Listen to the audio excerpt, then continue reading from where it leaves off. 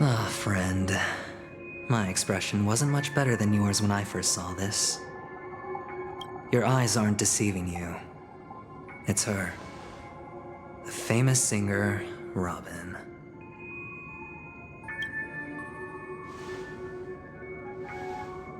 Well, first of all, can I just say that this had nothing to do with me? I'm just an unlucky bystander here. The family can testify for me. If you don't believe me, just ask anyone in the Bloodhound family. They hate me and they hate the IPC, so they'd never lie. This is not where the crime happened. What I showed you was a memory. The most basic light cone manifesting tech, authorized by the Garden of Recollection and owned by the IPC. Did you really think the Galaxy Rangers were outsiders this whole time? Penacony has made a solemn commitment to protect the safety of anyone inside a family dream. Any person in distress will be forcibly awakened and safely returned to reality. What gives them the confidence to make such conclusive statements? Because behind this promise is the harmony. The family's Dreamweavers link up their minds together to construct an unbreakable defensive line. Breaking through this line of defense to create death in the dreamscape. Not even a memo keeper could do that without the family's permission. Who could have done it, friend? The only one is her. The girl who calls herself a Galaxy Ranger. An imposter. An unsought guest. An emanator who hides her true identity. Ifrit's death was a foregone conclusion. And Robin? Her misfortune was staring right at her. Who will be the next to die?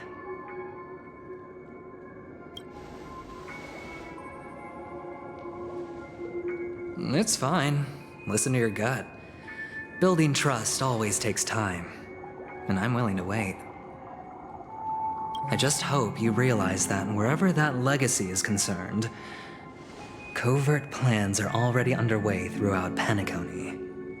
Everyone's got their own agenda. Careful you don't get stuck on the wrong side. If I were you, I'd keep my distance from Acheron. After all, any schemes out in the open are always going to be better than a monster in the shadows, right? Who's to say there isn't an even deeper conspiracy lurking beneath the surface?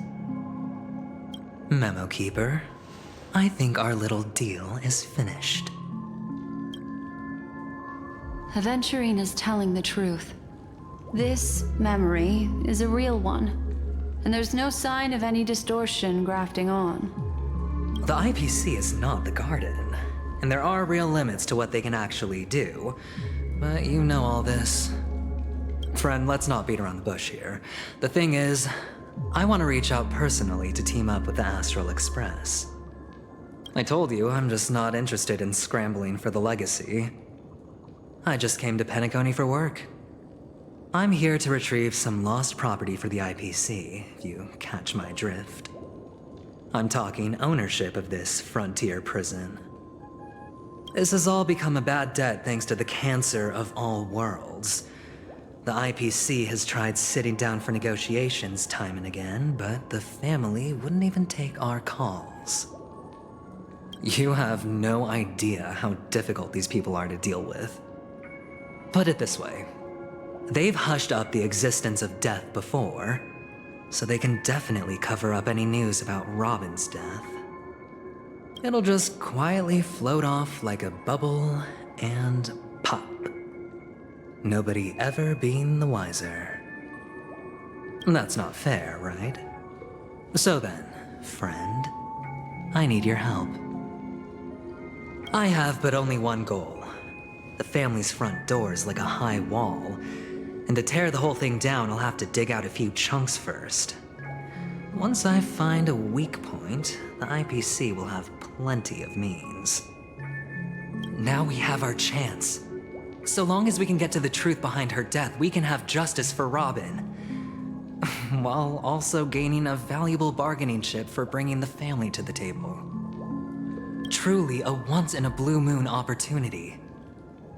I've been investigating and making lots of friends all over Penacony precisely for this very moment. This tragic news would be extremely bad for the family, so they'll be doing everything they can to stop it leaking, especially to the IPC. But I trust that there are still a few factions that remain exceptions, and that's why I need you all. The reputation of the Astral Express precedes you, and the Harmony will give you the fairest of appraisals. You get to find out really what happened and seek justice, and I get to put it toward completing my mission for the IPC. It's what you call a win-win situation. But don't worry, just head back and talk things over with your companions. That navigator is really smart. She must understand the value of this deal. Look, here's my contact details. If you come to any conclusions, call me. Oh, and take this. A thorough investigation can always use a little more funding. Don't mention it. So long, friend. I really am looking forward to uncovering the truth about death with everyone. Aventurine just sauntered off. He really doesn't mean to force it, but something still seems off. What now? What are your plans? Black Swan. What is she thinking?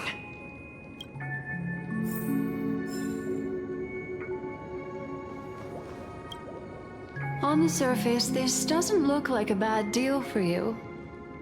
But Aventurine is a shrewd merchant whose scheme won't just be as simple as it appears to be. He doesn't know about Miss Firefly yet, but judging by your reaction, he may have noticed something going on and deliberately shifted topics to the truth of death to try and pull you in line with his way of thinking. That's quick thinking and very sound logic. Aventurine is no fool, and working with him definitely has its dangers. But you're talking about real evil. Anyway, be careful out there. There's more than one way to blaze a trail. In a dark forest beset by wolves, ensuring your own escape to safety should be your primary concern. As for the other questions, I'm not sure the two cases were committed by the same culprit, but that massive wound looked like its winged blade. We've all witnessed it in action before. Plus, it seems unlikely that there would be two lethal entities loose in the dreamscape. Sorry, I can't answer that question. That ranger is shrouded in mystery. I'm afraid no one is capable of providing an answer.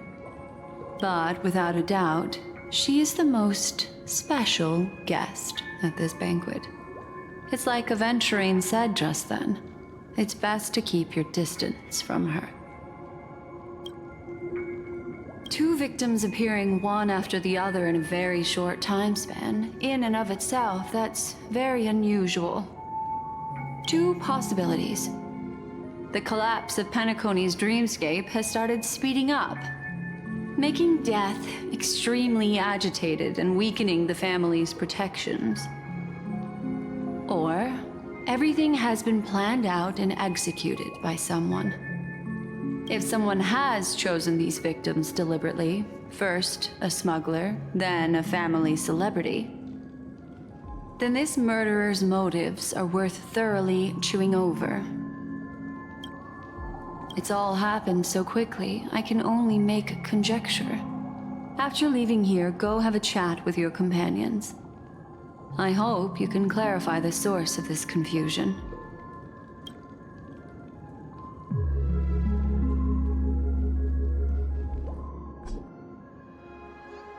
Come, this way. It's a short walk. Don't get lost.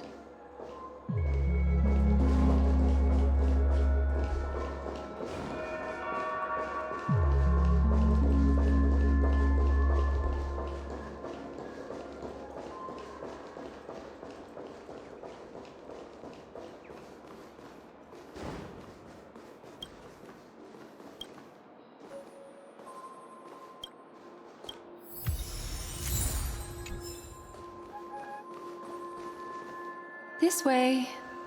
This is where we part ways. All of this is like a nightmare. Unfortunately, the remembrance doesn't lie.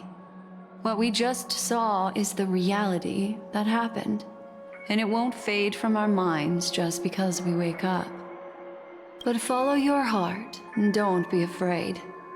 We all walk through this world casting shadows of different lengths, and ultimately, all we leave behind are precious memories. Hold on just a sec.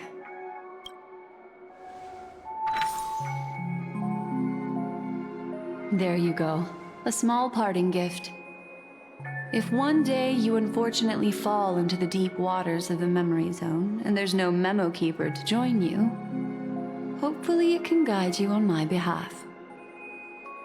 I also pay great attention to the ways of the world. Just think of this as an apology from me for hiding something from you. Then, I've something private to take care of regarding that Galaxy Ranger. Let's leave things there, shall we? What fascinating memories will you bring for me next time we meet? I sincerely look forward to them.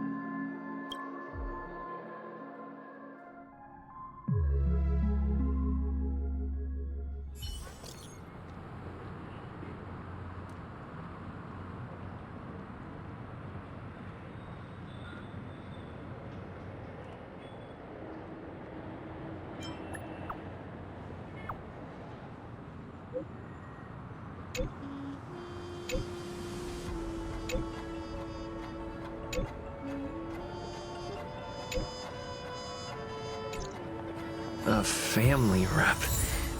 Is Himiko okay?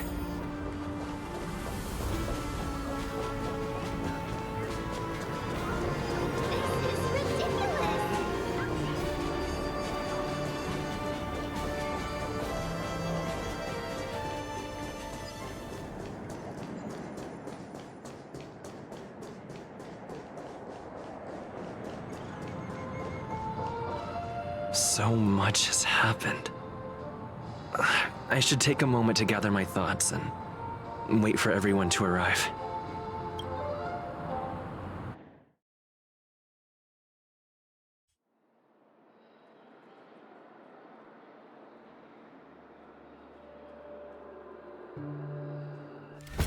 Better unsheath that blade now, Ranger. Do you still dream, Hunter? Of those slain by your hand?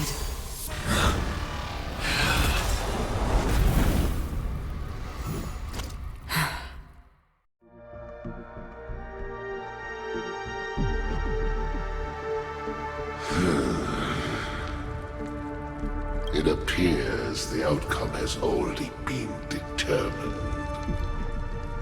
You're still alive, as are you. You still have room to make a choice. Leave the music box behind, and then go. Choice. The bloody trail of the destruction leaves no room for hesitation. The Taurus Fire Demon. Even if you sacrifice your life for that eon, you won't get special treatment. Ranger, you tread the narrow path of the hunt. You could never understand. We come from the fire and are born bathed in fire. We spread, burn, and destroy until all the kindling has burned out and we leave only ashes on the ground. Burning forms the entire life of a fire demon, from the beginning to the end. We are born to die just to put into practice a profile of another universal truth. All things are created for the destruction. Your companions don't seem to think so. They fight for your chance at survival.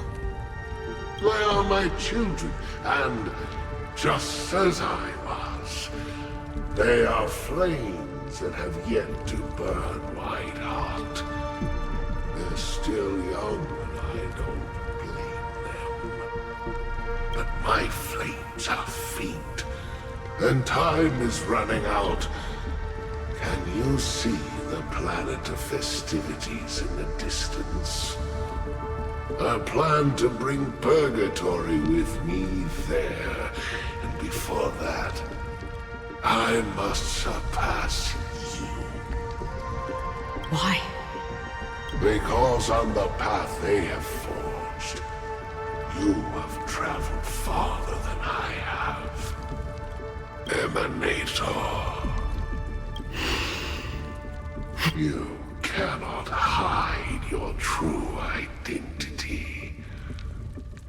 Draw that sword, for we shall indeed remain here, bound to fight a decisive battle to the death, for I choose this. Destruction is intense, but brief. To cravenly cling to life is to endure an endlessly prolonged existence. Even if the answer turns out to be your own destruction. What is important is not the answer, but that it exists, just as you exist. Everything exists to be destroyed. Emanators are no different. Just as even sweet dreams may be born of the void, the so-called impossible is merely something that has yet to happen. All right. I accept. You shall witness the most brilliant and intense fire in existence. May this flame illuminate the farthest reaches of your bottomless dream. A bottomless dream. Yes, that's right. But you've made one small mistake. This blade remains in its scabbard not out of pity or scorn. It's a personal secret that I don't want to disclose, but perhaps out of reciprocity. I'll reveal the truth to you. The hunt is not the path I truly follow. May death be the end of your boundless dream, guiding you back to the waking world. I still see them in my dreams. Hold it. Your time hasn't come yet. My time? I've seen many clever disguises that can conceal appearances, but they can never cover up who a person really is. And you're no different. You had no desire to kill the Trailblazer. You only did what you did to drive me and the Memo Keeper away, but why?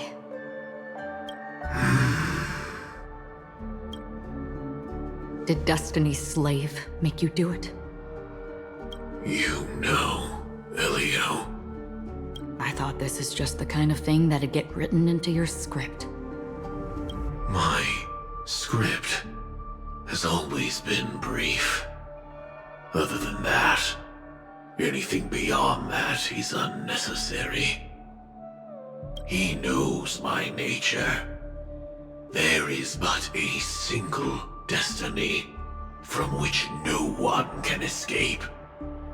And until then, I hold the privilege of choice.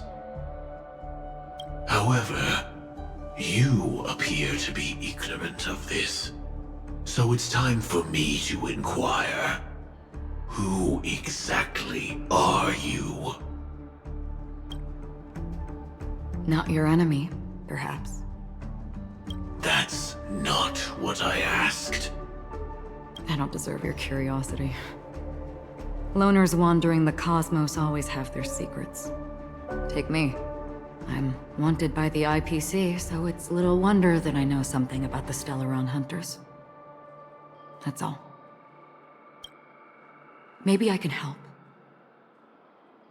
What reason would you have for doing that? I tend to forget things. Which is why, rather than memories, I'm accustomed to using my emotions to capture what I normally wouldn't otherwise. So, I know who is inside that cold armor.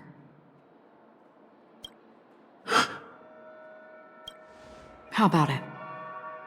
Ready to take off that armor and sit down for a talk? It's not yet time. I don't need help, but I can give you a suggestion that would make things better for you and me. If your goal is the Watchmaker's legacy, then go look into the family. Not only are they covering up the existence of death, but they're burying the past and the truth about what happens inside the dreamscape. Already on it. And the Astral Express is no enemy of yours. I know that. I just never expected to hear you say it. What's next then? The Trailblazer's been taken by Black Swan. Will you go look for him? No need for that. No harm in mentioning that Elio's only given me one instruction. Get all of the Astral Express to track down the Grand Legacy. I tried settling this in an easier and more direct way, but as you can see, here I am confronting you. I failed. Can't ever go against the script. The so-called impossible is merely something that is yet to happen. That's it. Before we split, can I ask you one more thing? Is there anything else in your script about me? I'd like to know what kind of footnote I get to leave in that future foreseen by destiny. Unfortunately, not a thing came up. I knew it.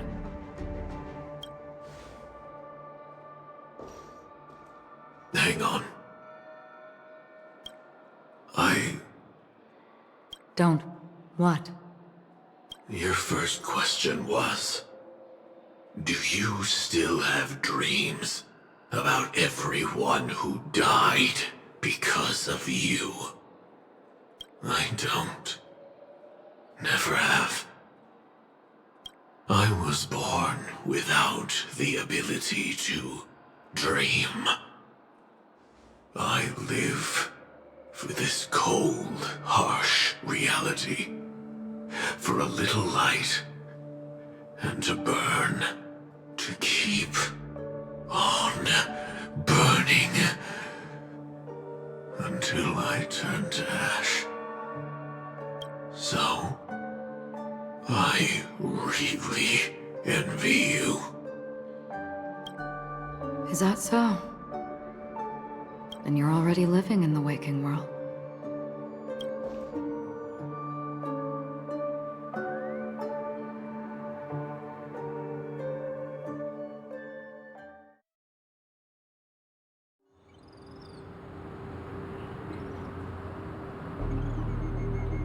We heard about Miss Firefly from Black Swan, but we never expected Miss Robin to... I'm sorry that I couldn't be with you then. Reality cruises on in serenity, while undercurrents bubble up from the dreamscape. Just like that memo keeper said. Stay strong, everyone. We can still do what we can for them. Starting with finding the murderer. Let's recap everything then. The Trailblazer just reminded me of something. March, do you remember what that family rep who negotiated with us said? Indeed, we trust that the Nameless has nothing to do with this, and we also beg each of you to help assist the family in verifying the identity of the deceased. That's how it was put, in reference to Miss Firefly. Looking back, he seemed a little evasive at the time. And he also failed to mention anything about the earlier murder, too. The family's planning on covering up all news about Miss Robin's death. If news gets out, Penacony's going to turn into a bloodbath. But the murder that followed closely after was obviously beyond their anticipation. The family had to try and turn things to their advantage by bringing in reinforcements from outside. The Charmony Festival is nearly here. They must be snowed under. It may also be that Miss Firefly's murder had so many witnesses that it couldn't be covered up. So they went with the flow and let more people on the scene to control the situation. After all, the nature of the two murders is fundamentally different. The family's first protective measure should be against malicious actors among the guests, such as that IPC envoy. All the while accusing that Galaxy Ranger. Are we missing the forest for the trees here? I always felt that Aventurine's reasons for accusing Miss Acheron were highly subtle. Can we believe him? At this point, I'm afraid the only ones we can trust are ourselves. Look, let's try to gather intel first and then list all the possible outcomes we can. Then we go through them, eliminating contradictions one by one. The fewer facts remaining, the closer we are to the truth. I've still got this sense of foreboding. It's like we're stuck in a whirlpool, spinning around that legacy even after everything that's happened. This time we're playing the role of a real detective. But before we start, what are we going to say to the family and Aventurine? As I see things, the family harbors no ill will towards the Astral Express. If they didn't trust the crew, they wouldn't have casually commissioned outsiders to investigate a case that's, in all likelihood, a scandal. Plus, this is the family's turf. Teaming up with them should make things easier for us in the future. As for that Aventurine, well, I'd like to hear your thoughts. He's complex. He deliberately slow-played his hand during negotiations while running circles around us all the while. He appealed convincingly to both reason and emotion.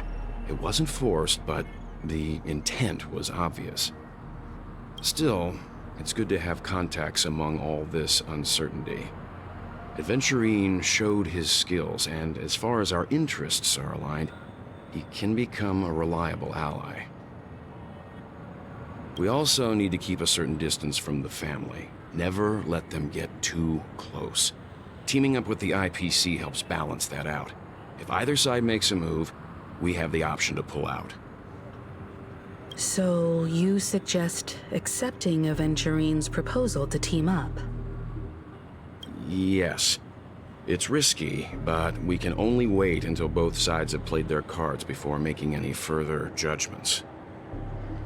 I get why, but there's a whole lot of bad guys and girls around here, and I'm worried about getting stabbed in the back. He's been bullied a few times now, and I can't stand it anymore. You're like a broken record. Forget about it. Just let me keep an eye on him. If that doesn't work, we can just turn the tables and use him instead.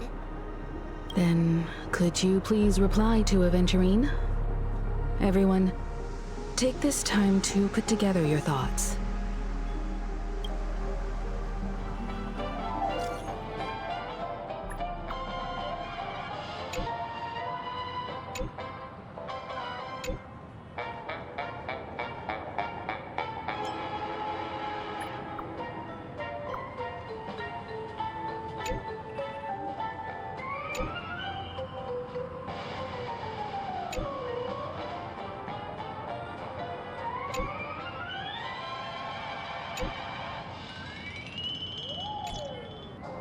Looks like Aventurine is happy with this outcome.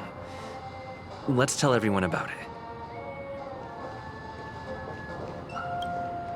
Aventurine's goal is to try and recapture Penacony for IPC. To do this, he'll have to bring down the family in its entirety to create a big enough chance.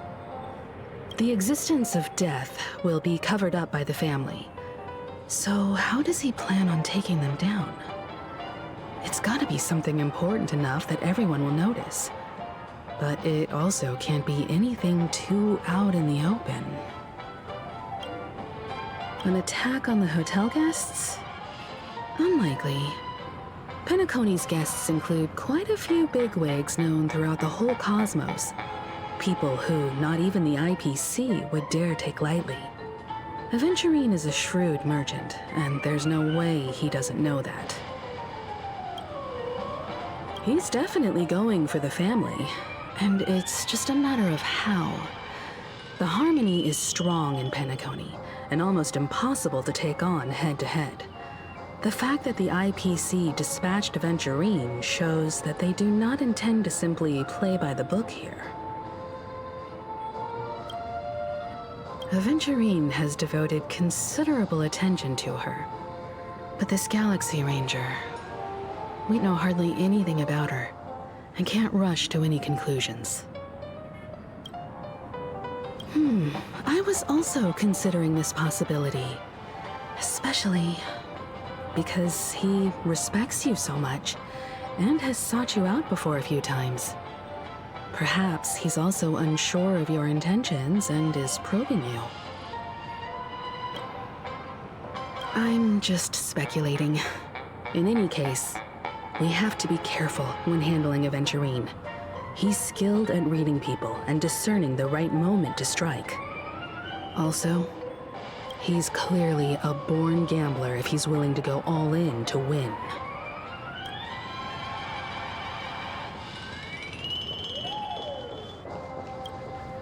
Aventurine said something that concerns me. He accused that Galaxy Ranger of killing Robin without any evidence whatsoever, but said nothing about her connection to that memory zone meme or why he was stalking you. It was a groundless accusation, which only serves to make him seem more suspicious. Maybe Aventurine's goal was never to gain our trust. Maybe he wanted to foster a feeling of enmity towards Acheron and make the situation more volatile. Two birds, one stone. However, I asked Don Hung back on the Express to confirm that story about the Annihilation Gang and the lost messages. It wasn't something that Aventurine made up out of thin air. You've met her many times now. What's your impression of Miss Acheron?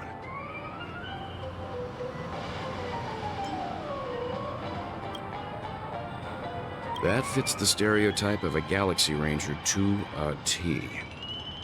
They're eccentric, unpredictable, and fond of being alone. No wonder she's a suspect. I really love Plucky. I hope it's not too soon to bring it up. But I feel like Miss Robin isn't actually dead, but that she's still alive and well. Somewhere. That everything's just some horrible prank. Because aren't we supposed to be inside a dream? How could someone die in a beautiful dreamscape like this? Shouldn't only good things happen here? Whenever I see the Grand Theater, I just can't stop all these thoughts from flooding my head.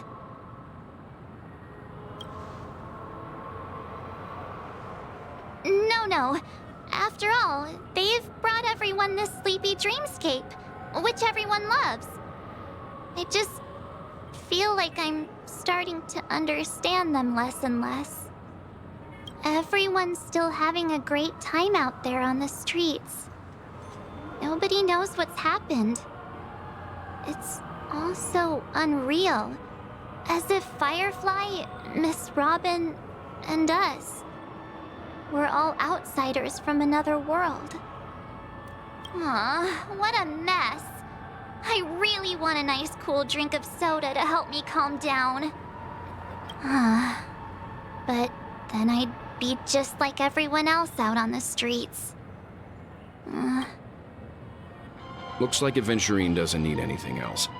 Let's turn our attention to the family's assignment for now. Himiko, what do you think? Among our current clues, the 2 murders that he witnessed are the most directly connected. I suggest starting here. One thing I'm curious about is, if a person dies in a dream, what happens to them in real life? Seeing as we're at the family's behest, why not pop back out to reality and verify Miss Firefly's situation back at the hotel? Perhaps we could also make a few inquiries about her while out there. How about we split off into 2 groups? There are still some things worth focusing on inside the dreamscape.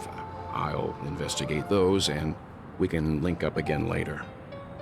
Worth focusing on? Oh. No problem. I'll leave it to you then. Huh? Aw, I thought I'd finally get to see Himiko and Mr. Yang go out on a mission together. Oh well. Take care then, Mr. Yang. I will. Keep in touch.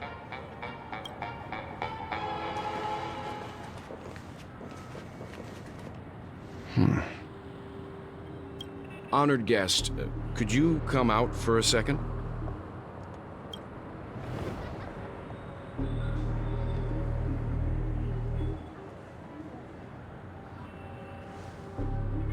I'd be embarrassed too, getting stared at like that.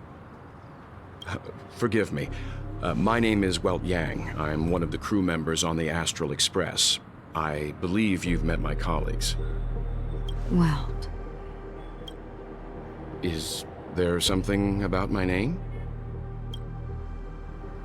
First, don't you want to know my name? I already do, Miss Acheron. You're a prominent figure in Penacony. What are they saying about me? Some claim that you're the real culprit behind these murders, that the Annihilation Gang's tragic fate at the banquet was a result of your blade, and that you're now attempting to unleash another bloodbath on Penacony. The Annihilation Gang. Ifrit of Everflame Mansion. Tragic fate. That Duke turned his dying body to flames and sacrificed his life as a martyr. He was a determined and heroic pathstrider. Not even a villain should be disparaged like this. And what's more, there were plenty of suspects invited. Do they really think that a blade is more dangerous than that black hole you're wielding? Keen intuition. Not even the family managed to point out the truth behind this cane. So you must surely know, Miss Acheron, that peering into a black hole is not a wise move. As a potential threat, your knowledge of us has reached uncomfortable depths. Reveal your true identity and intentions. Otherwise, brace yourself for gravitational disintegration. That shouldn't be necessary. But if it makes the Nameless feel less defensive, I'll be happy to abide. Believe it or not, Galaxy Ranger, Acheron, those are the names I go by to this very day. My trip to Penacony is solely to fulfill an old, final request. I'm here for the Watchmaker's legacy. And that's it. I think I've been honest enough.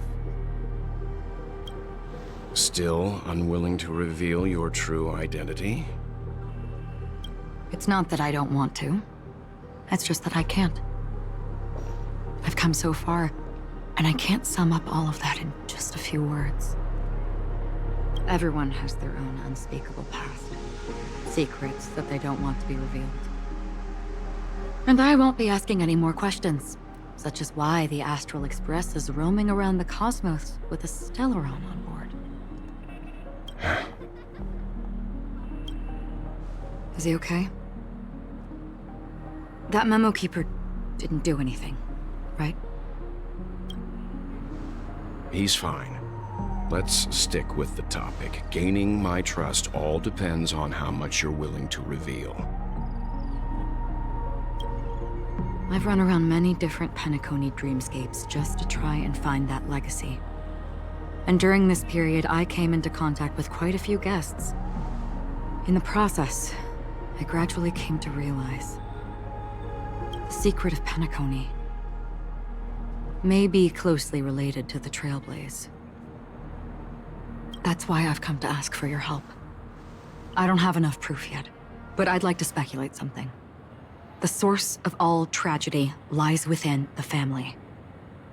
If you could trust me, we could find the proof to support this claim together.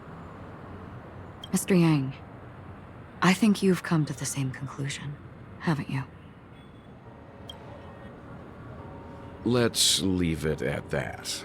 For now, I'll choose to believe that you bear no hostility. Share your findings with me and me alone. I don't want vague conjecture to interfere with other people's judgments before we find solid proof. By the way, would you like something to drink? Before we go, how about 2 cups of Wake the Heck Up? No, 4 cups. Because the conversation coming up will last forever.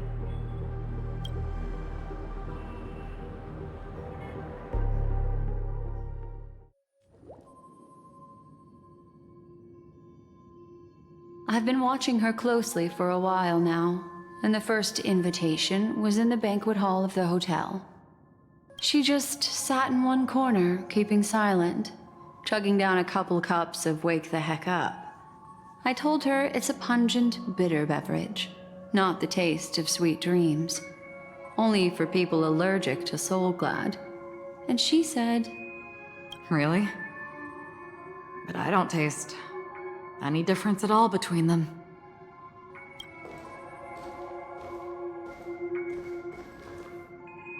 The guest rooms are charmingly minimalist.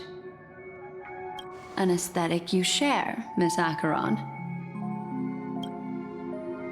It's a cinch, this music box. The invitation received by the Annihilation Gang. There are latent memories that linger on it yet. You see, memories of you are not yours alone. They travel in other people, other things. I know much, and I can predict even more. With some help, the dead can be made to speak. The Annihilation Gang, that band of desperados who all disappeared after meeting you. What exactly happened to them? Well, let me reveal all.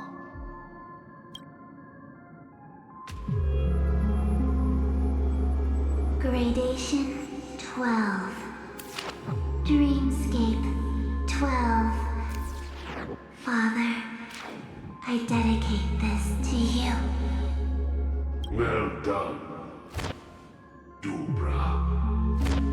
Wherever they go, shall be met by annihilation. There it is. It's hazy, but it's Ifrit's voice. The other one is probably his progeny. This is the residual memory from when the invitation was first delivered. They were abruptly interrupted.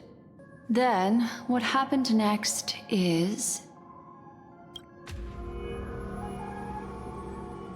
They sought refuge in a land of sleep, merely wishing for undisturbed rest, away from the storms.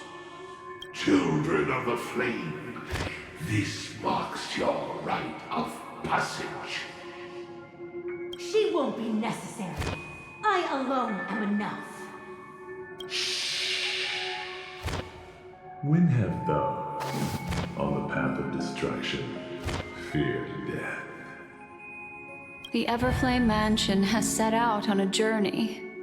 Those poor people, they have no idea what lies in wait ahead of them. Memory recovery is going well, but slowly. She'll be here soon, and time is short. There's nobody else here, so there's no need to be delicate. In fact, I think I'd better go all out.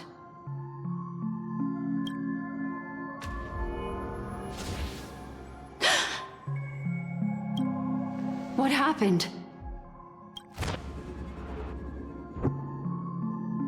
The memory after that is blank. How is that possible? This music box fell into Acheron's hands, and she brought it to Penacony. That's a fact, and that's how it should have gone. But along the way...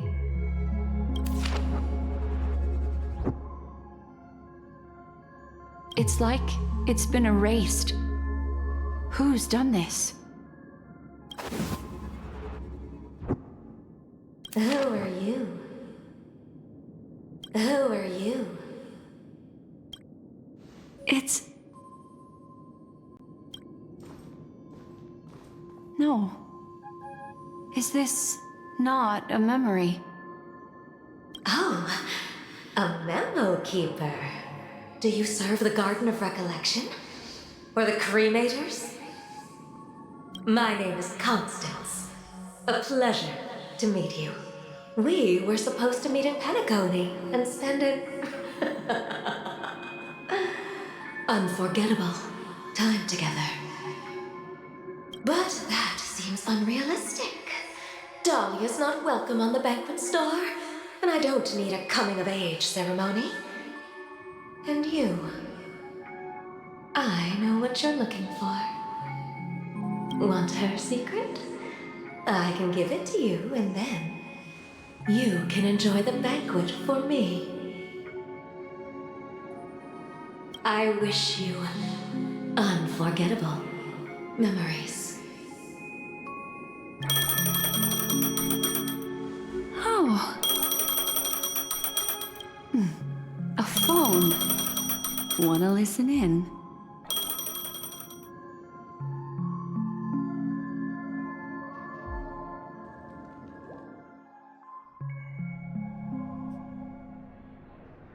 A few days ago, the IPC made an announcement. Under the watchful guidance of the Marketing Development Department, and in accordance with the Interstellar Peace Charter, the independent Sigonian sovereignty has hereby been established, and shall take a legislative seat at the Interstellar Congress. The formation of the Sigonian sovereignty is of great historical significance to the Sigonia system. This move puts an end to the planet's long and bloody history, turning the sensational Kataka-Abjin extinction event into a distant memory. Sigonia 4 is located in an unclaimed zone at the intersection of the Denise, Prothean, and Dorneau star clusters. The planet's surface environment is known for being extremely harsh, constantly faced with the threat of impact from small-scale celestial objects. This is why very few intelligent species have made this planet their home, dividing themselves into several tribes to eke out nomad lifestyles as they struggle to survive the arid desert wilderness. They have developed their own folk beliefs that are independent of the Aeon belief system. Sigonia. Sigonia. Ravenous eye of the storm, spurned by all the gods. Land of rock, but not water. Lightning, but not rain. Blood, but not tears. You beat us with your falling stars. You lash us with wind and storm. You chew us up with the cracked earth.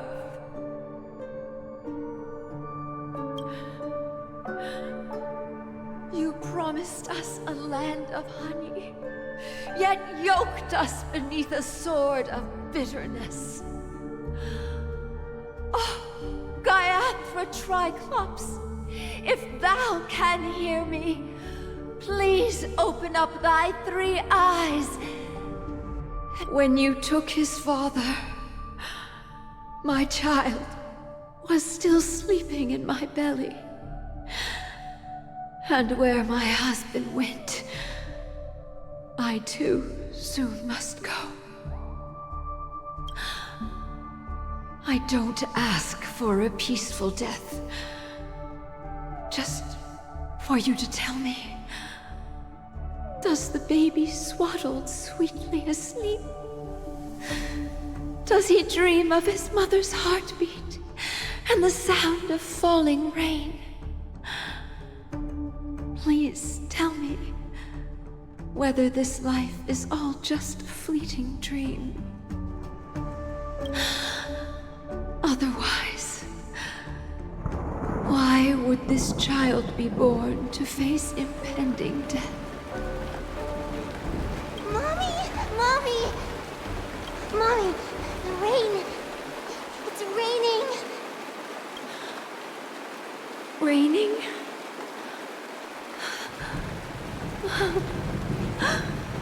Raining! It is raining! It's true! Those Outworlders weren't lying to us. They really did summon the rain. Mommy, we can leave here. We can go back home.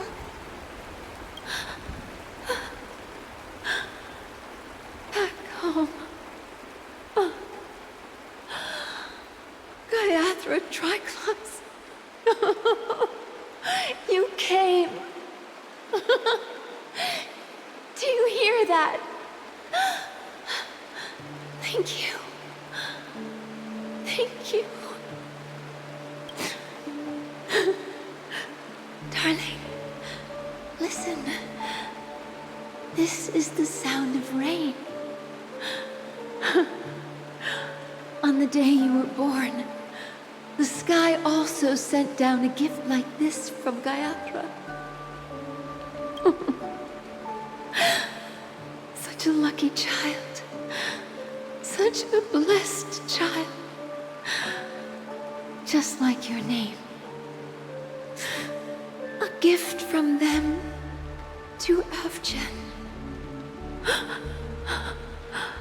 My boy. May the goddess Gayathra close her eyes 3 times. Keep your blood eternally pulsing. Let your journey be forever peaceful. And your schemes forever concealed.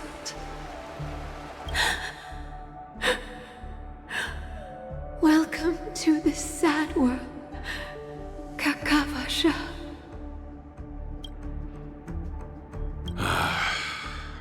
Time to wake up, gambler. Oh, heavens.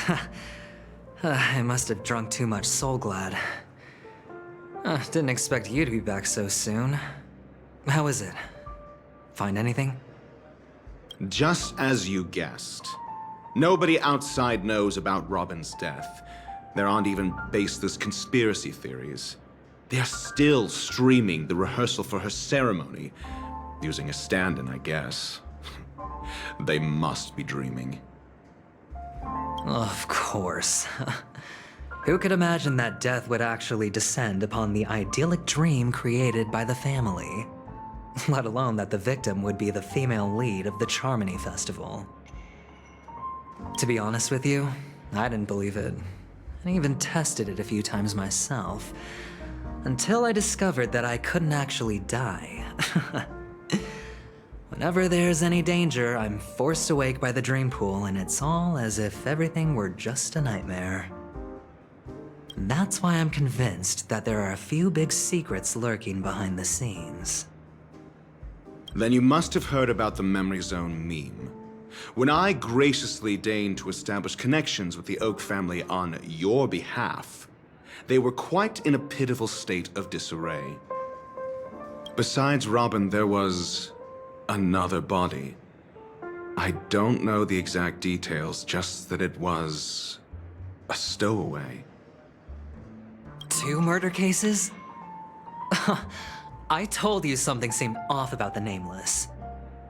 He must have come across the other one. This murderer is a psycho. But I have to admit, the case should be easy to crack. We can leverage the family's malfeasance and let the IPC use this as a reason to intervene. It's just that their trickery runs deeper than I thought. Robin's stand-in was all ready to go. These 2 murders are definitely getting hushed up. What should we do? Let me think. It's too rare an opportunity to miss out on, so I gotta be careful. Incredible gambler. Have you already exhausted your limited repertoire of tricks so soon? There are plenty of chips, but it'd be best to choose carefully. The most straightforward has to be Robin. Remember? That masked fool once told me to find a mute as a friend. Robin is what she calls the mute. She has lost her voice, and while most people can't pick up on it, you and I cannot mistake that sound.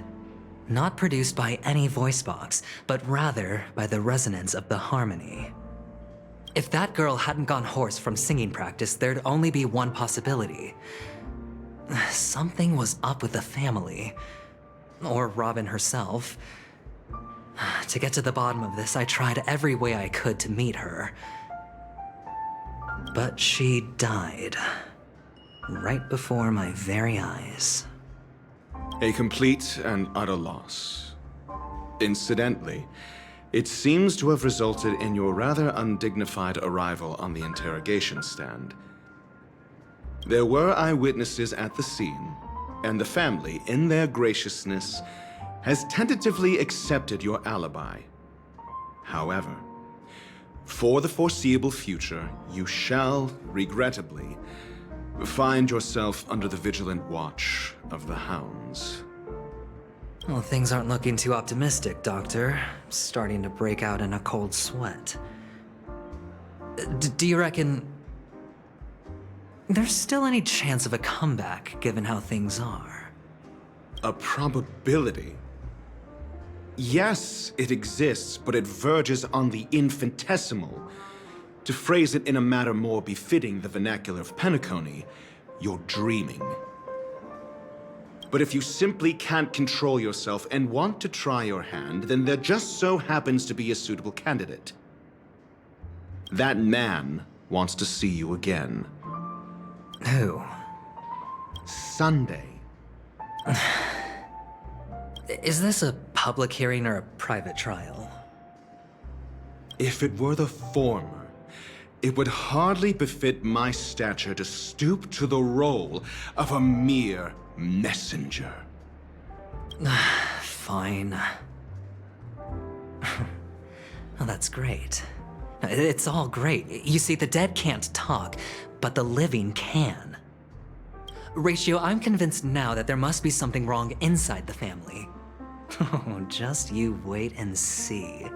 That man's sister has died. He can't sit on his hands. Well, without any further ado, let's set off. Lead the way. The show is about to begin.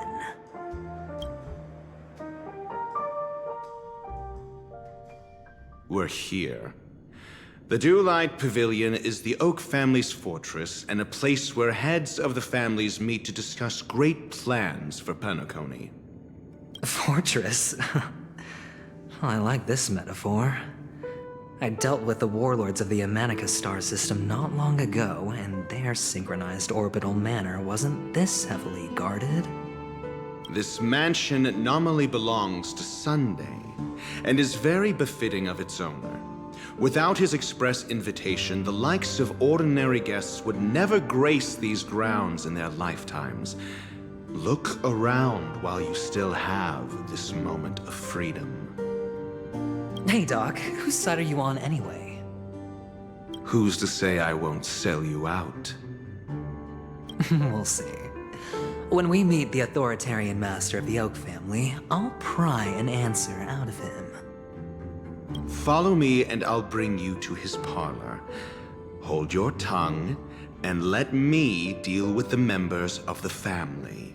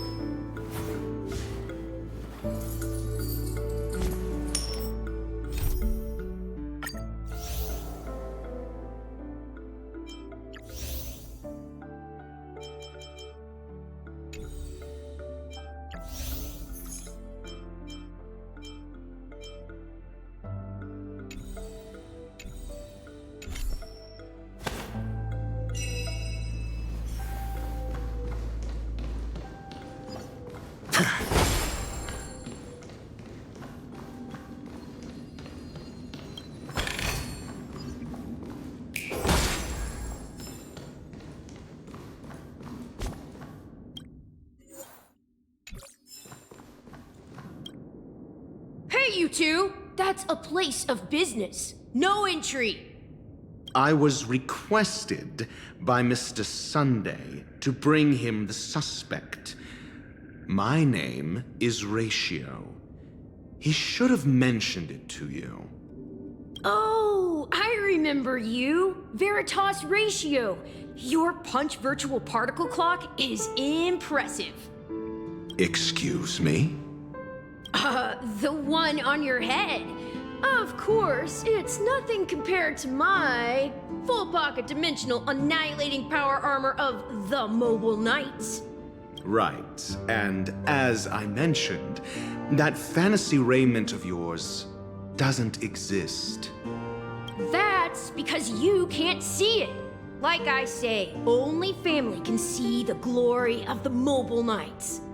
Ugh, enough. Get going. Don't keep Mr. Sunday waiting. It seems like the idiocy index here is no better than it is out there.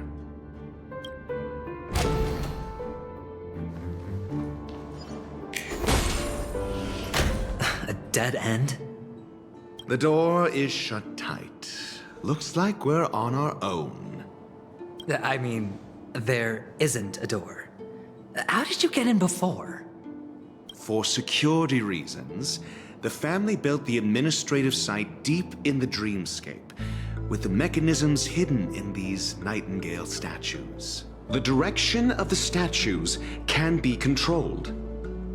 On the previous occasion, an attendant named Kona had gone to the side room to verify something before setting the statues in the correct positions. Well, maybe we should do the same. Let's go and take a look. Of course, we can also use brute force.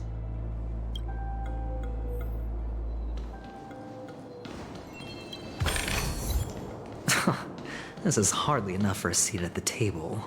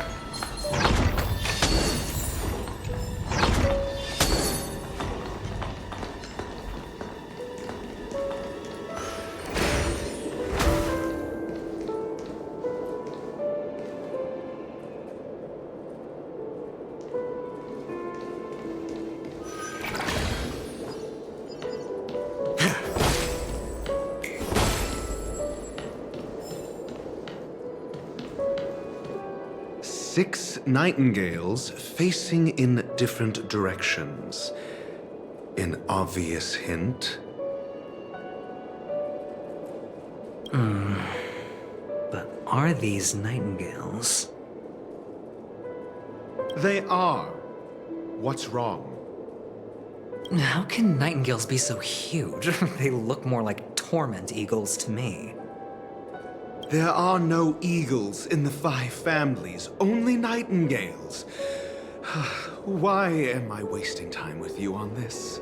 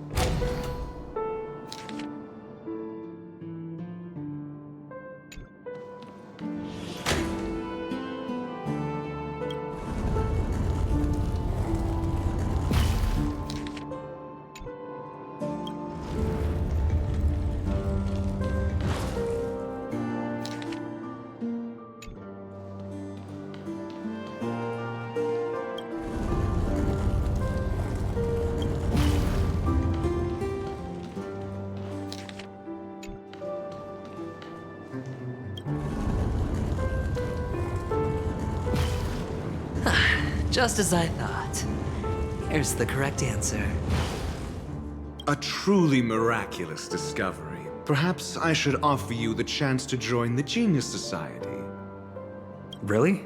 Well, I thought you'd given up on that already. I was being sarcastic. Can't you tell?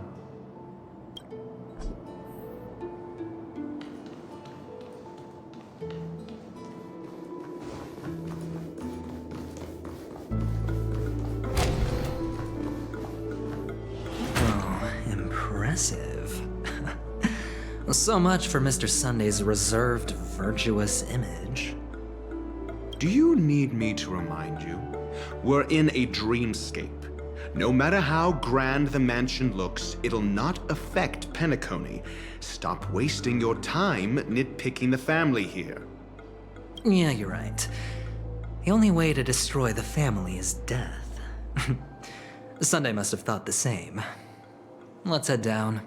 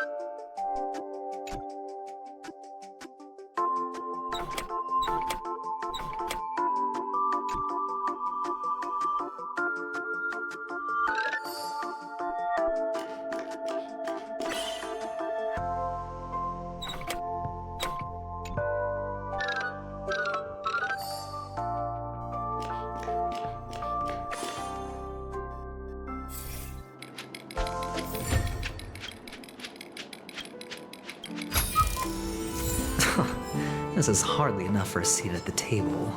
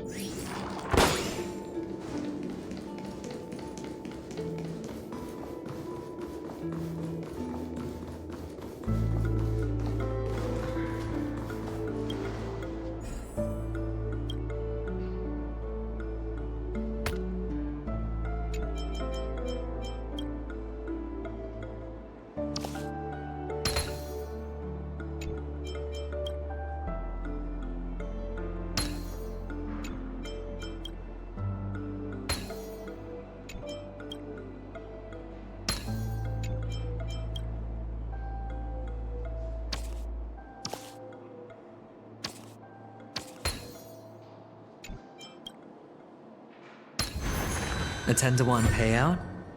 Music to my ears.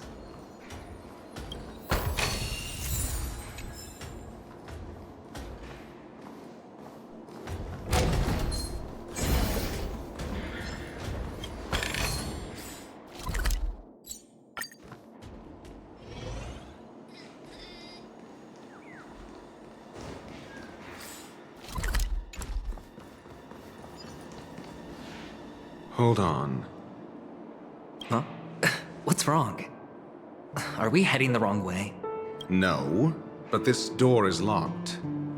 My friend? Did you really make an appointment with him? It's a trial.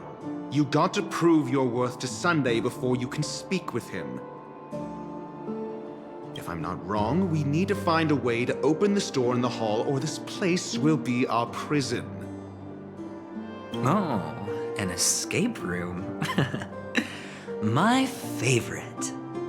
Get serious. I've no time for games. Let's head back. The hint is probably in that prominent sandpit. Wow. That's an enormous sandpit. I'd love to build a tall building for myself, once I have enough savings. Oh, look. There's a noticeable gap in the model. I believe you're right. There wasn't a gap before. That man must have done it intentionally. Well, with your brilliant mind, you shouldn't have any trouble recalling what was here last time. Right, Doctor? Of course. Let's look around. When I see it, I will know it. Fine. Fine. Why do I feel that we're pursuing a degree in burglary now?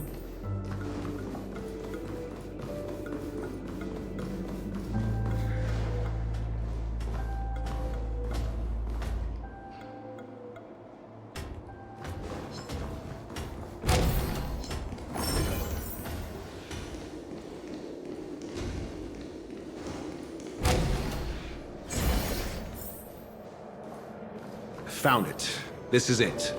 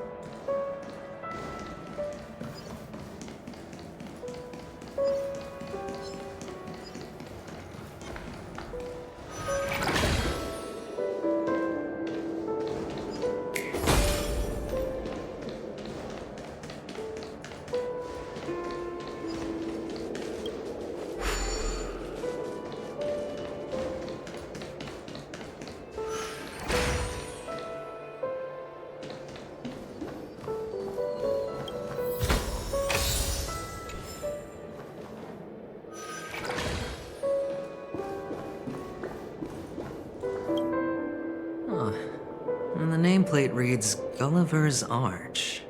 Well, I'm amazed you can remember something this tiny. You know, this reminds me of a tunnel I once saw that could shrink people who passed through it. If I were you, I would shut my mouth. It's wise to remain silent when you should.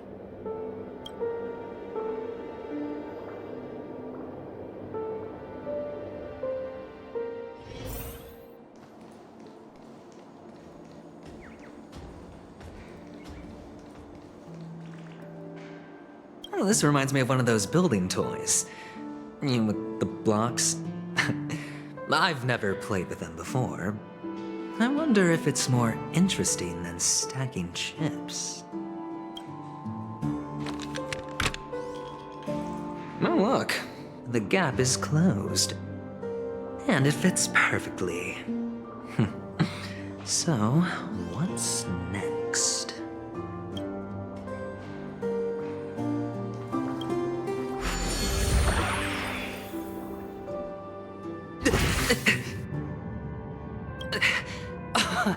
Oh, good heavens. Did I drink? Am I still in a dream?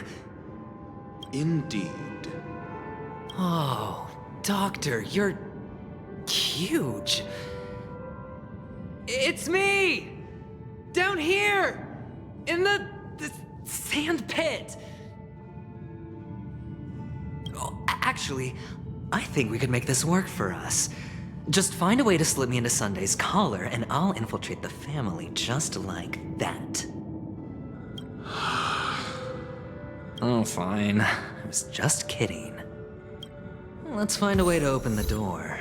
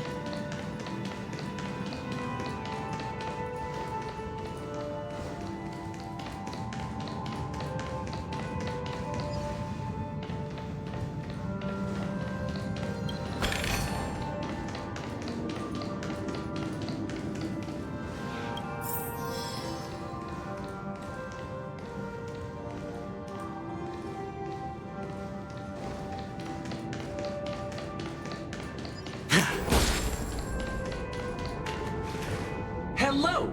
Welcome to the Golden Hour base model. I am an Oak Soldier. I will be here to guide you through the tour of the base model. Happy to be of service. And tell me about the tour. Hello! Welcome to the Golden Hour base model.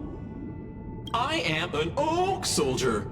I will be here to guide you through the tour of the base model. Happy to be of service. Generating guide. Please wait patient.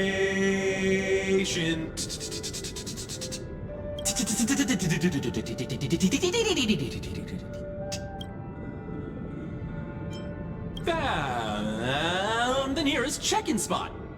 Please look behind me. A capsule machine model.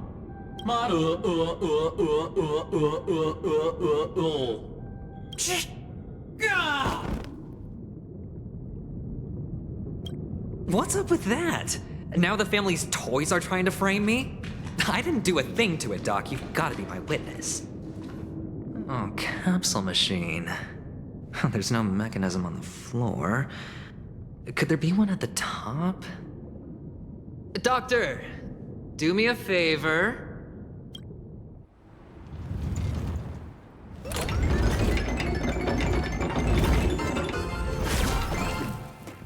So, I was right.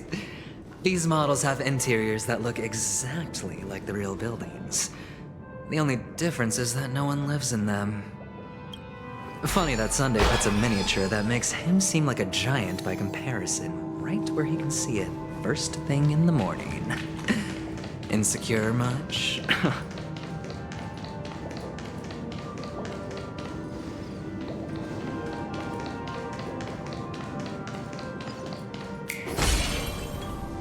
The moon shines on the truth.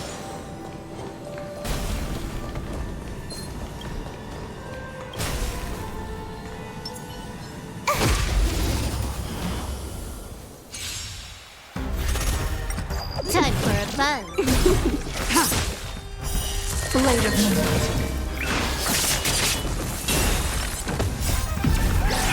In lunar flame.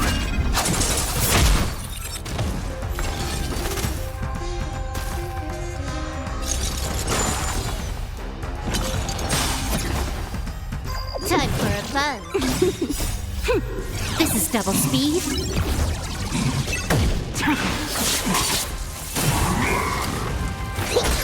Spend freely. No dirty tricks allowed.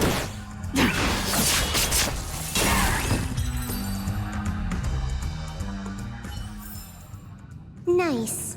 Oh, one of the fragments flew upstairs. I'll need to use the pinball machine to flick myself up there. But it's tough.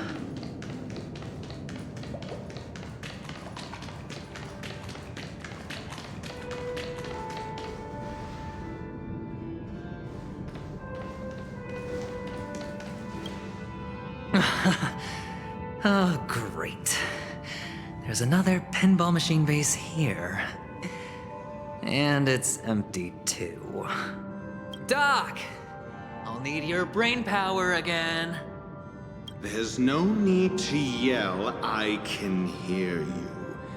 The pinball machine must be hidden somewhere in the hall, like the arch. Wait here, and I'll be back in a minute.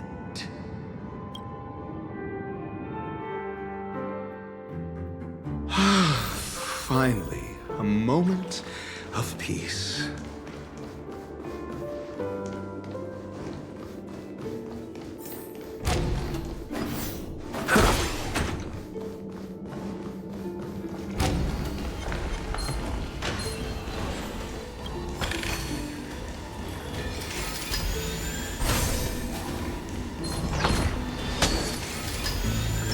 The moon shines on the truth.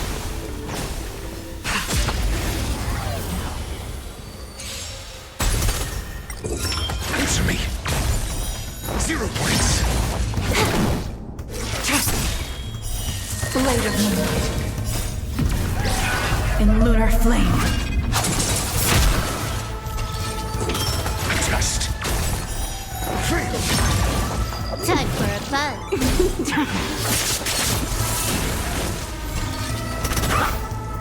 Time for a buzz. This is double speed.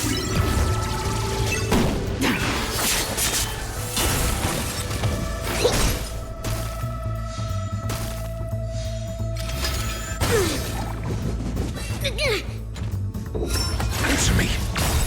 Knowledge, the measure of truth and falsehood.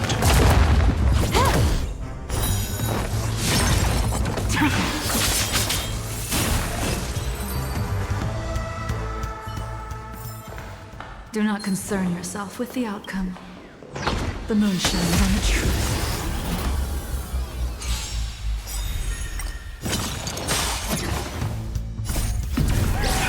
In lunar flame.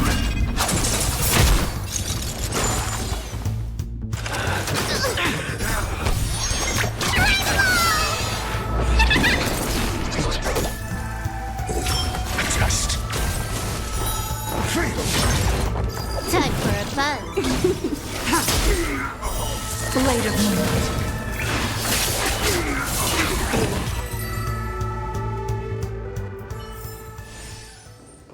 That's it.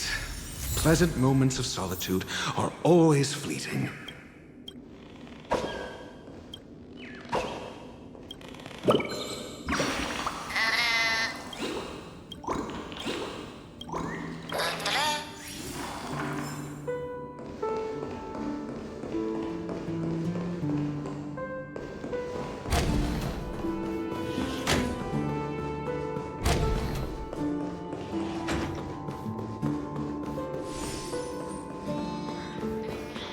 Oh, you're back.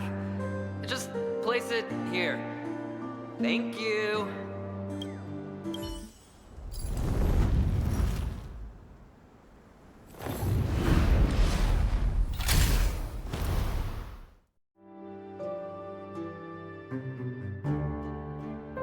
Thanks, Doc.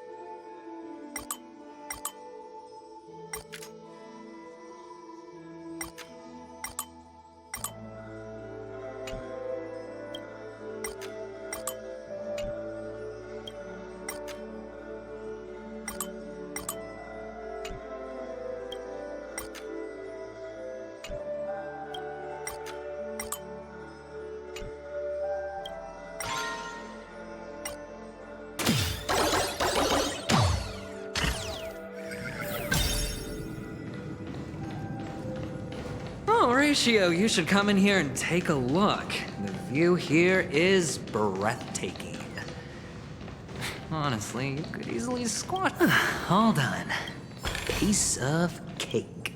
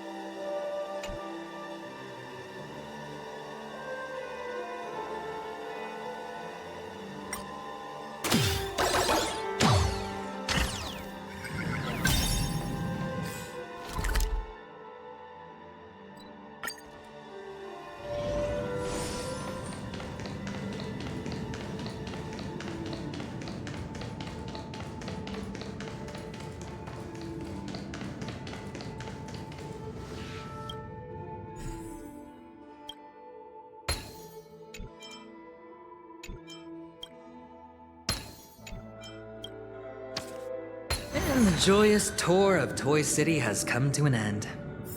Makes me feel sad. Penacony isn't all bad, right? I'll use this interesting experience as a talking point at the poker table.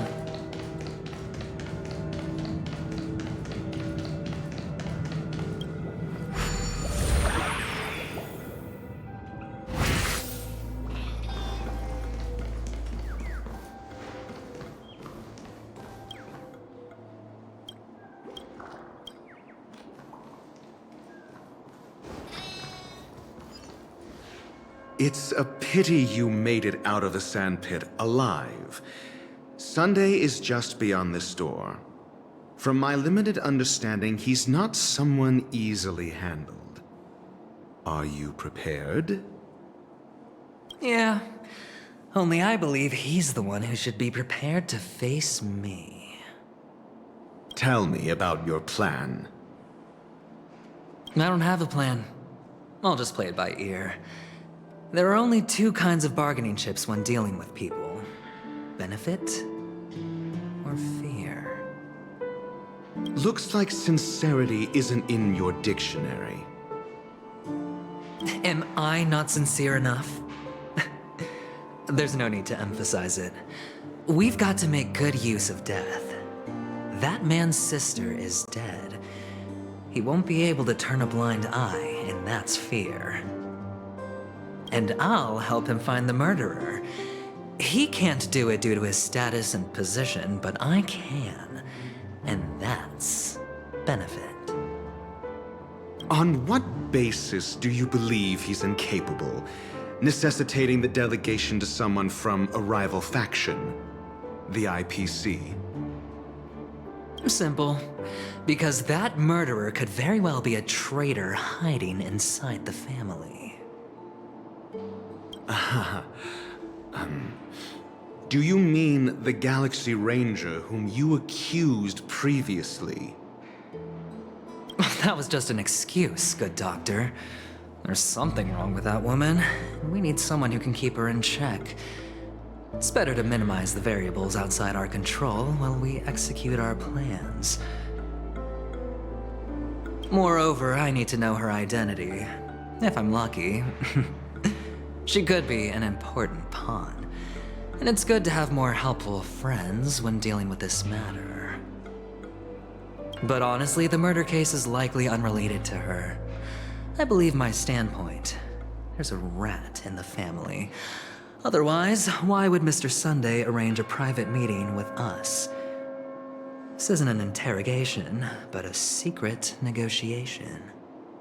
We'll see. Using Robin's death as a bargaining chip, I'll win back my freedom and power.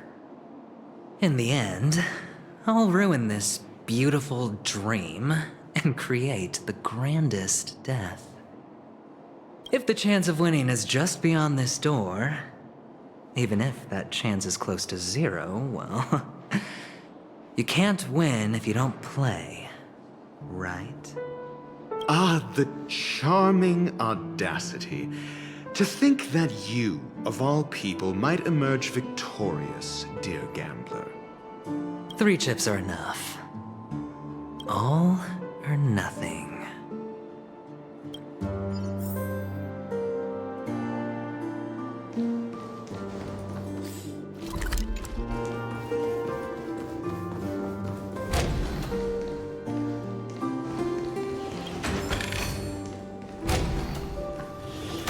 It seems my puzzles are too effortless for you, IPC Ambassador. I appreciate your words. And I see you put a lot of effort into welcoming me, Mr. Sunday. Well, this isn't an invitation, but a summoning. Before we speak, I need to test your character. I imagine this knowledgeable doctor friend of yours has been of great help, yes? Certainly. You ought to know this better than I do. He's already faithfully fulfilled his duties, hasn't he? Yes. The doctor has assured me of your noble character. He considers you, like himself, a virtuous person who can be trusted by the family. I have come to know you very well as a person, Mr. Aventurine.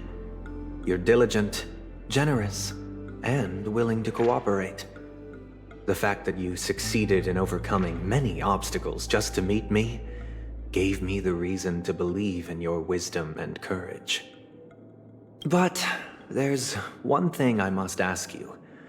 That is, you've used your wisdom at the wrong place to meet the wrong person and put yourself in a situation where you shouldn't be, witnessing a tragedy that shouldn't have happened. You don't look too well. Am I making you anxious? If not, then it means I'm on your side. If I wasn't mistaken, you'd just made a serious accusation against the family. No, you weren't mistaken. For depravity is creeping in around you. Well, there's no need for us to be evasive. Let's talk about your sister. Your sister's talent is unrivaled in the world of show business. As you know, her voice has been out of tune since she returned to Penacony. What's more disheartening, she can't sing anymore. Who could be responsible for this? Many suspect the culprit is among the outsiders, but I know you hold a different opinion. Now your noble status has become a shackle, preventing you from apprehending the murderer and avenging your sister's death. You're feeling anxious because you're out on a limb. But don't worry, I'm on your side. I'm immensely honored by your concern for me, Mr. Aventurine. Since you're so selfless and generous, I believe you wouldn't ask for anything in return, would you? Well, naturally, you wouldn't incur any loss from this. I just want to reclaim what is mine. My liberty and the personal items under the family's custody, the bag of gift money, and... the box in which the cornerstone is stored. That's right. Cornerstone. I've heard it's a treasured asset of the Strategic Investment Department. A sacred stone that seals the Preservation Emanator, granting significant power, and every liquidation specialist holds one. For an object so precious, it probably comes at an even higher price than other forms of recompense. Well, I'm sure you're aware of the high level of risk I'll be undertaking to bring the truth to light.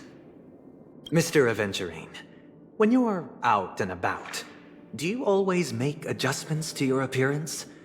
Your tie should be on the center line. Your shirt must not protrude from your vest.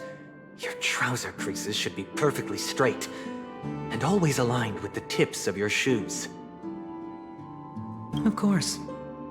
But I don't, because it's not appropriate to do so in public.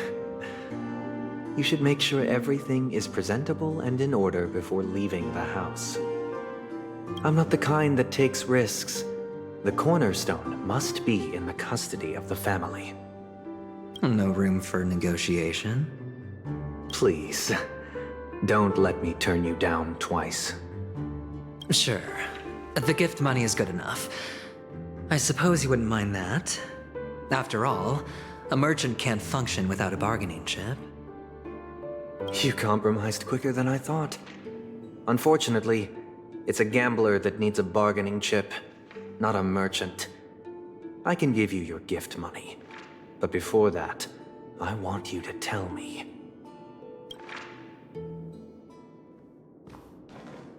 The fact that you can decisively forsake the box you asked for, what exactly is stored in it?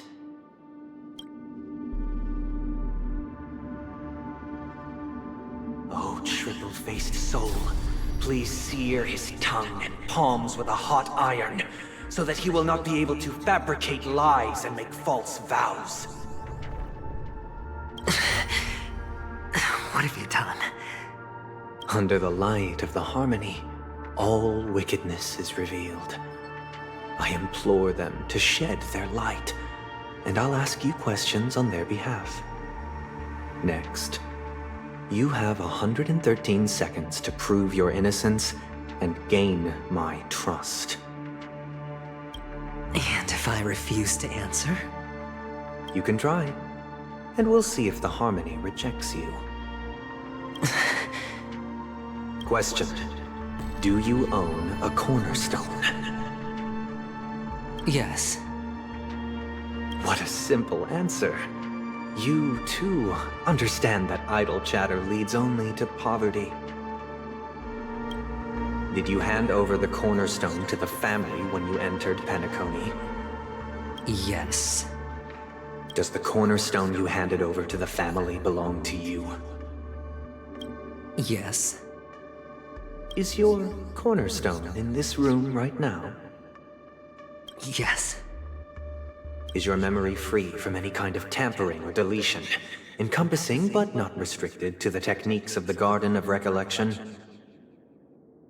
Yes. Are you an Avgin from Sigonia? Yes. You even know about that? Do the Avgins have any ability to read, tamper with, or manipulate one's own or another's mind?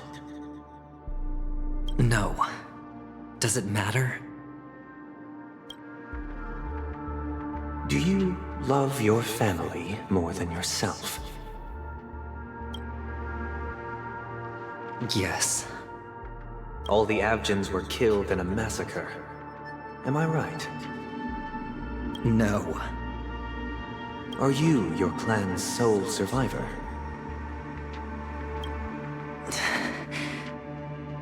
Perhaps. Do you hate and wish to destroy this world with your own hands? I don't know. Interesting. Now, the final question. Can you swear that at this very moment, the Aventurine Stone is safe and sound in this box?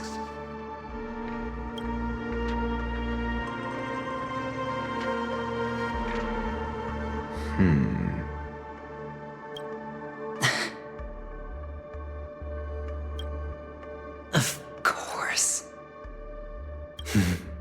Looks like we can get an answer. Open it, Mr. Aventurine. It's your last chance to defend your honor.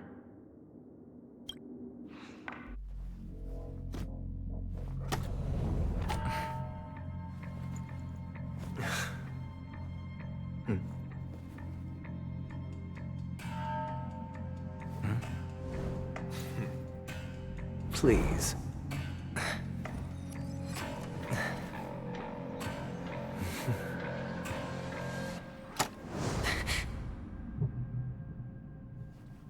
Are these what you're looking for?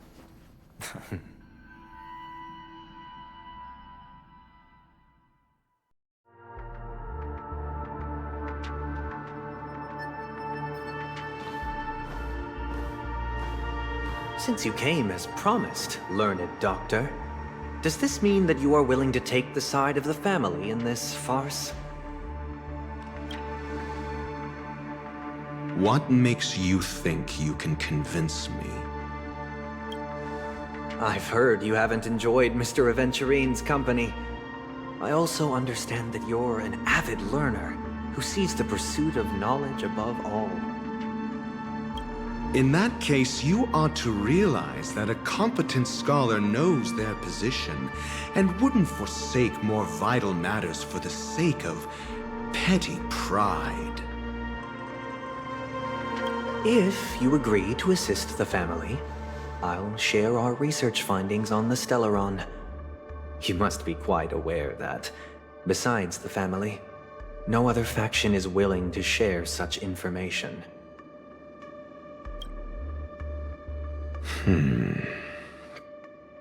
Cut to the chase. What do you need from me? I need Mr. Aventurine's comprehensive plan. Haven't you confiscated his cornerstone? You can't expect a featherless bird to take flight. But I've also heard the 10 elites in the Strategic Investment Department have united, progressing together in the interests of the IPC. You'll have to speak more clearly than that. The cornerstone, which Mr. Aventurine surrendered. Was it really his? You question whether he would entrust you with someone else's cornerstone. The 10 Stonehearts aren't as united as you think. Cornerstones are significantly more precious to them than their very own lives. But you know that he's a crazed gambler. The more vocal he is about it, the more cautious I must be. I never imagined someone would share his way of thinking. Honestly, you should see a shrink. Bring it. The box containing the cornerstone is unique, and only IPC senior staff and related members can access it. But I happen to be among them.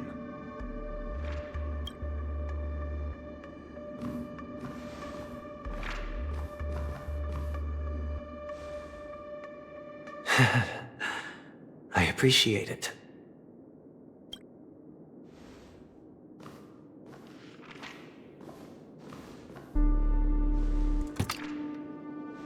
Unfortunately, your guess is correct.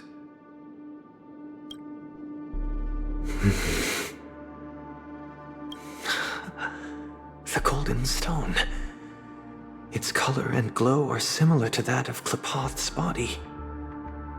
This is the very ruse he intends to use to fool you.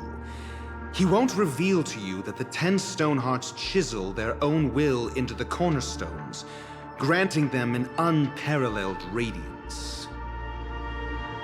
And this golden statue is also known as Topaz, not Adventurine, and it belongs to Topaz. So, do you wish to confront him? Not at the moment. I'm more interested to know the location of his cornerstone. The safest place somewhere you'd never think of. Because he never intended to hide it. In fact, that cornerstone has been in your hands from the very beginning.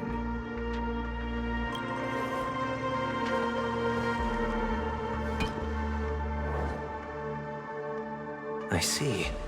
This bag. Mixing a cornerstone, more precious than life itself, with a bunch of worthless jewels, disguised as a gift of money waiting to be confiscated, is indeed in line with Mr. Aventurine's style. Then he makes up some trivial excuse, downplaying the matter, and requests the gift money.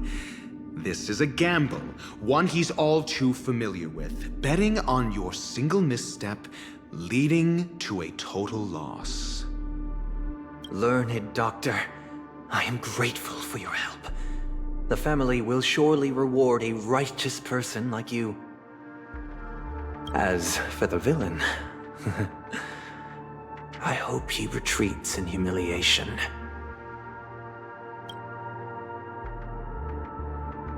It was all thanks to your friend with a keen eye that I could add a blot of utter failure to your storied career. Ratio, you wretch. Finally shown your true colors, huh? Oh, and just to remind you, you currently only have 17 system hours left to live. Treasure your remaining time, and savor the delectable aftertaste of defeat. You might as well explain yourself a little more clearly. What I performed on you just now was the Harmony's consecration. You were to show allegiance beneath the illumination of their grace. Yet you acted willfully, uttering nothing but falsehoods, transforming the consecration into a trial. I genuinely see no reason to absolve you from it. Is this what the Harmony represents? But is it built upon constraint and coercion? You misunderstand, Mr. Aventurine. Punishment is meant for the irreverent, but I have seen your resilient spirit, and thus I offer you the possibility of a new beginning. Throughout these 17 system hours, you will be unable to escape the dreamscape or contact any of your companions. You only have 2 paths before you, and it all depends on whether you can complete my test within the time limit. Should you succeed, you will be able to coalesce into the harmony and be with your family. If you fail, you will suffer the wrath of the eternal Centurion and fall into an abyss of doom.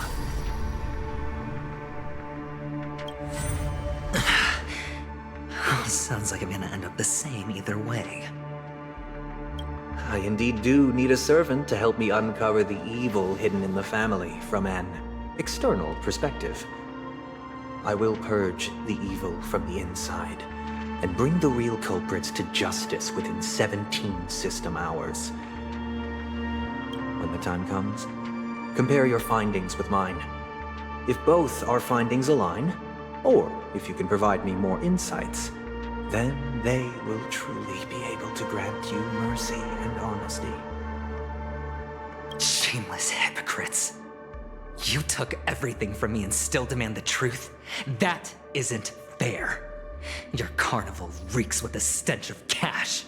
Nothing is achievable without it. This is meant to be an act of personal virtue, not requiring the family's support. Your bag is over there. Do as you please. I believe you can trade this bag of worthless jewels for everything you need. That's what gamblers excel at, isn't it? Off you go, Mr. Aventurine. You are free. I will wait here for your good news.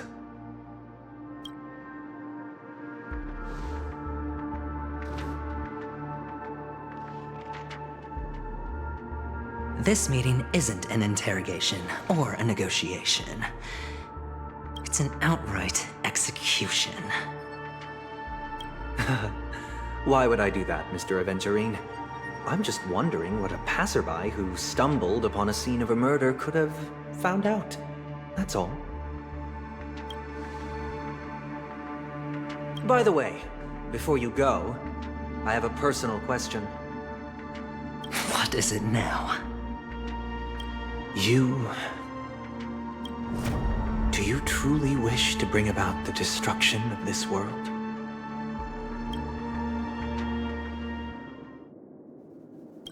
Kakavasha! Where did you go? Oh, are you injured? I got it back, sister. You went to look for them? That's too dangerous. It's just a necklace. It's neither food nor water. We can survive without it. But I can't live without you, little brother. Promise me not to look for those catechins again, okay? Sister, don't be afraid. The catechins are fools, but I'm smart. I played a game with them, and I won. Won? What happened exactly? Tell me. I made a bet with them. The two birds in the desert and me. Who will die first? I won. They suspected me of cheating, but I didn't. I won fair and square. Of course. Of course you'd win. You've always been a lucky child. Gayatha Triclops must be watching over you. But that's no reason to push your luck by going up against those bloodthirsty, cruel catechins. Have you forgotten how Mom and Dad... Look, this is just a necklace. But Kakavasha, you are my only family. I'm sorry, sister. I thought you'd be happy. Because Mom left you this necklace. There'll be no next time. It is important, but not as important as you, my dearest brother. I don't blame you, but you must remember what Mom said. Pain and poverty are the trials of Gayatha Triclops. She has also granted us a chance, and that's your good luck, Kakavasha. Your good luck is the most precious wealth we, all Avgin, have. You're a child blessed by Gayatha Triclops and can lead the clan to happiness. So always remember to protect yourself and never resent the pain and poverty you're going through, all right?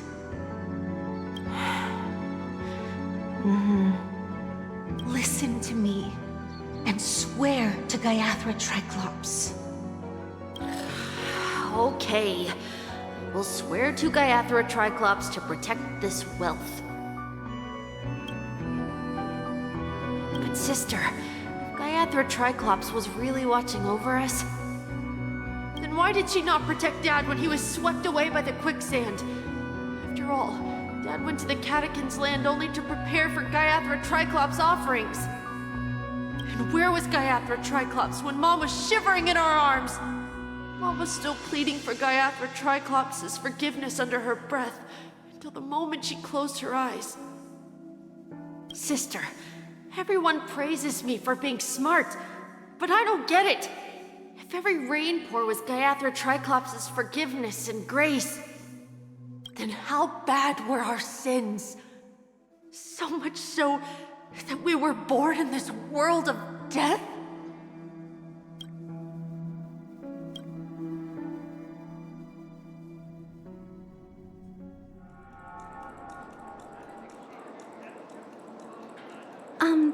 Excuse me. I can't seem to find any information on this artist in the Iris family archives. The photo you provided also doesn't show any matches. Just as I thought. I'd like to ask, what kind of traces do people leave when they enter a dream? Are you referring to the records when you enter the dream pool? The equipment will monitor physiological indicators such as heart rate, blood oxygen levels, and body temperature in real time. This data will be included in statistics and handed over to the family for the screening of any data anomalies. Immediate action will be taken once any illegal behavior is detected. I apologize. The hotel does not have access. This information is managed by the Bloodhound family. We can only gain access if there's a problem. Looks like nothing can be found here. At least we know who to look for next. We can ask the Bloodhound family for information. Thank you for your assistance, Miss Allie. By the way, is Miss Robin doing fine? We are looking forward to her performance. Fine? What does that mean? Is there something wrong with Miss Robin? The preparations for the Charmony Festival have been proceeding smoothly, so I guess things are pretty good. I believe she will be able to put on a spectacular show for all of you. I'm sure. Sure enough, no one knows about Miss Robin. I'm not surprised. But that Miss Firefly is truly mysterious. There's no information on her in the hotel system. Even if she's a stowaway, she should have a disguised identity after entering the planet. She's also in the running for the legacy.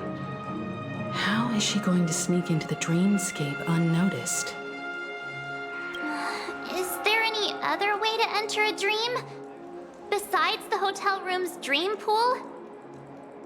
The Memo Keepers have abilities that are difficult for normal people to comprehend. In the memory zone of Penacony, they thrive effortlessly, a fact proven to us by Black Swan. The hacker girl from the Stellaron Hunters used extraordinary means to unlock the Dreamscape Hotel's seal. According to the scene witnessed by him, it is likely that they are behind Miss Firefly's case. The Garden of Recollection and the Stellaron Hunters. Both are possible, but what about the IPC? Since they want Penacony all for themselves, they're bound to have a plan. Who are you guys? The Bravo team has arrived at their designated position, ready to execute armed evacuation operation. Boss, get moving! Armed evacuation? Boss, are you drunk? What do you know? It's more efficient this way. Just don't let the director find out. Act first, report later. Understood? Help! Help me! I spent all my year-end bonus on the snowball! I don't want my name on the department's major disciplinary notice! Hey, check it out! That voice. Could it be the IPC workers from Belobog? To all guests, the IPC will be conducting special operations within the hotel.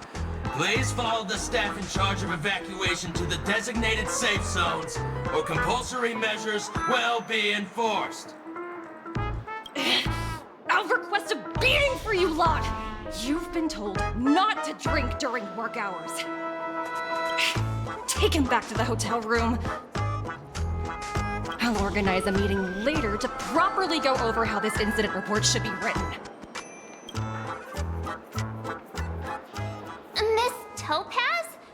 I never thought I'd run into you on Penacony. Long time no see, Astral Express crew. Aventurine has told me a lot about your happenings. Huh?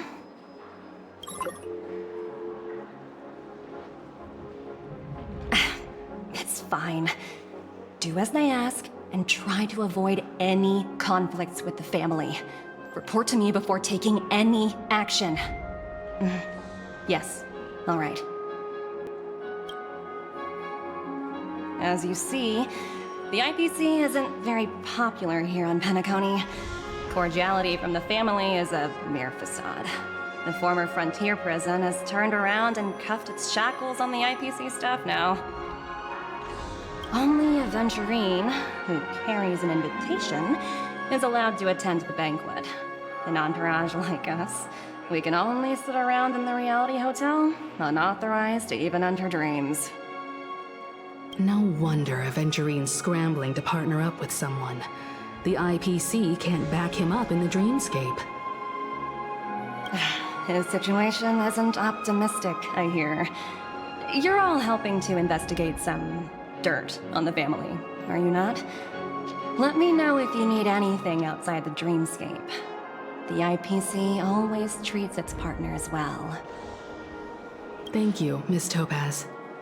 We're on our way to the Hounds to verify some intel. Perhaps you've had dealings with them? Yep. They're tailing us right now. Why not go and talk to them? It'll take the spotlight off me. Being constantly stared at is really uncomfortable.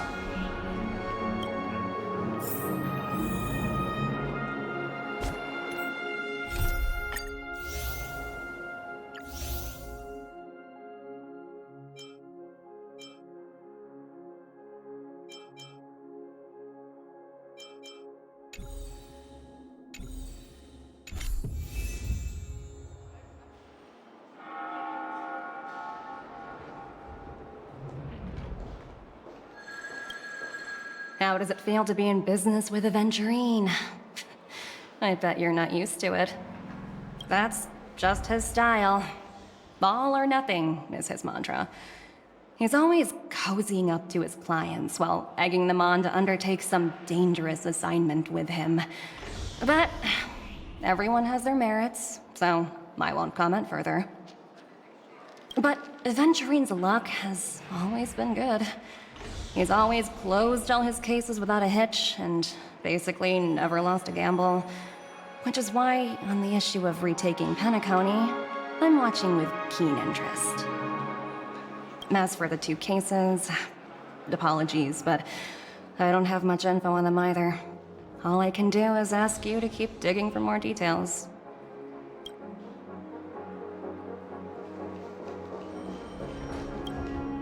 We're carrying out our captain's orders.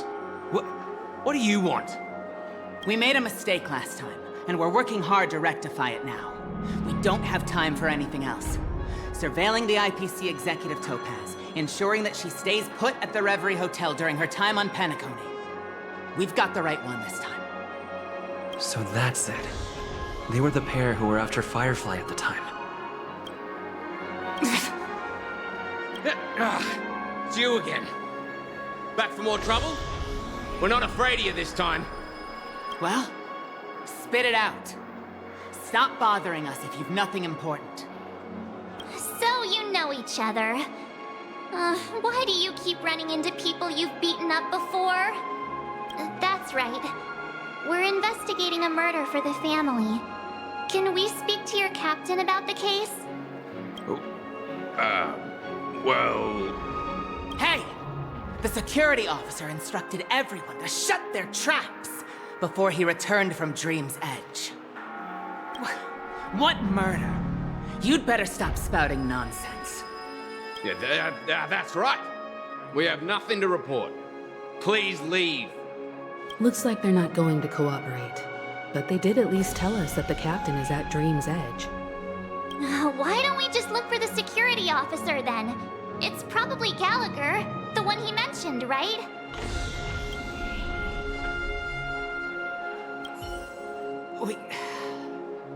We have nothing to report. Please, leave.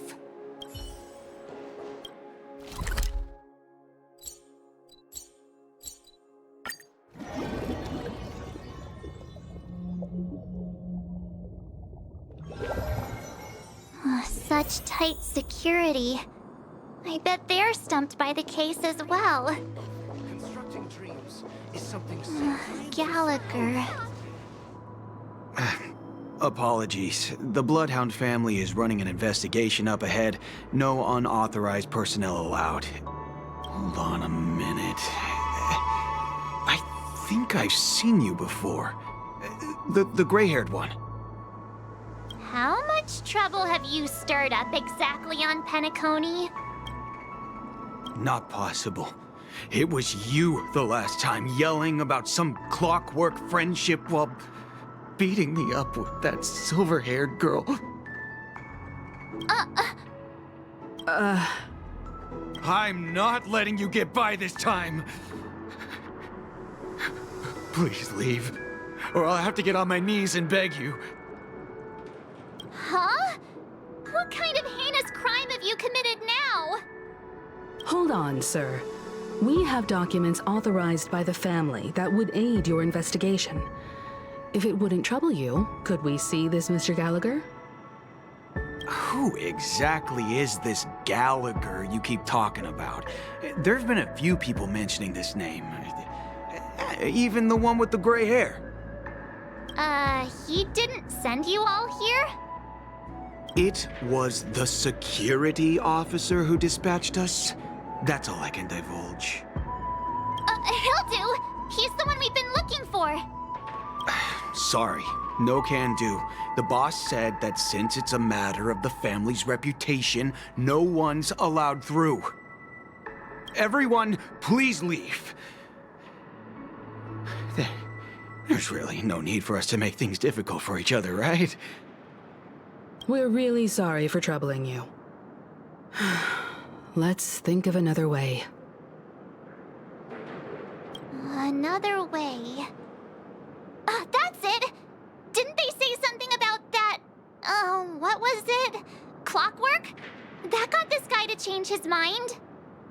Can you perform it again? That... clocky magic. Please?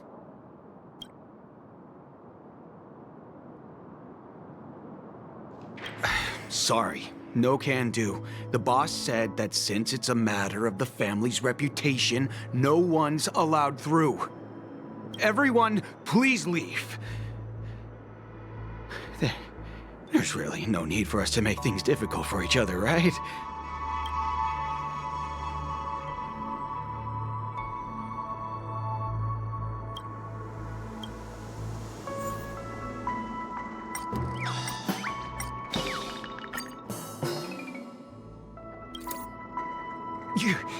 You lot insist on doing this. Sorry, but human lives and the family's reputation are at stake. It is imperative we know everything about the case. No, I meant to say... Do I really have to get down on my knees and grovel? I didn't think you were the type who would kick someone when they were down. If that's the case, I'll just have to acquiesce to everyone's wishes. Lower my esteemed head and plead with everyone. No need. Standing is just fine. You don't need to do that. Looks like he still doesn't want to divulge anything.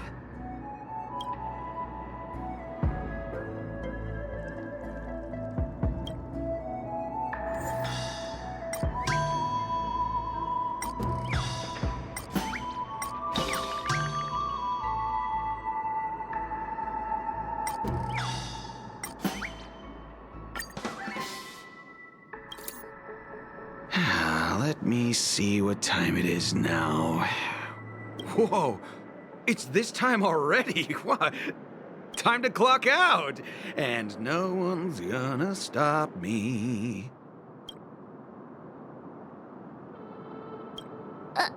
What? Huh? This clockwork trick of yours, it's kinda dangerous. At least he won't be getting in our way again. Let's go find that Gallagher and ask him the intricacies of the case. I was wondering what all the commotion was. Huh. Oh, it's you guys. Welcome. Since you made it here, what can I do for you? Hello, Mr. Gallagher, sir. Judging from your tone, it sounds like you were expecting us. Miss Himiko, you're too polite. There's no need to call me sir. Mr. Gallagher, you even know my name. Of course I do. You folks are from the legendary Astral Express and honorable guests of the Watchmaker. I had an encounter with this gentleman in the golden hour. I remember that little silver-haired girl was there too. I'm sorry for what happened to that kid. This is also the reason why we've come to visit you, Mr. Gallagher. The Express can't just overlook the death of that child. So we've decided to help the family get to the bottom of it, in the hopes of getting justice for her. The Nameless involved with the family. What an unpredictable twist of fate. Why? What's wrong with the family? It's nothing. On Penacony, everyone loves the family. No matter how much one resists the beautiful dream, when the time comes, they too will find it hard to let go. Who wants to leave a warm nest? Just idiots, little kids, and inebriated fools. Mr. Gallagher seems to be getting at something. You got it wrong. I'm not. You want to discuss the case? Sure. Come with me. This is not a good place to talk. Let's go elsewhere.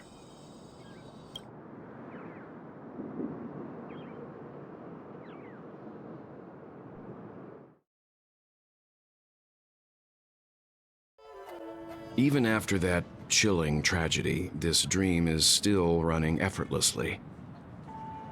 Other than the family of the Harmony, it's hard to imagine any other power in the universe that could sustain a building of such magnitude. The family itself is a huge, perfect building, like a living idol. Each member of the family sees themselves as a piece of the divine puzzle, revolving around a singular core and a shared ideal. Under their command, they loyally fulfill their roles, offering themselves while also receiving sustenance in return. Interesting analogy. Perhaps that's why Penacony's beautiful dream has persisted for so long. But the human body has its limits, and so does the divine's. That doesn't sound like the kind of comment a Galaxy Ranger would make. Just pointing out the facts. Mr. Yang will definitely have a better sense of what's going on than I do. Why do you say that, Miss Acheron? The beautiful dream is crumbling. But not because of a particular eon, a particular faction, or a particular visitor. Its collapse stems from a certain inevitability of human nature. The family refuses to acknowledge this, and it has ultimately backfired and become a catalyst. As people immerse their souls in the dreamscape, where consequences and pain cease to exist, and only ease and pleasure prevail, they draw closer and closer to necrosis.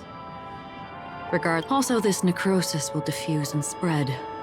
One piece of the puzzle's mutation will eventually cause the entire building to shake, break, and crumble. In the end, the dreams that people built in the name of freedom became the cage that imprisoned them. I'm sure you've gained a lot from this trip, Miss Acheron. Are you willing to share your findings with me? Of course. That's if I remember.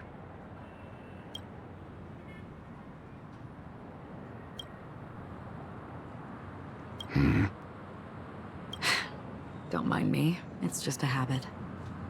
Owing to events in the past, I've become easily forgetful. Take your time. That should do it. I vividly remember everything that occurred on Penacony. Ask away. The moment of daybreak. I've heard that's where the Dawn Factory, which processes the foundation of the dreamscape, is located. Behind the dreamscape's song and dance stand many imagination factories. Workers create all kinds of whimsical works day in and day out in their dreams. Then they return to reality and sleep on a narrow bed in a room. A far cry from luxury. They say it will suffice. Experiencing the bizarre and motley dreamscape is the best reward. There I encountered a young woman who had just come of age. The perfect time to indulge in beautiful dreams. Her greatest wish was to one day move to the golden hour and see the magnificent garments she had woven with her own hands. For certain reasons, her wish was difficult to fulfill. But I managed to bring her a garment. Gilded Hour. It's said to be Penacony's currency center. Yes. It is a fortress-like financial city, the economic heart of the dreamscape. The Pepeshi people of the Alfalfa family are there to keep it running, sending blood that is made from money everywhere on Penacony. Everyone there is exquisitely dressed and always in a hurry. The greatest wish of the local Pepeshi people is for their future generations to work in the Gilded Hour. I've never met anyone who is willing to talk. I could only stand at the crossroads, watching crowds of people hurrying like the wind through the jungle of steel, only to deposit the alfalfa credits that they'd earned into the bank's vault. I don't know if they would open the vault's door, but before I left, I witnessed a well-dressed Pepeshi person plummet from the sky, while those around him continued on their way, unfazed. I hear the Blue Hour is very romantic. Do you have any tales to share? Perhaps Mr. Yang has heard. There is a large boat called the Eventide, anchored along the Sea of Dreams, where soft music and dancing persist endlessly every night. I ran into a wizened lady there. She was at the dock, waiting for her long-departed lover to return, waiting for countless hours within time that stood still. In the humid sea breeze, she spoke of her own youth. Like many who desired wealth and love, they came to Penacony to pursue their dreams. Alas, her lover's consciousness was lost in the dark depths of the Sea of Dreams. Finally, she suggested we continue our conversation on a boat in the shallows. I agreed and boarded the boat with her. But she never said anything. Her eyes absent-mindedly gazing at the horizon for what seemed like forever. Finally, we retreated to the beach. The dreamscape of chic, luxury, and consumerism, the moment of dusk. My companions have been there too. Then you all must have seen those who are attempting to realize their dreams. Or have realized them, scattering money as if it were dust and betting it on all or nothing. I saw an Intellitron there who was preparing to auction himself. When someone wins a bid under stipulated periods and rules, he would do the buyer's every bidding, becoming that person's very possession. That Intellitron had been auctioned off a dozen times, and I participated in his 13th. That was the grandest banquet I had ever attended. But never again did anyone cast another glance at him. This time around, there were no successful bids for him. This is what I've seen and heard along the way.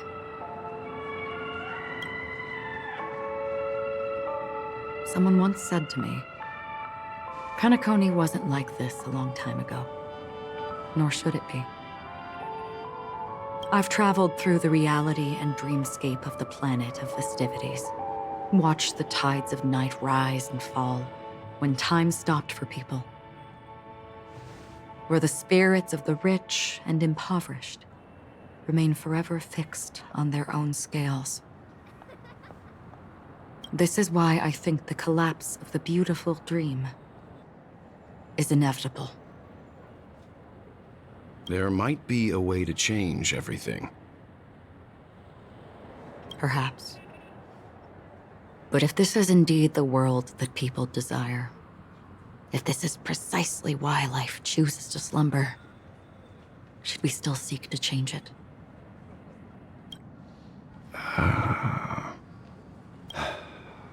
Miss Acheron, now it's my turn to share a story with you.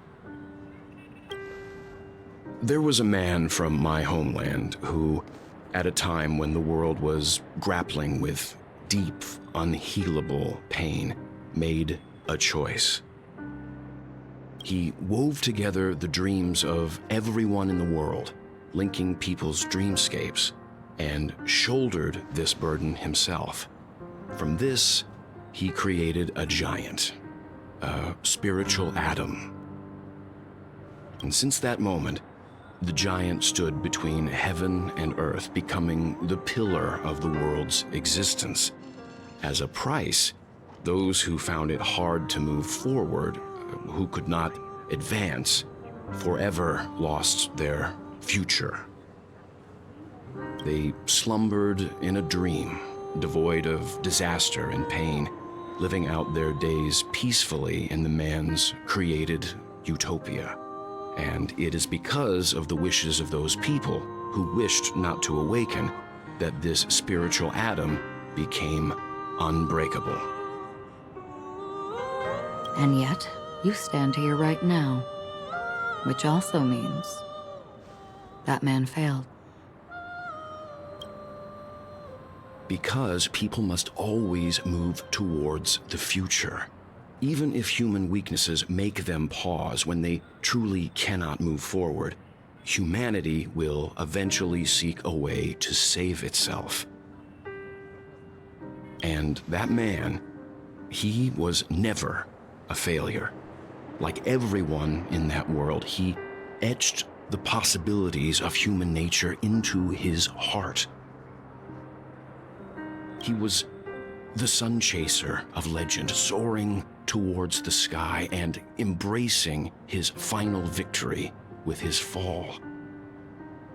He ascended to heights uncharted, only to come face to face with the sun, a place not visited by anyone before.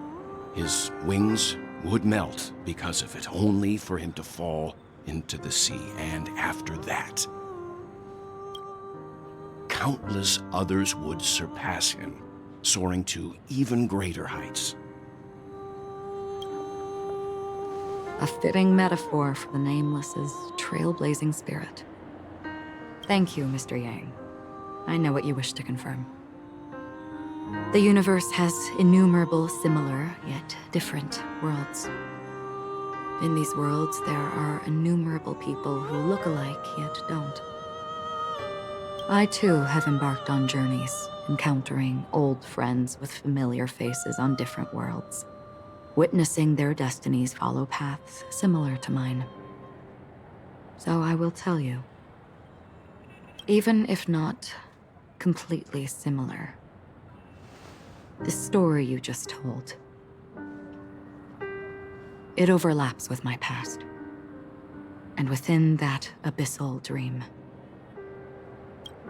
I ended that man's life, alone.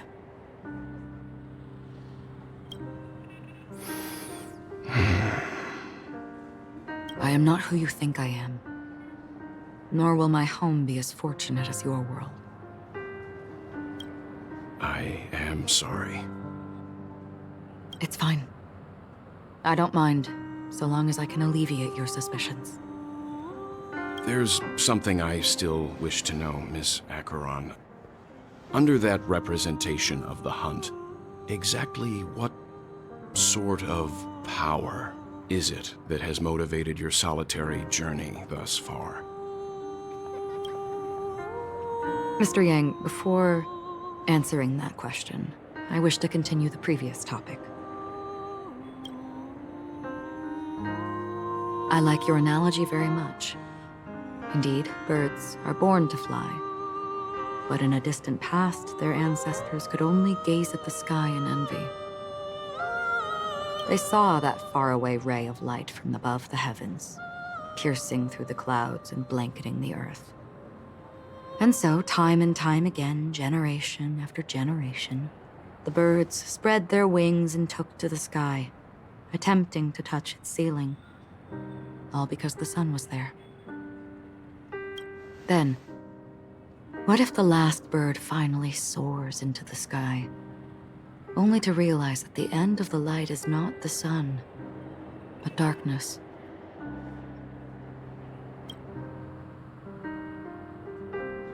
Then why, exactly, do we even walk towards the light?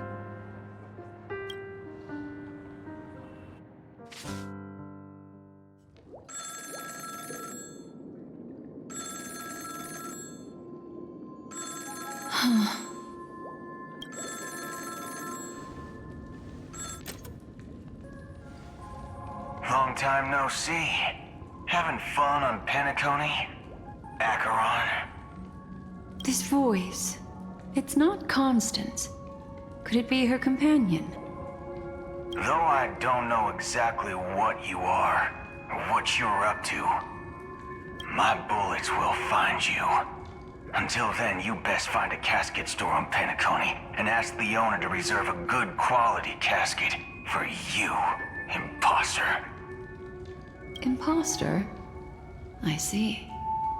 She gave my whereabouts to someone who's tracking Acheron too. Who are you? Huh? Did I make a mistake? Who the heck are you? I'm the Garden of Recollection's memo keeper.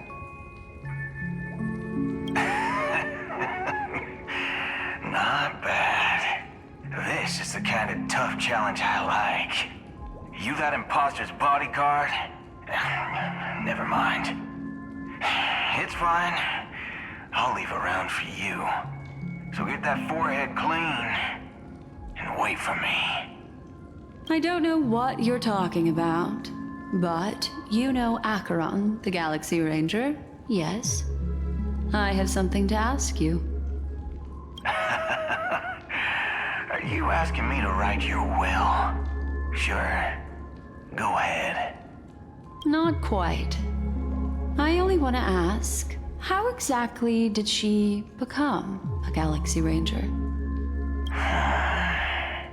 She's clearly not a path strider of the hunt, but you are, aren't you?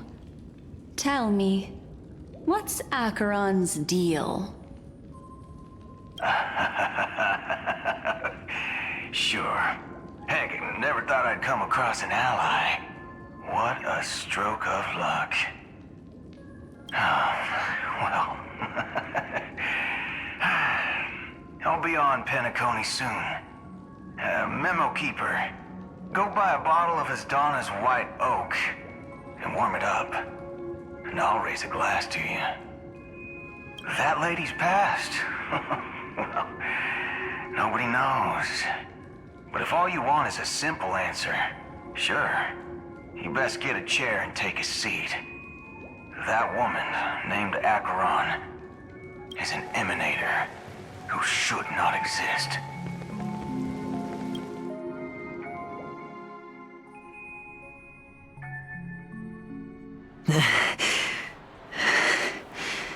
You look pale. Or is that also part of your act? I didn't think you'd have the nerve to show yourself. I thought this was exactly what you wanted. After all, I faithfully fulfilled my duties as you instructed. Just tell me if you can't hold on any longer. So, the genius of the Council of Mundanites wants to be my Undertaker now. My, what an honor. Yes, and I'm pretty sure the people at the Strategic Investment Department would love to be notified of your death in due time. But let's not forget, you won't be seeing them, because I'm the manager of this task. Great. Then tell your people that Aventurine is ready to go in 17 system hours. Oh, you've got a lot of nerve. How exactly do you plan on completing your task while your hands are tied by the Harmony? My conversation with Sunday convinced me that there's a traitor in the family. That they hold the secrets of Penacony. So, I took the opportunity to set everything in motion. I even managed to recover the gift money. Things haven't gone this smoothly since I walked through the doors of the Reverie. Now I'm only one step away from victory. Sounds like a very elaborate way of saying that you failed. That's all I can say. Have you forgotten, Doctor? You betrayed me. Go. Do what you must. I look forward to the sight of the IPC fleet surrounding Penacony. You've achieved what you desired, haven't you? That's true, but what's your plan? Did you conceal an orbital support beacon in that gift money bag? Well, who knows? Maybe that's why I'm handing out cash even when I'm about to bite the dust. You are indeed a gambler. An insane one at that. Well, maybe I am. Fine. Here, take this.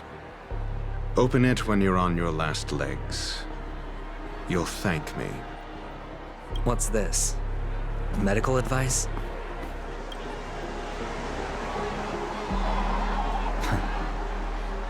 You catch on pretty fast, Doctor. Asking me to solve a case without giving a single clue. How typical of you, you wing-headed scoundrel. But the way you're all on edge about that stowaway, it's just as I guessed it would be.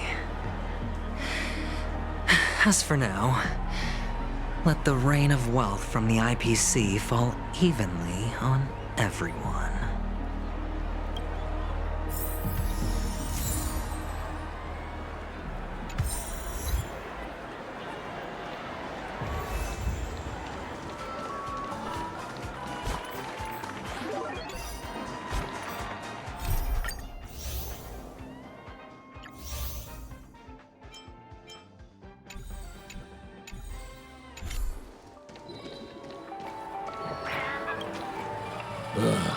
The world has truly lost its way. You... Wait. I get it now. This is some sort of prank show, right? You must have some cameras set up around here to film yourself doing good deeds, right? You youngsters are always looking for a quick way to get an audience. But you know what? A truly great show never comes easy. A great show will start soon, old man. But before that, I need to ask you something. Do you know where I can find death in this dream? Ah, I see. Another fearless youngster looking for death, huh? Well, let me give you a piece of advice. Don't think you're the first one who's ever thought of that idea. Death? Not even remotely innovative. I bought it from Dr. Edward. He claimed it was some exclusive fancy schmancy stuff. Oh, but what a disappointment. The effects were awful. First, some monster covered in eyes stabs you in the gut, and then all you see are blurry glimpses of buildings and lights. The sky was spinning so fast it almost made me puke. Is that all? Yeah, what else can you expect? Don't put too much stock in the Penacony movie industry. They even call this junk groundbreaking art. Can you believe it? What a joke. Well, I'll leave you be then. I hope you have a wonderful day. A monster covered in eyes. That sounds like the Memory Zone meme. But buildings and lights... I don't think those have anything to do with death. Oh, that? I can feel something inside my head. Is the harmony starting to kick in? Would you be willing to support my performance? And keep the Song of Beauty alive in the cosmos? Wow, how fabulous! But why would you give such a wonderful gift to a random stranger like me? Well, you see, I can't bear to see anyone in this sweet dream suffering from poverty. That's incredibly kind of you. Thank you so much, sir. If you ever get the chance, please, feel free to come by and indulge in my singing. Sure thing. By the way, do you happen to know anything interesting about death? Death? That's a pretty scary topic, and it doesn't really match the mood of this sweet dream.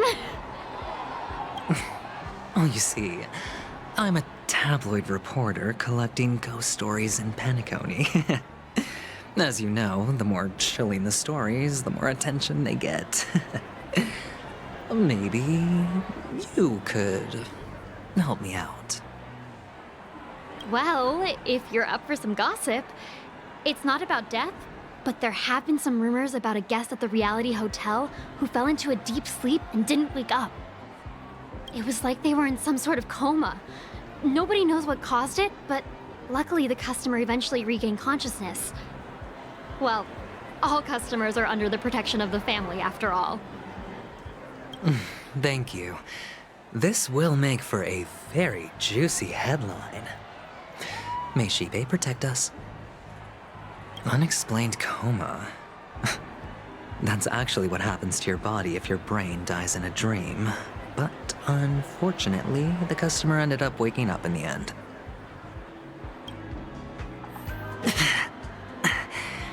The disturbing voice in my head. It's getting closer. A sip of liquor. A blissful reprieve. To drown 1,000 sorrows. Let worries leave. I know I have what it takes to become a poet. Oh? You're giving these gems to me? Didn't expect to meet such a generous soul in this place. Or are you just pitying me? Well, it really doesn't matter. As long as I have Soul Glad, that's enough. This is just a dream after all. You really shouldn't drink so much Soul Glad, my friend. It's not good for your health. Oh? Maybe I really should quit. But not before meeting the Devil of Soul Glad. The Devil of Soul Glad? Care to elaborate? Yeah. It's a seahorse with a long neck. They say it loves to appear to drunk people, especially the ones who are passed out on the side of the road. How funny. Yeah. Very funny indeed. Thank you.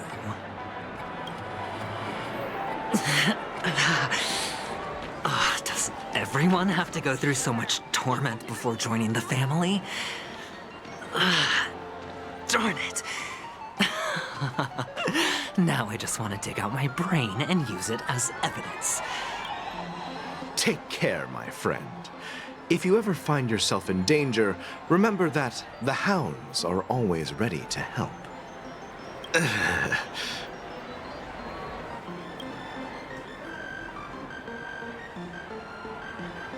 You don't look good, my friend.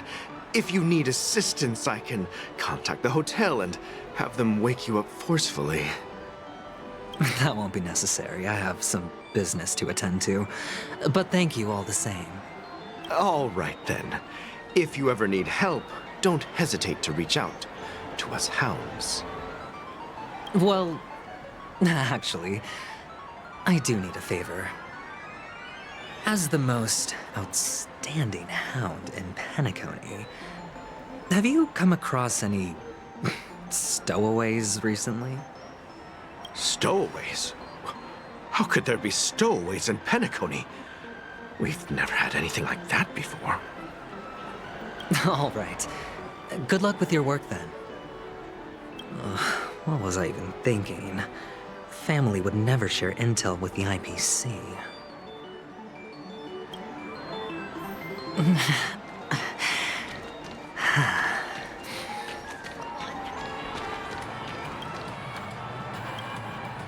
You want to talk to me? Sure, but nothing too sensitive, okay? Huh. Wealthy people have fancy ways to enjoy this dream. But to be honest, I've never seen anyone who gives out money to others like you.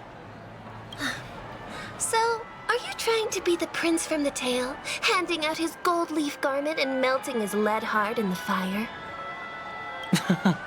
I'm flattered.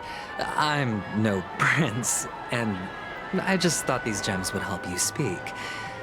So, as an investigative reporter, maybe you've heard something about death? Ah, another curious soul. I see. Well, that was actually the topic I was most into when I entered the industry. But my boss shut it down. How did your boss talk you out of it? Well, she simply said, covering baseless urban legends like that would make us look like some third-rate tabloid. I thought about it, and she had a point. Reporting on stuff like blowing out birthday candles and getting spooked by nightmare ghosts isn't exactly professional material. Guess she's got a point. Thank you for sharing.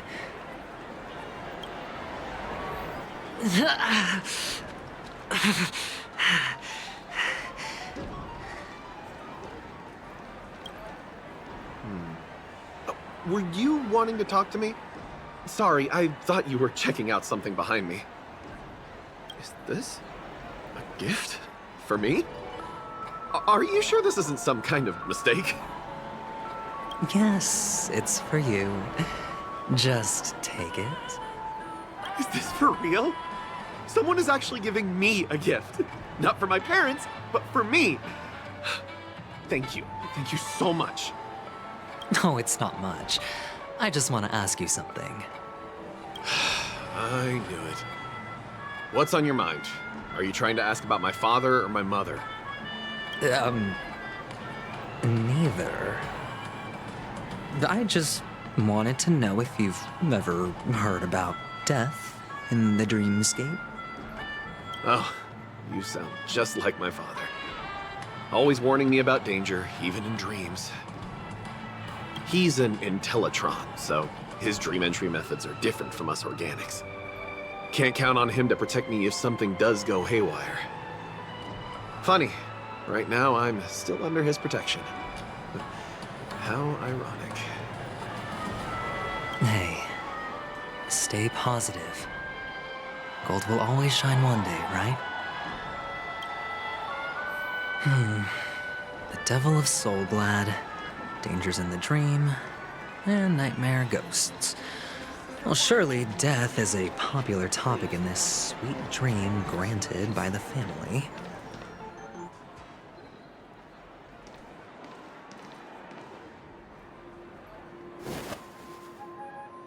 Remember what I said. You Sigonians are better off hiding in the sewers. Look at you, snooping around and sticking your nose everywhere. Is the smell of death so enticing, my fine fellow? Oh, it's you, masked fool. I should have guessed it. You're the imposter who appeared on TV after Robin's death, right? I heard you got caught by the family. I gave you a clear clue. Befriend a mute. Simple and straightforward, you know? And what did you do? You messed it up and ended up as their prisoner. I told you to make friends with a mute, not become one yourself. You really let me down. What do you mean? You know better than I do. Who watched the little songbird that couldn't sing perish right before their eyes? You did, Blondie. No, I mean... What did you mean by becoming one myself? Well, it means you'll soon end up like her, unable to speak ever again.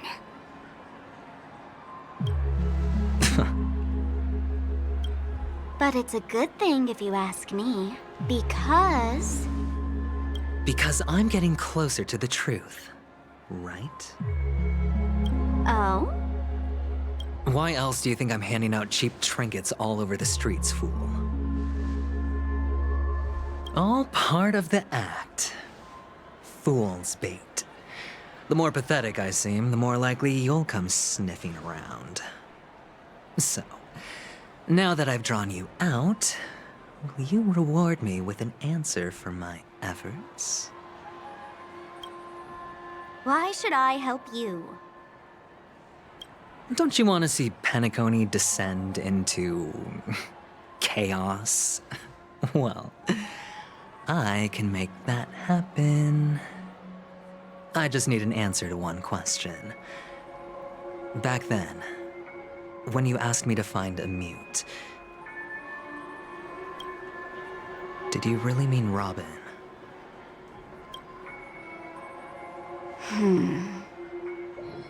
And what if I say no?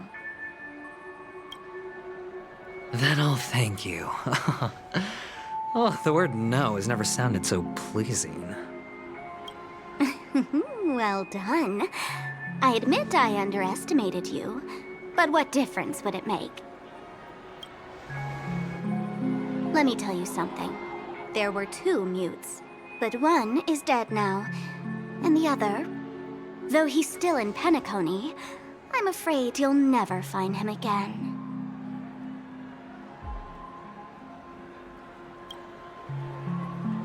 Now I'm completely sure that I was on the right track from the beginning and never strayed, fool. Right now, there are only 2 things missing from my grasp. The meaning behind the truth, and the means to expose it. How impressive. That's quite a fancy way of saying I haven't learned anything so far. Not exactly. I've gathered enough clues to prove its existence, and that's enough for me. As for the answers to my questions, I'll find them within 16 system hours. Oh, really? Only 16 system hours? Well, let me lend you a hand. Here you go. This is my precious, mutually assured distraction button, and I have one just like it. When either of us presses it, the other and the whole of Penacony will go up in smoke. If you're really so desperate for the IPC to take over Penacony, blowing up the chessboard isn't a bad idea. Start from scratch. That's where the IPC excels, right?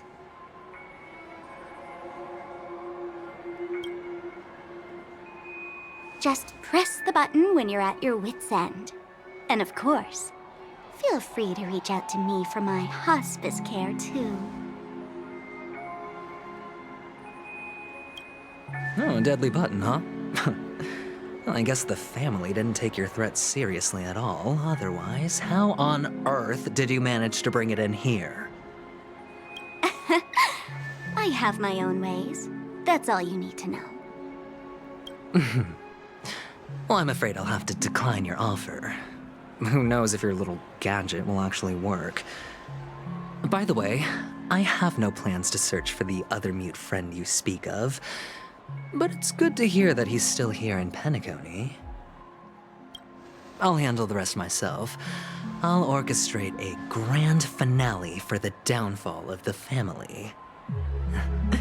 And at the climax, the walls will crumble, people will wake up, and those who couldn't speak will find their voices again. When that time comes, go ahead, press the button, light up the sky with a magnificent fireworks display for me. Catch you later, fool. You're still talking big, but sure, if that happens, I'll stay true to my word. Just don't let me down now, okay?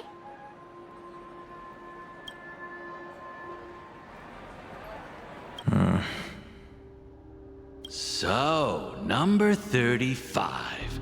You're back. Like your new lucky charm?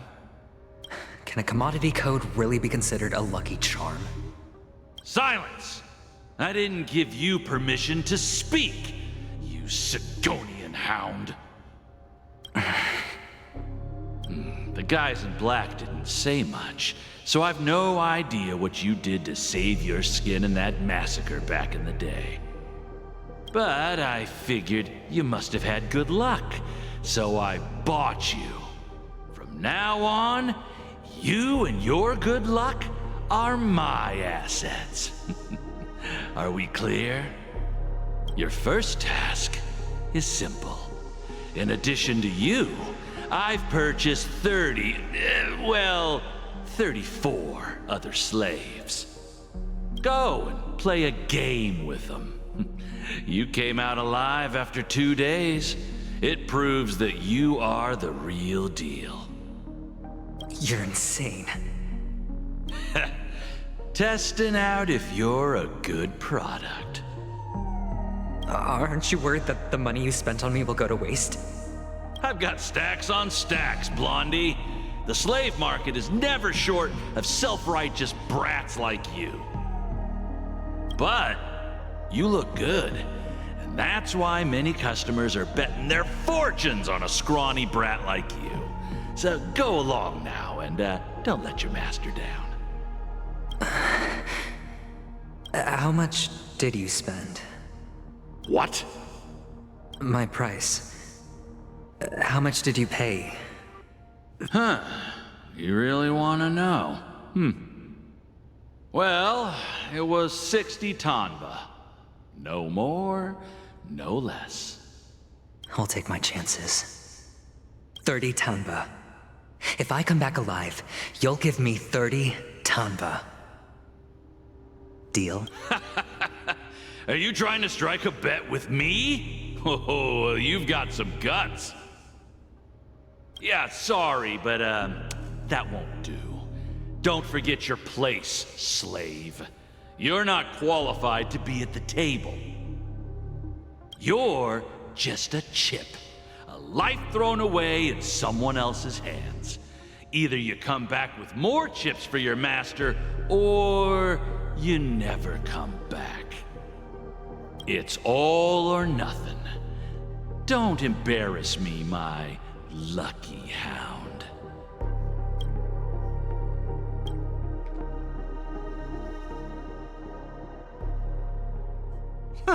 What brings you here, Gallagher? Some friends from the old days. Do you have a moment to spare, Siobhan? Oh, I have the whole day to spare. Ladies and gentlemen, welcome to Dream Jolt Hostelry. This bar offers a wide variety of drinks, but we draw the line at Soul Glad. Why settle for ordinary when you can experience extraordinary? We're dedicated to serving up nothing but pure joy and laughter. What would you like to drink? I'll whip it up for you. Oh, look! A lady as cool as Serval. Who's Serval? Will you, introduce me to her? Huh? Oops. She's heard us. Just spare them, my esteemed bartender. I'll take over the bar today. I'm getting up there in age, and I need some practice before I forget the skills that used to put food on my table. Where did you stash the ingredients? They're all under the counter. Since our guests have traveled from afar, shouldn't you whip up some special drinks? That's exactly what I had in mind. Hey, my friends, do me a favor. Go around the bar and bring me any ingredients you fancy. The discussion might take quite some time, so I'll prepare some customized, non-alcoholic drinks for you. In the bar? But aren't all the ingredients right there on the counter? Why, we're in a dream, my lovely lady. You can help yourself to anything if you wish for it. Comfort, hunger, confusion, or even boredom. It's all within reach, right at your fingertips. Oh, did you hear that? She just called me my lovely lady. Even in reality, mixing drinks is more than just throwing ingredients together. A bartender needs to capture the bar's atmosphere, master technique, and spin a tale of mystery and anticipation. Only then can a perfect drink crafted with a customer's life story be created. In other words, what you get from your drink is down to luck, so don't overthink it.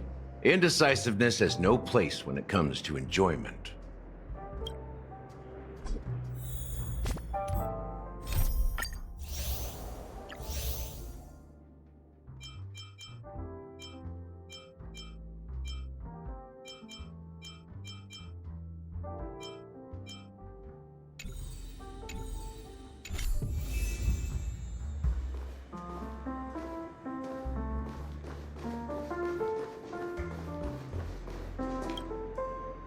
Check out this bottle! The liquid inside looks beautiful. And the label reads, Dream Syrup, thick. I don't see an expiration date, but the production date is half an amber era ago. Ugh, drinking this stuff can't lead to anything good. That's for... Ugh, the syrup is turned clumpy. I definitely don't want to drink this, even if it's not expired. Did you find the bottle of syrup I've been hoarding? Don't worry, it's all just a dream, and it won't upset your stomach. It's been aging for years and should have a refined taste by now. Feel free to have some. It's perfect for entertaining lovely guests like you. Ugh, then we'll keep it for now.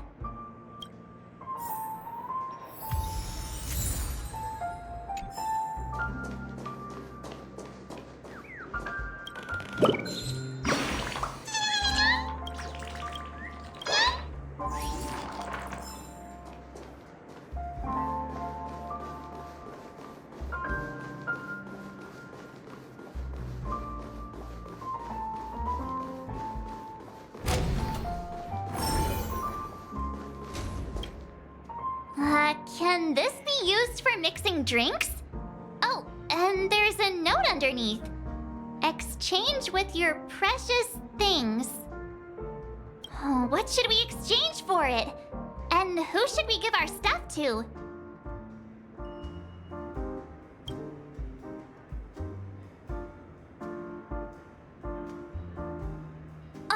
Whoa! The words on the note are changing.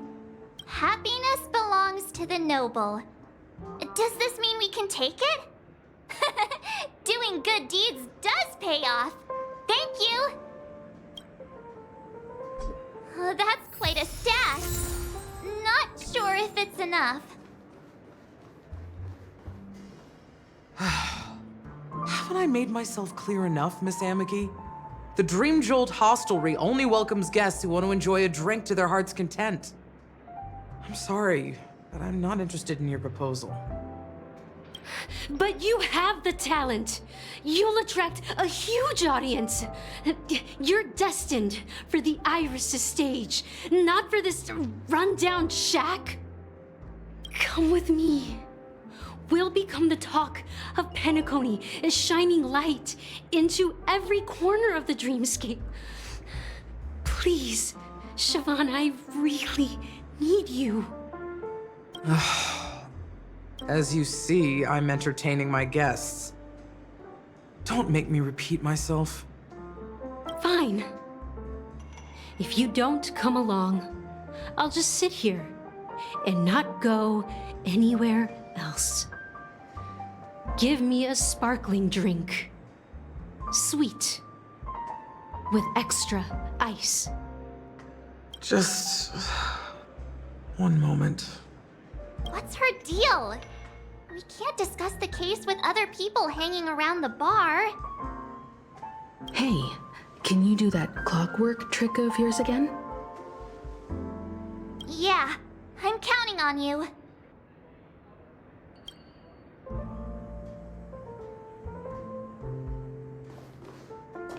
You're one of Siobhan's guests, right? What can I do for you? If you're here to convince me to leave, please stop it. I'll never leave until she accepts my proposal. I just don't get why she won't leave this place. This rundown shack with no customers whatsoever.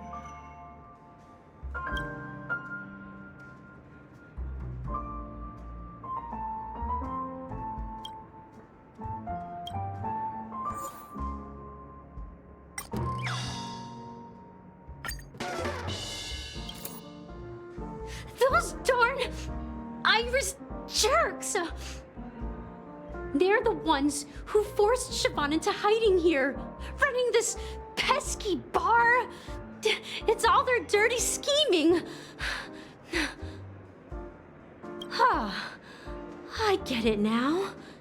She's not leaving because she doesn't want to run into them again. I can help clear the way for her. I can do her a favor. I'll go back and write a letter to the Dream Master exposing the crimes committed by the Iris family. Siobhan will definitely appreciate it. Things might get out of control if she gets any angrier. I just don't get why she won't leave this place.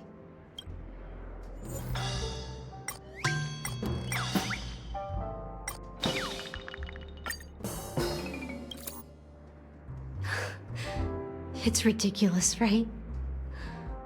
Our paths were never meant to cross, yet I'm still holding on to her.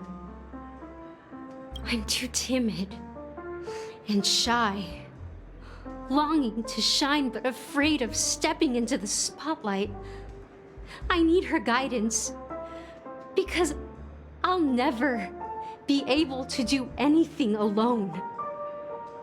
You don't know Siobhan's past, and you have no clue how radiant she used to be. Even among the talented Iris family, her skill was unmatched. I know she probably thinks I'm just trying to ride her fame to get ahead. But all I want is for her to reclaim her place.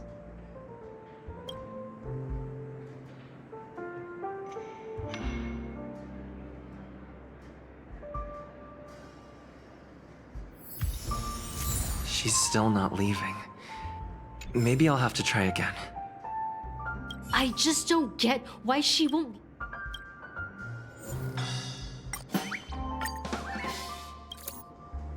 I've seen it. The moment when Siobhan and I share the stage. The crowd is going wild. Applause crashing like waves. The aroma of irises fills the air. A beautiful melody playing, ribbons dancing around us, and the taste is sweeter than honey. I've seen that scene countless times in my dreams, and every time it mesmerizes me. That's why I have to bring her back to that world, no matter what it takes. Want to raise a glass, my attentive listener? Let's consider it a toast to my far-fetched dream.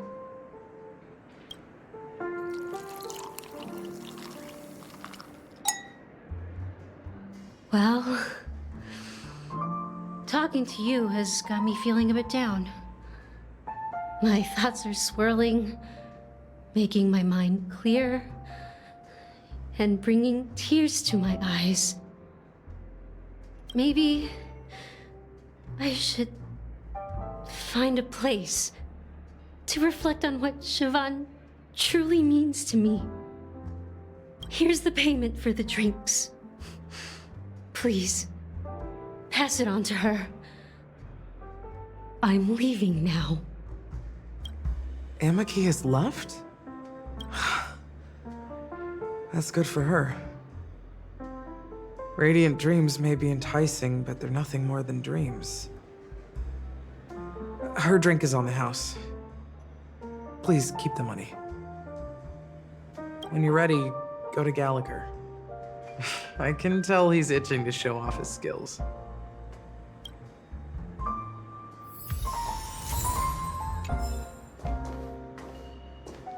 That being said, mixing a drink is way simpler than you'd imagine.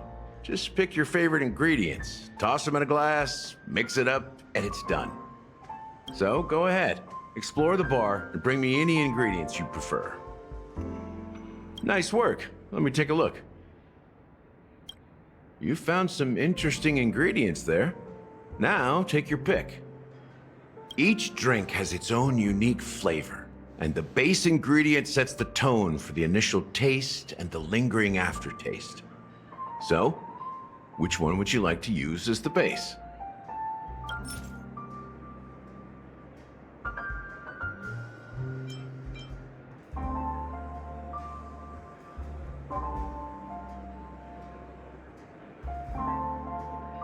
The original formula is said to be Nunu's favorite drink.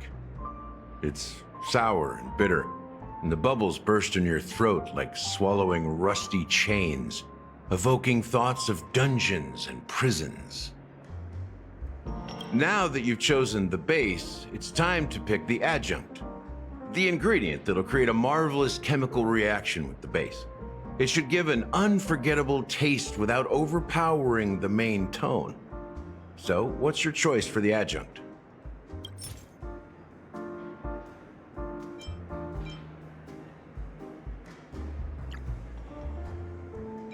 The taste is not very intense, yet evocative. After those despicables sent Mikhail away, I found myself lost in the wilderness of my dreams. They say that even the dirt here oozes with sweetness. All I tasted was stoic bitterness. Mikhail. Almost there. Let's pick a decoration. Which style do you prefer? Anything you need, I've got it. Concentric circles. May you always remember where you started. Well, it's done. Here's to you, Trailblazer, with this glass of even the wicked. To the sad truth. Well done, Gallagher. You're not over the hill yet. So, are you satisfied? Oh, the flavors! They're way more sophisticated than Soulglad. The richness and layers of these flavors are a masterpiece, especially with the adjuncts. I can taste the spicy and sour notes with a hint of sweetness. I'm not entirely sure what it all means. Maybe Mr. Gallagher can shed some light on it. Well, if you're expecting a profound answer, I'm afraid I'll disappoint you. The imagery it implies is pretty straightforward. It's just a glimpse of what this dream truly tastes like. Nothing more. Does this true taste have anything to do with that Mikhail? Yeah, that name does sound familiar. When you got knocked out by that masked fool girl, I think I heard someone calling that name. Do you remember? I was right about you. You guys seem to know quite a bit, and now there's no reason to hide anything from you anymore. Let's dig deeper into the case, and of course, I'll tell you a story about Mikhail. All right, let's start with what we know based on the clues the family has. It seems that Firefly isn't a local or an invited guest. In other words, she's a stowaway. She managed to fool me at first. My age must be getting the best of me. But here on the planet of festivities, stowaways are a common sight. You're bound to run into one sooner or later. After the incident, the hounds wasted no time searching for that girl in both the dreamscape and reality. But here's the thing. We only received bad news, and the trickiest kind at that. She simply vanished, leaving no trace in the dreamscape or reality, as if she had never come to Penacony at all. Huh? Does that mean... That's impossible. The problem now is not that she's dead, but that it's as if she had never existed in the first place. Let me be frank. This case, actually, is unlike anything the Bloodhound family has dealt with before. Dealt with before? So, death does happen in Penacony, if I You've witnessed it, so there's no need to hide. Even the shiniest city has its dark side. We're all adults here. Surely I don't need to explain too much to you. Confronting the family based on that alone would be naive. Death may occur in sweet dreams. So what? Such events are highly unlikely and only affect a tiny number of people. If you really want to delve deeper into this case, you need to understand the true problem with the family. I guess it's time to tell the story of that Mikhail. You're very perceptive. The Astral Express has received that music box too, right? Do you know the secrets it holds? There's a message. Witness the impossible in the realm of dreams. Find the legacy of the Watchmaker, father of Penacony, and thus the answer to the question, why does life slumber? That's the exact wording. Hey, why are you laughing? Wait, did you write it? It's quite poetic. No, but I'm the officer in charge of this case, so how could I not know? I'm sure you must have noticed that this message didn't come from the family. You might have even guessed that the relationship between the family and the Watchmaker isn't as close as it seems. That's just our speculation. Actually, it's hard to believe that the father of Penacony and its actual managers are at odds. Now I can assure you that your speculation is absolutely correct. The family has considered the Watchmaker an enemy for a long time, but the hounds haven't been able to track him down, as he seems to be living only in the characters and stories he created. Let me ask you a question. Have you ever wondered why the family allowed the Watchmaker to send out such a ridiculous message to the outside world, inviting you here and causing chaos? So, you want to seize this opportunity to expose the Watchmaker? Well, now you understand why the Oak family authorized the Nameless to assist in the investigation, but kept you in the dark, right? Because the Watchmaker is not the legend of the land of the dreams at all. He's the most shameful stain in the history of Penacony, and he's the root cause of all the anomalies in the dreamscape. You don't get it?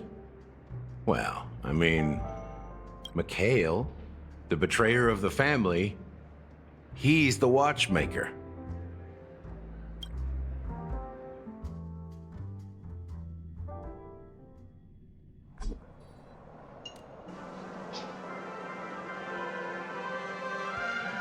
Here we are, Clock Studios theme park, the most popular entertainment center in Penacony. Wait, aren't we supposed to be discussing the watchmaker? I would have expected you to take us to maybe a library or an archive room of sorts, but an amusement park? The culture of a city reflects its history in the most authentic way. To you, it's a fun place, but to me, it's a prison for the planet's past.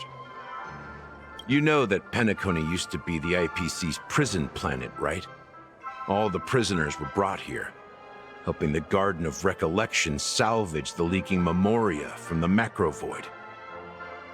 The prolonged exposure to high concentrations of memoria caused a unique phenomenon. The dreams of countless prisoners intersected and overlapped, and people started meeting each other in their dreams, living lives that were almost identical to reality.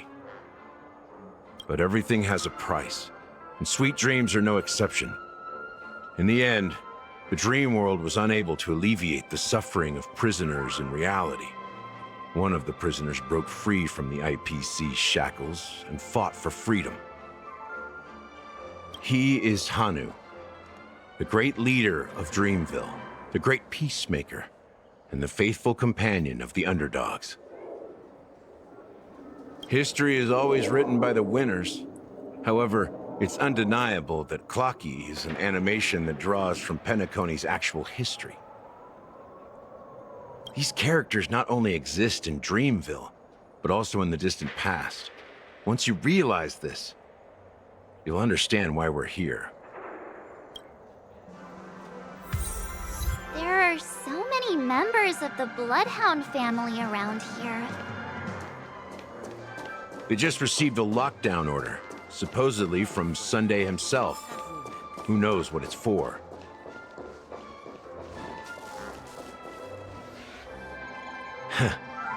So many of them. I've never seen anything like this, even when they're tracking down suspects. We don't need to go in. We don't want to draw any unwanted attention inside. We can just talk here. Let's find a quiet spot and continue our conversation.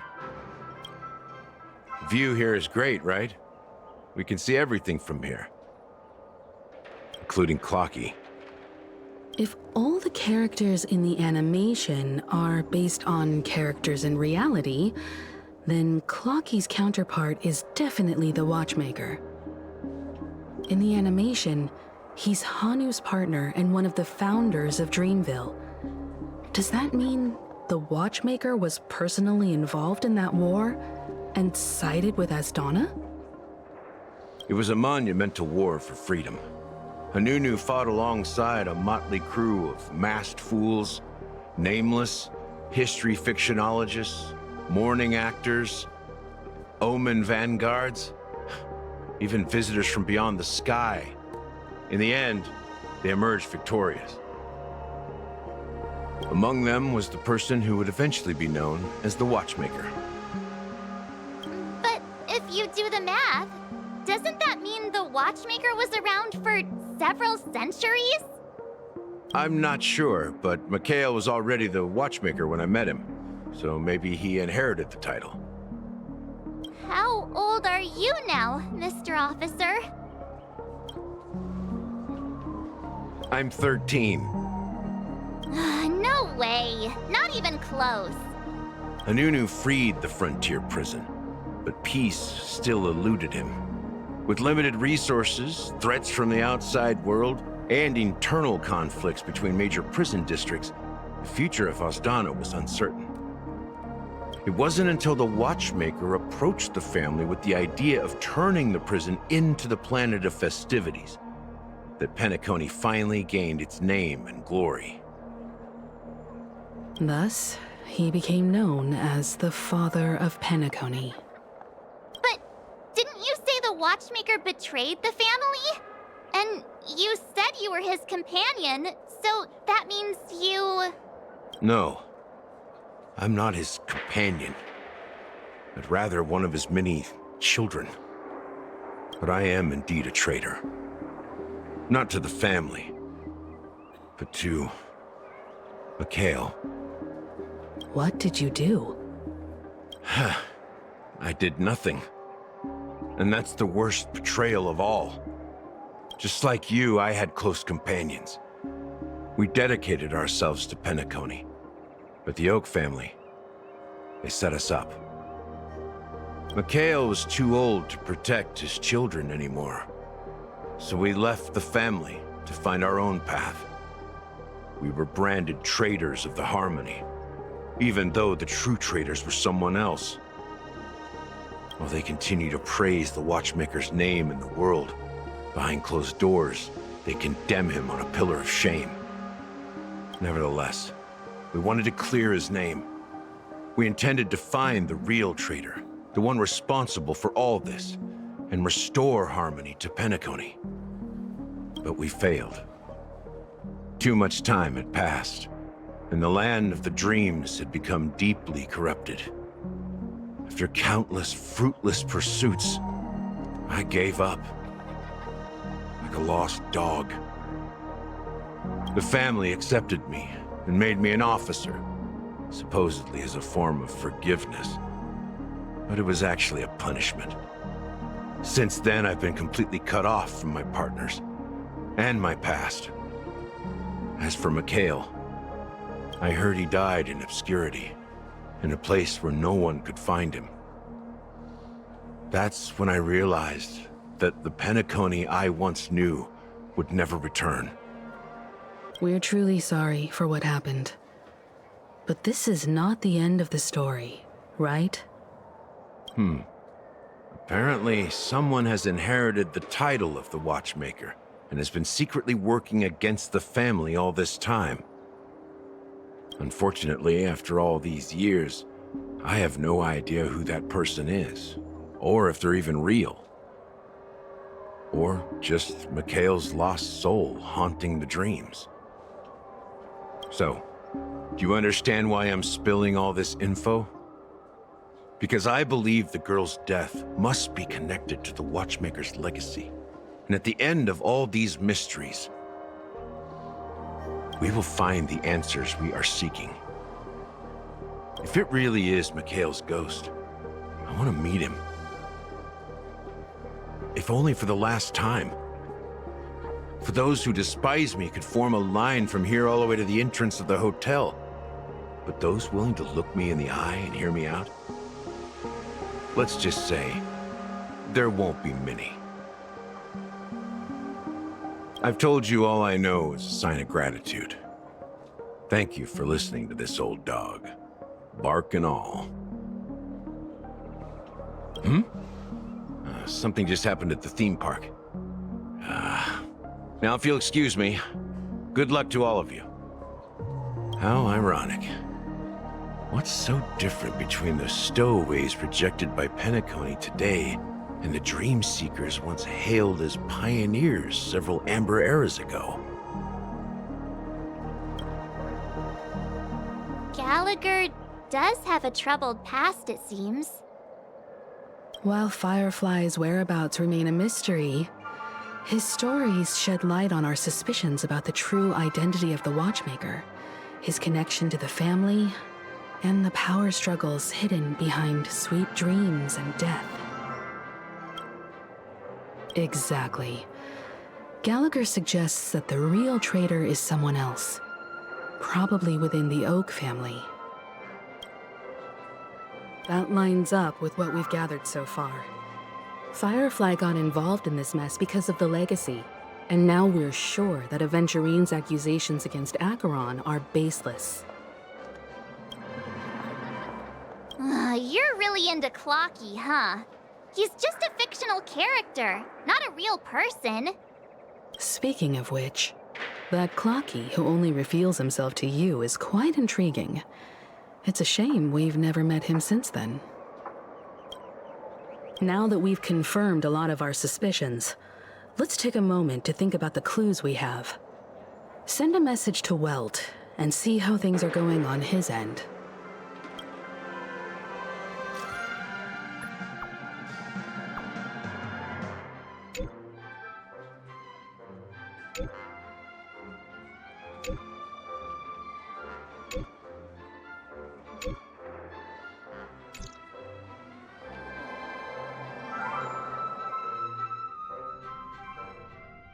Are your companions worried about you?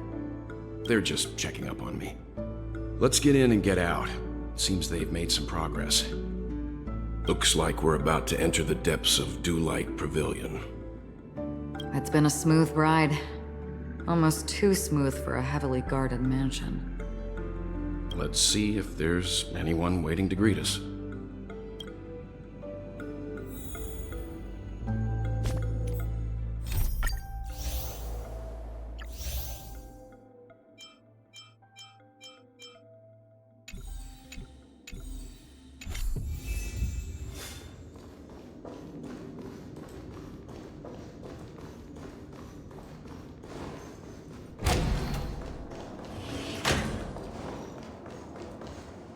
Something feels off. A grand mansion like this and not a butler or servant in sight. Could it be due to the disruption caused by the emergency? Well, this door is open. Looks like we'll have to investigate ourselves. Let's proceed with caution. Just one moment.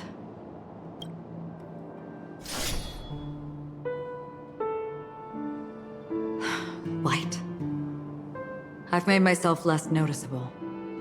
The crew can explain their presence as authorized by the family, but I can't come up with any excuses for being here. I see. What an interesting technique.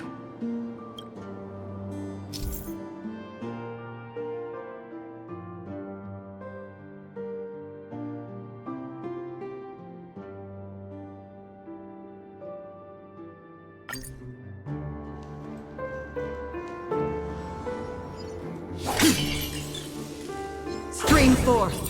Gleamful flames.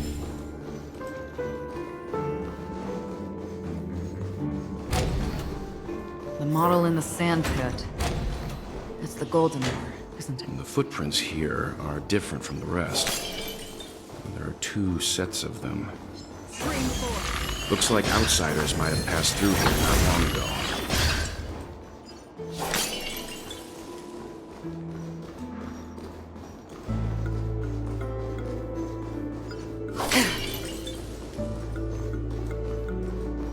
Stream forth! Gleamful flames.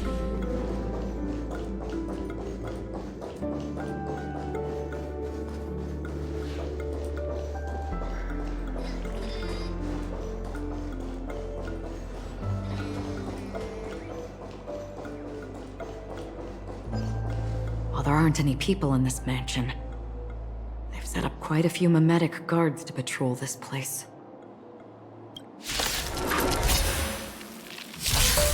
Destined for oblivion.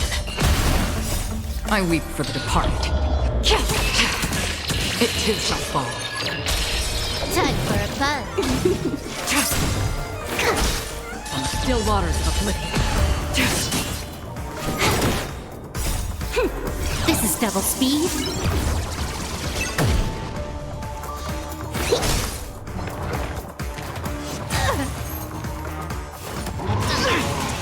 Destined for oblivion. Blade of moonlight. In lunar flame.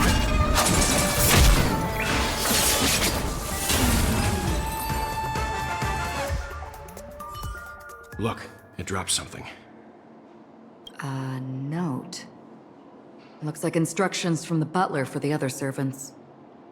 Seems like the mansion's entire workforce were assigned other tasks before Robin's death. It must have been a big project to require that much manpower. But no matter what their main priorities are, there should always be someone left at the mansion, right? So you're saying someone deliberately cleared the place out? Yeah, but I don't know why.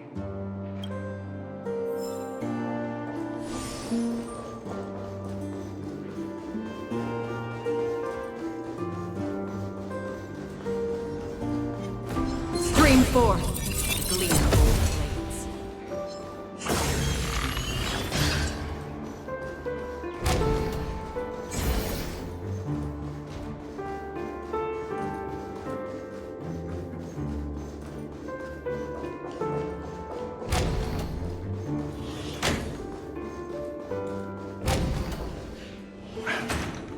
No one here either.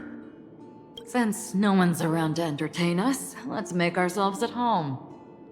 Stay close to me so that my white can cover you too.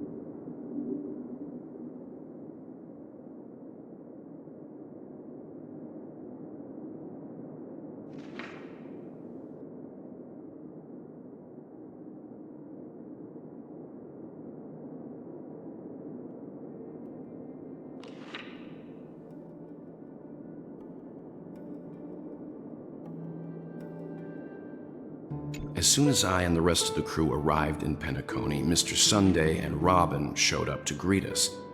I remember hearing something unusual in her voice, and now it seems I was right. Robin believed it was because the harmony had been tampered with somehow.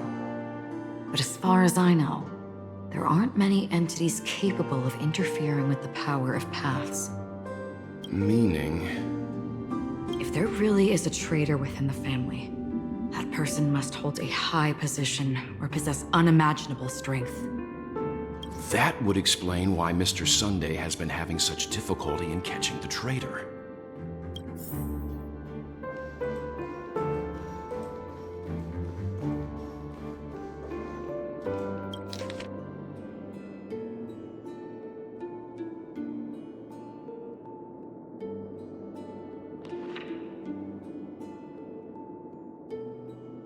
The information about Robin, Firefly, and the other victims. I don't see any commonalities among them. Looks like the rumors were right. Death does seem to be targeting random victims. And based on Sunday's notes, he's no stranger to death. He's just surprised that it has resurfaced. This light cone is securely guarded. It must hold some important memories. According to Robin's interview, despite having performed on so many grand stages, her favorite performance was a pretend show she put on with her brother when they were just kids. I wonder how their relationship is now. Growing up brings gains, but also losses. Yeah, time has a way of smoothing things out. The beautiful dreams of youth will eventually fade away.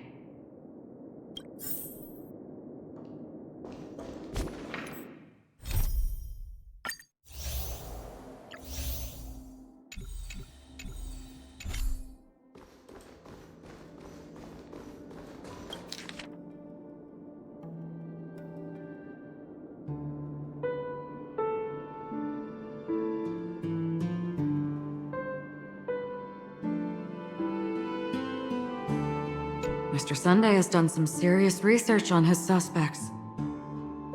this trip. They all seem to be insiders, but I haven't met any of them. Huh? Wait, these characteristics. What is it? No, nothing. Maybe I'm just overthinking things.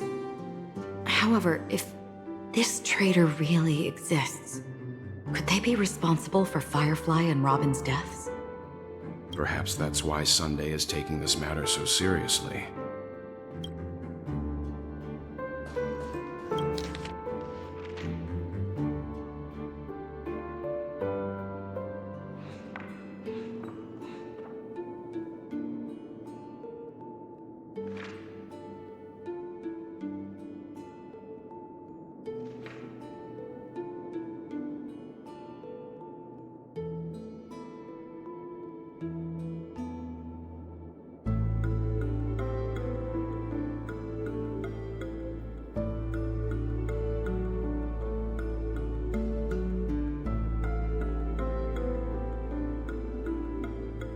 It seems neither the Dream Master of Penacony nor this old Odie is happy with Sunday's recent performance. They don't seem to care much about death. Instead, they're more concerned about the Charmony Festival and the Watchmaker. Maybe the other family heads don't think death is a big deal. One thing's for sure. There's a lot of internal conflict within the family, and everybody has their own agenda. That's all for now. Nothing more noteworthy. Before coming here, I had all sorts of scenarios in my head about dealing with the family. I did not expect an empty mansion. Watch out. Someone's approaching. I don't think trespassing on forbidden areas is the way to be a guest, Mr. Yang. And Acheron? The Galaxy Ranger? Our apologies, Mr. Sunday. Nobody came to greet us, so we entered without permission. I hope you can forgive us. But even if there's no one to greet you, you should wait for the host. Don't you agree? Even without the famous Galaxy Ranger. As far as I know, the crew's officially accepted the family's commission, so coming here will be unnecessary for you. On the contrary, that's exactly why we're here. To ask you about the case and gather more information. We don't want any loose ends. Well, since you've come with goodwill, I have no reason to show you the door. Rest assured, he hasn't figured out that we went through those documents. While the truth remains a mystery, I'm getting close to it. I assure you that the traitor will soon pay the price. Let's hope justice will prevail soon. I have a question for you, if you don't mind. How did the family come to the conclusion that the murderer was within the family? With all due respect, it's in the IPC's interest to wreak havoc before the Charmony Festival, and the family has every reason to suspect the IPC's involvement. Well, other family heads share the same suspicions as you, but in my opinion, the true murderer would never have drawn as much attention as that ambassador did. Not to mention, I personally shackled him a while ago. However, I'll give you a suggestion regarding your suspicions, Mr. Yang. You should be more cautious of Aventurine. While the wicked can't break through high walls, they can plunge their evil dagger into the heart of the righteous. He's a businessman, not some philanthropist. But right now, he's out there handing out his wealth on the streets. And he went to the Clock Studios theme park all by himself. Who knows what kind of scheme he's cooking up? While the family is dedicated to keeping our guests safe, it might be wise for you to stay alert. You never know what unexpected troubles could arise.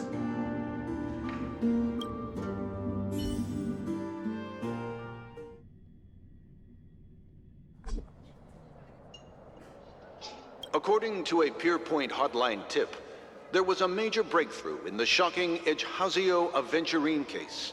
The suspect has been arrested. This fraud case has been linked to many departments within the Interastral Peace Corporation and the Intelligentsia Guild, causing a large drain in manpower and resources, resulting in the IPC taking a massive loss. The case's main suspect originates from Sigonia 4 and is one of the survivors of the second Kataka-Abjin extinction event, who does not carry an interstellar refugee travel permit.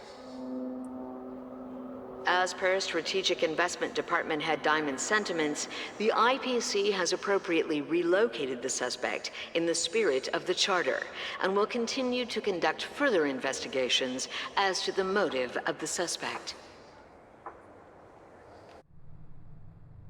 What pretty eyes. Tell me, do they shine in the dark? Well, if they did, I'd sell them in a heartbeat. You don't know how many people long for your eyes to be closed forever. As a servant, you should not resist your master. Yet, you went and killed that man anyway. No lawyer has the audacity to defend you. Perhaps you ought to represent yourself. Not difficult, but definitely pointless. You're pretty confident on your eloquence. Did you also think that when you lied to the Intelligentsia Guild? Ask and you shall receive. You wanted the perfect construction material. All I did was offer a possibility. It was just a small wager. If your luck holds out, the IPC will dig something up from the golden sands of Ejihazo. Maybe even the Sand King's remains. Pity your luck has run out. I'll admit that. What I'm more curious about, though, is why such a grand scheme failed to benefit anyone in the end, including the perpetrator himself. Madam, I already have what I want. To be brought before you for the next high-stakes gamble. Then let's talk about the second gamble. Tell me, what are you prepared to wager this time? My life. I bet you won't send me to the gallows. What do you want, then? I want your Lenore to meet with me. I have something to say. And then what? I want cash. It can't be that simple, can it? It is that simple. 30 tanbas. The remainder of my market value. 30 tanbas. No more, no less. With this money, I'll climb to even greater heights than you. Grasp even more riches than you.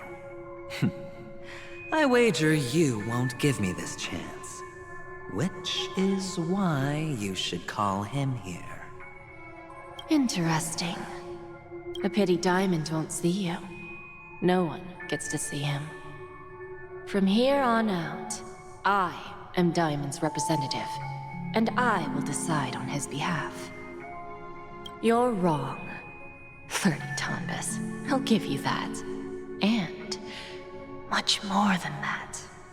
Wealth, status, power.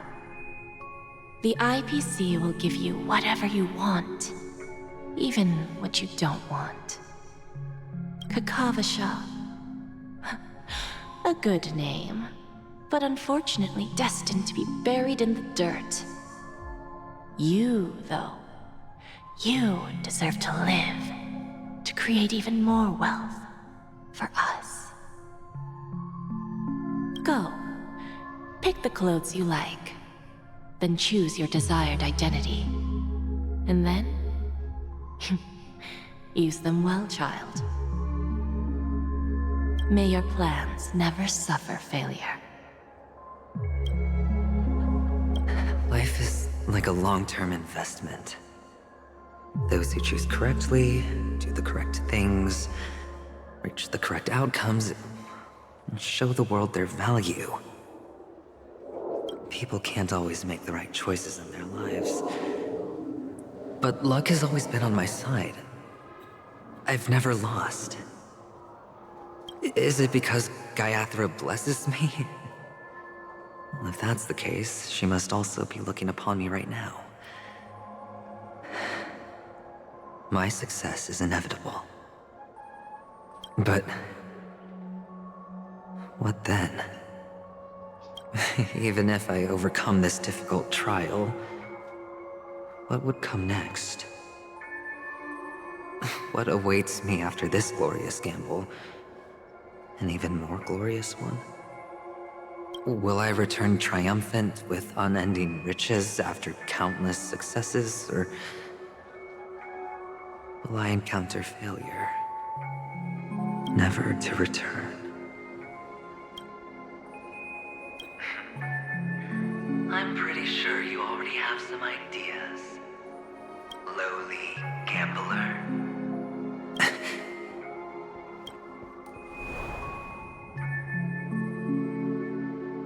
What? What? What?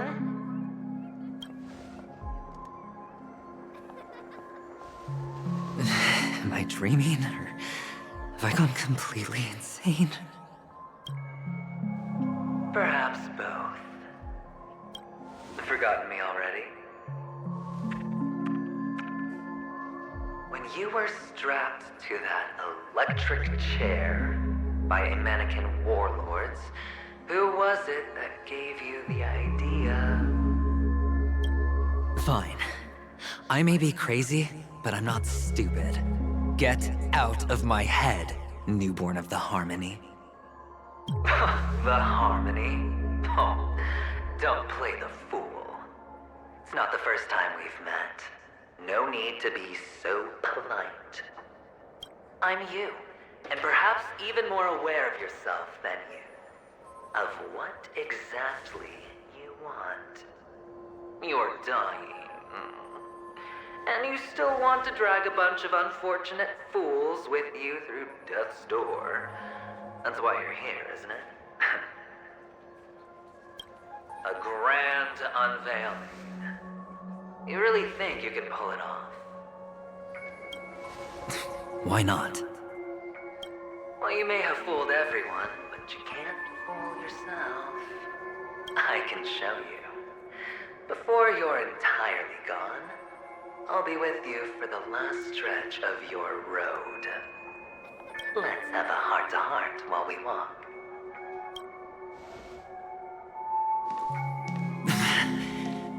What exactly are you? Most people in this world spend their entire lives just to reach one outcome. And I am that outcome. Kakavasha, I am your future. First, I'm hearing things, and now I'm seeing them. Great. Am I going to be elevated into the Harmony's Emanator next? Why are there no guests here? What's that featherhead doing?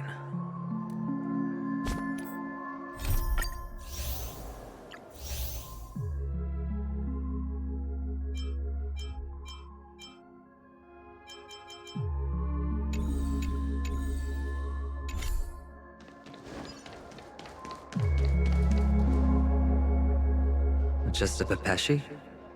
No. A child? I thought minors weren't allowed in Golden Hour. Hey kid, you okay? Are you lost?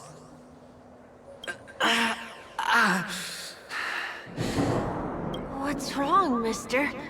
You don't look well.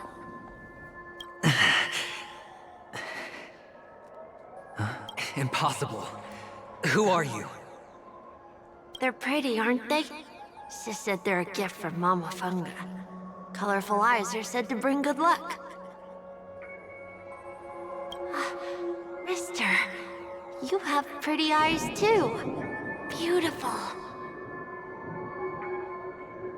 Are you alone? Where are your parents? They're in that amusement park. Papa and Mama went in first. I'm just about to go look for them. I have to go. Goodbye, mister. Hope you have a good time, too. Those eyes. And Mama Funga. No, it can't. There aren't any Avgens left.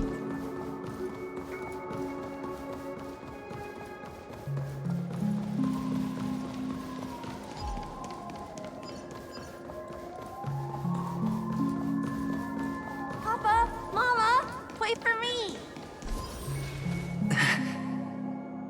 Only on Paniconi, am I right?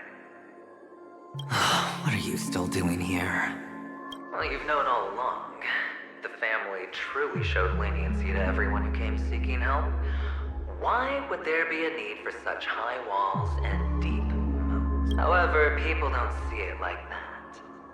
Especially since the flavor of the dream syrup is so alluring. You will receive no charity on Paniconi.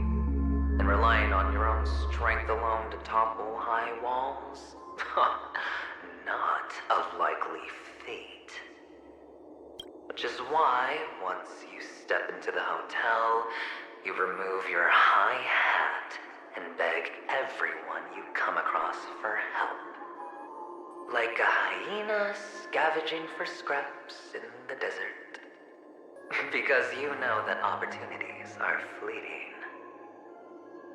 Well, when you put it like that, even Ratio's a teeny peacock analogy sounds pleasant. Well, you know how rare it is for me to give you the straight dope, so listen while you can. It's good timing that you mentioned the doctor. I'm especially fond of what you and he have in common. The conspiracies, calculations. Especially the part about the finale, a magnificent act of betrayal. Oh, when everyone thinks this way, who would even suspect that it was another trap you've meticulously devised? Go on. Tell me I'm right. You know who you really are, Mr. Cavalier Gambler. Uptight, over-cautious, massive inferiority complex. You want so much, you're still so afraid of losing. They only see your big bets, your bravado, the full house, the straight flush. They don't know the other hand is below the table, clutching your chips for dear life. It's a heck of an act. No wonder the tavern sent you an invite. You're a natural kid. You don't stop at fooling the audience, you fool yourself too. Well, the best way to prevent others from seeing your true colors is first being able to fool yourself. Of course. I know you all too well. But it's strange. Why did you decline that invitation? You had the chance to embrace elation. Was that not what you most wanted? But you chose the IPC instead. For the preservation? I doubt it. Do you even have anything in common with the preservation? Oh, I thought you knew. Didn't you say you had me pegged? We're done. Either stop talking or disappear from my sight. That's fine. But who exactly is about to disappear here? Well, it's not going to be me, anyway.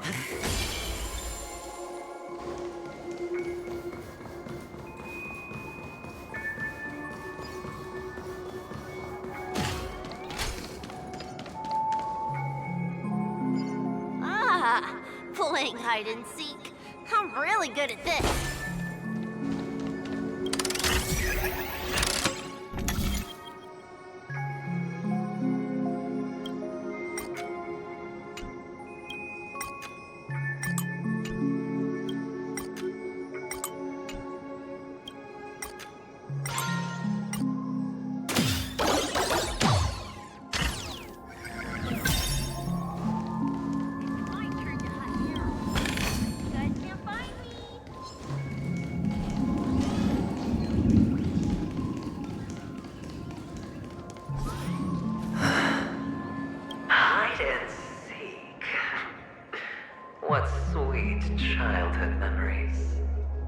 said goodbye that day, how many catechins were like jackals hot on your heels? I know you won't forget that sound anytime soon. Those shrill cackles. You had to hide right under the noses of those savages. You and Big Sis, playing dead, drifting in all that bloody water. Completely. It wasn't ruined. I've always kept it. Come on. It's a rag. It's not like you can ever wear it. Now you don't have to hide. You probably won't even deign to get your pretty outfit wet in the rain. And your social capital has changed after all. I've never changed. On the contrary, now you're the one who does the hunting. The last round of hide and seek, and you get to be it. You should enjoy it.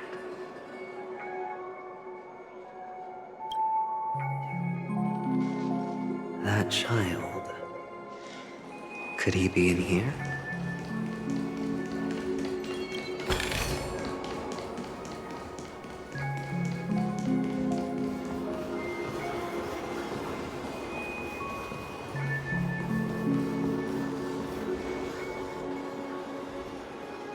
Is this a topaz?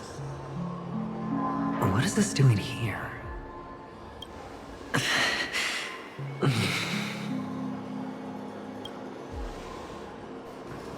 What? Does your cornerstone wrench out your heart, son? I was merely curious why it was here. Maybe that winged guy put it here. To taunt you. Just to make you realize that your painstakingly arranged magic show is nothing but a death rattle. The cornerstone's hue is the same as the radiance of Clipot's body. I've got to give it to you. I've heard a lot of baloney, but that lie deserves a prize for sheer nerve. If he were just a little bit smarter, the jig would have been up right there. This is just bait. Of course. That's why Ratio's betrayal was one of the keys to your plan. I have to say, that doctor's acting was superb. Or maybe he wasn't acting at all. All the better for you. Sunday didn't become head of the Oak family by acting sloppy. He's obsessed with control. You have to give him enough detail to satisfy his meticulous nature, but not so much that he gets suspicious. Which is why you had Ratio seek him out and leak the plan on purpose.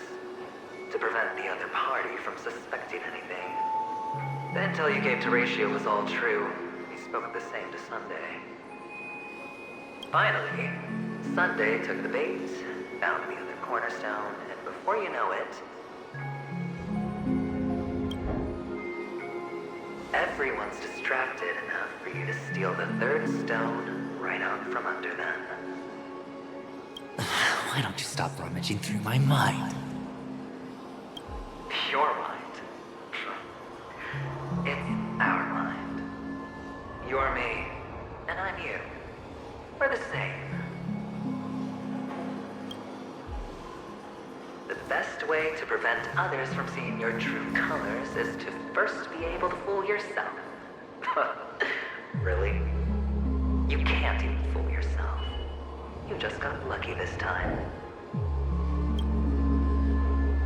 This is the other cornerstone in Sunday's hands. Rather beautiful green. Just like you. Smooth. Cunning. Tell me, what's its name? Why are you even asking me? Must I do all the work? Aventurine is the stone of luck and trickery. That's what she said when you received the stone, wasn't it? This type of stone isn't rare, but its hue is very similar to a certain gem. In fact, it's often used as a substitute. And that more precious gem is... jade. Even Sunday can't tell the difference.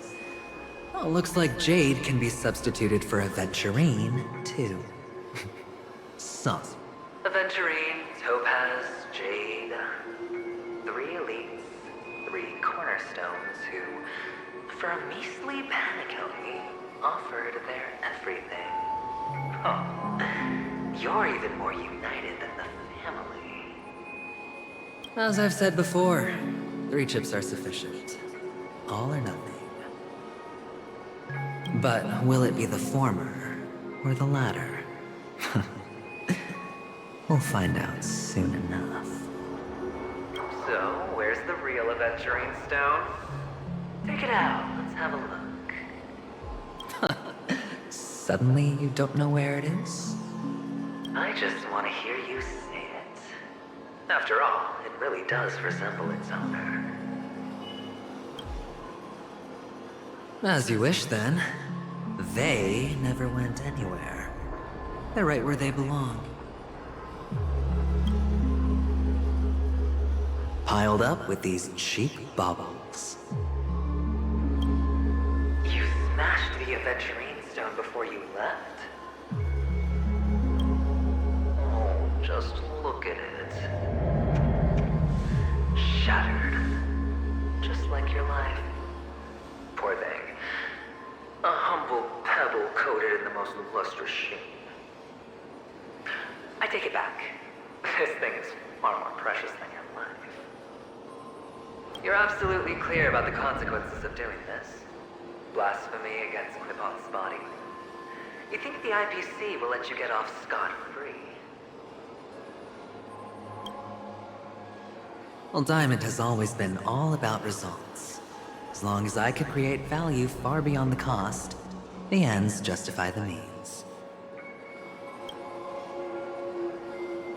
How else would the family be fooled if there was no price to pay? It doesn't matter. Even smashed to smithereens, the preservation's cornerstone can still be used. Its effect may be greatly diminished, but it's enough for me. Now I'm really curious. Why does every step you take involve reckless risks, and the choices you prepare for yourself always come with a strong impulse for self-destruction? Do you truly believe that the greater the risk, the greater the rewards?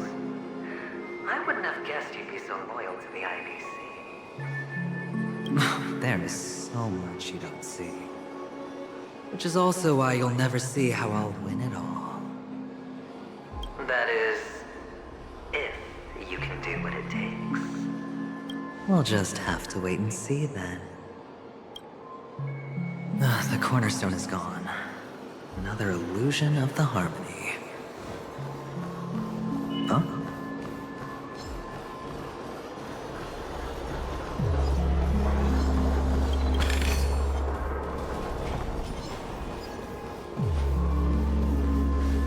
Hello.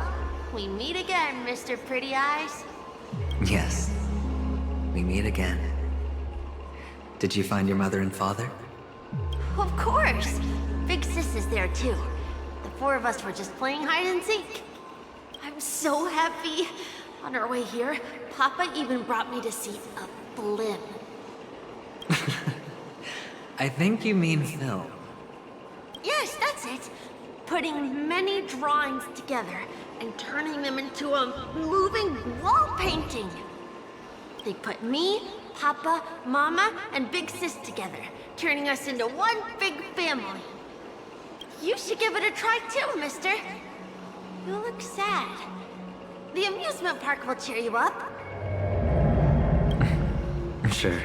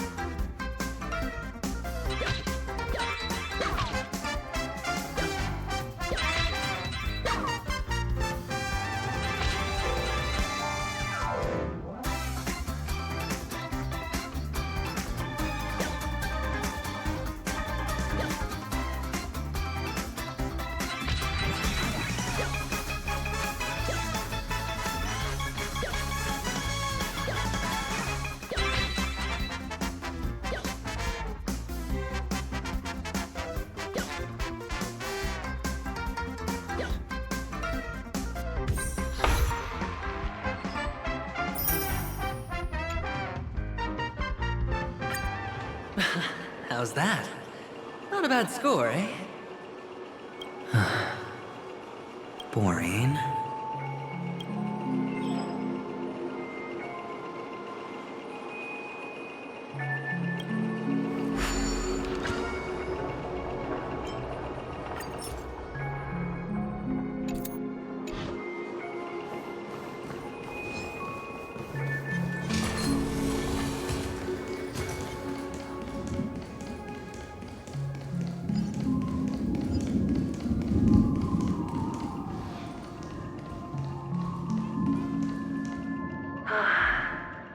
Why aren't you talking? You've piqued my interest. I'll admit that there are still aspects of you that I don't completely understand. Well, you sound sincere this time, at least. Well, sincerity is one of my traits that everybody likes. And I have precious few of those. Moving on. See that maze over there? I'll know everything about you before you reach the exit. Our quaint journey through this amusement park still isn't over. And I wouldn't mind stretching this out at all.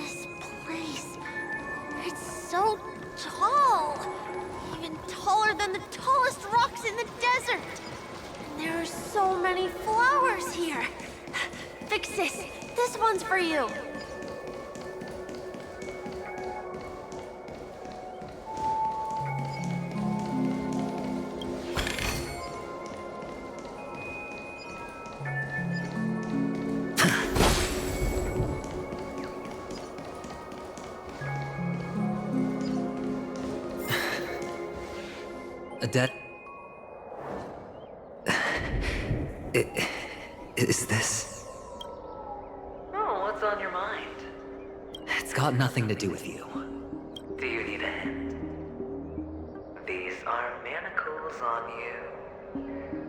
That man gave you your first job, and you made your first pot of gold. I remember it all too well. You wrapped that iron chain around your fist, for that is the only tool you could find.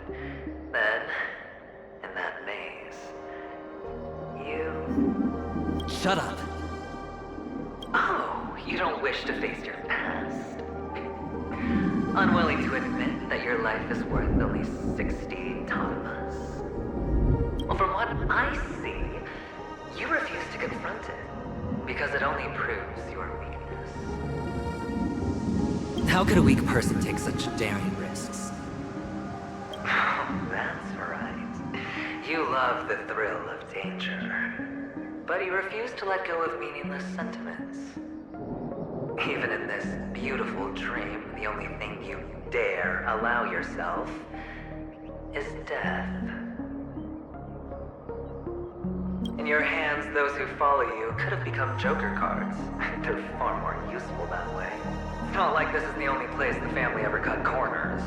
You could have had tons of action if you weren't so all or nothing. All it takes is a meager sacrifice. I bet Opal would have resolved this without a fuss. A pity you're not him. Well, you wouldn't be in this state if you could just get with the program. And why couldn't you?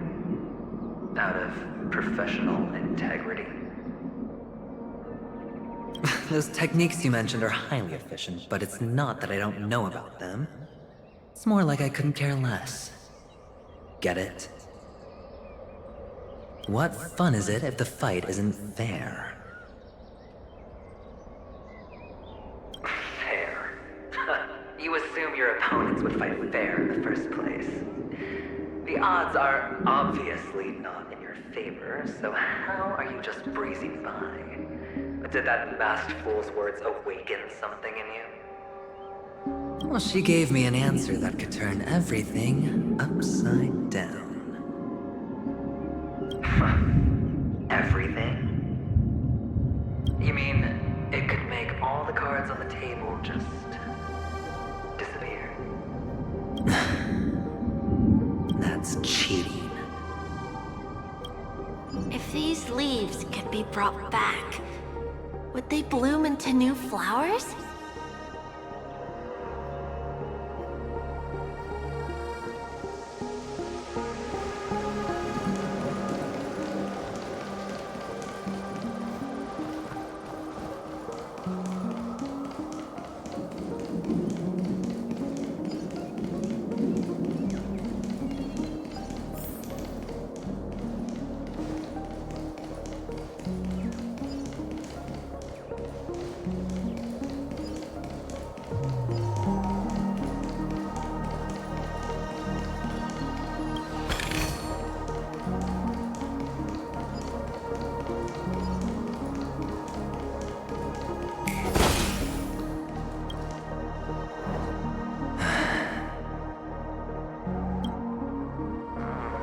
Expression right now is hard to put into words. The lucky charm Mama left you is made from gold. Why did you never consider selling it? You obviously could have lived a normal life like Big Sis that way. Looking back, that was the better choice. Mama only left us with 2 pieces of jewelry. A necklace and a lucky charm. That's what you always say, but you actually regret it, don't you? That you didn't sell them. You can zip it if there's nothing to talk about. I know. You must remember what Big Sis told you. You're a child blessed by Gaiathra Triclops, and can lead the clan to happiness. So always remember to protect yourself and never resent the pain and poverty you're going through. The words still ring in your ears, don't they? You're a good kid, so you definitely won't have forgotten. So, you surely won't forget how tragic her last moments of life were. How the piercing laughter behind you felt like it was drilling into your heart. You ran away without looking back, just as she told you to. Tisk, tisk. A lifelong regret indeed. Enough! Do you not have anything better to talk about? Oh, shut me down like a champ! Well, I guess when it comes to mind games, this isn't exactly your first rodeo. I think I finally get you. Woo! You are nuts! In the end, I'll ruin this beautiful dream and create the grandest death. Well, you stuck to that start to finish. Think about it. There's a Stellaron in play, the fabulous Robin loses her voice, 2 unsolved murders, cryptic messages from a masked fool, and a chance to go head-to-head with Sunday himself. And the only thing to pique your interest is one word. The last word. A word that's right there at your fingertips. Death. But whose exactly? We'll know when the dice falls. All right then. Reserve a seat for me in the audience. I'm curious to see just how capable you are. Still, you never answered my question. If you could start over, would you still want to be the child who received Gaiathra's blessing?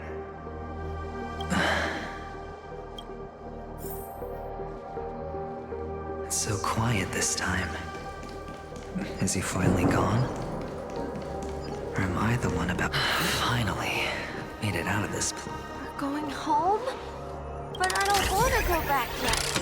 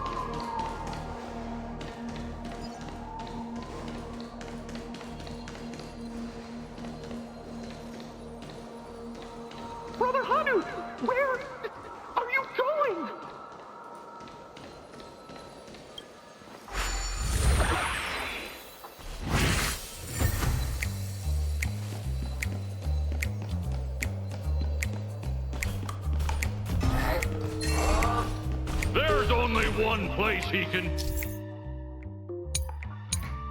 be going, whether it's in the past, present, or future.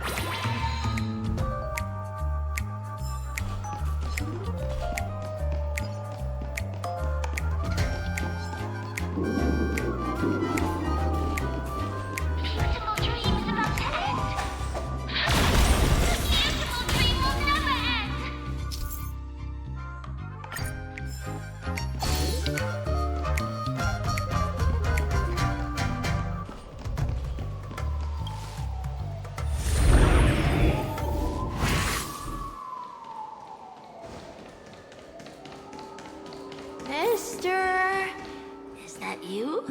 I hear the sound of leather shoes.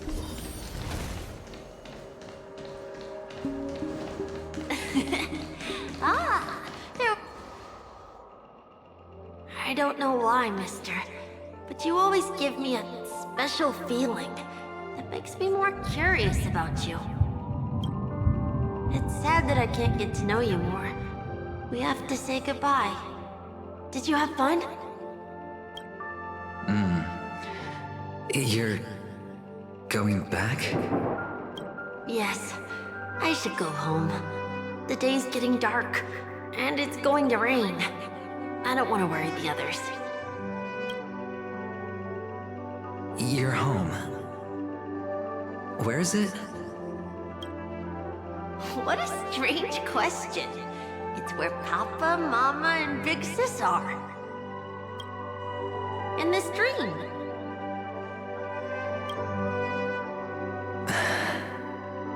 This amusement park. This beautiful dream. They really are peaceful. Everyone loves it. But, mister, why don't you like it? Because they're not here. Where are they then?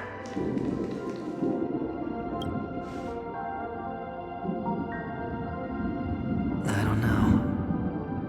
You do know. But there's no point pressing the issue.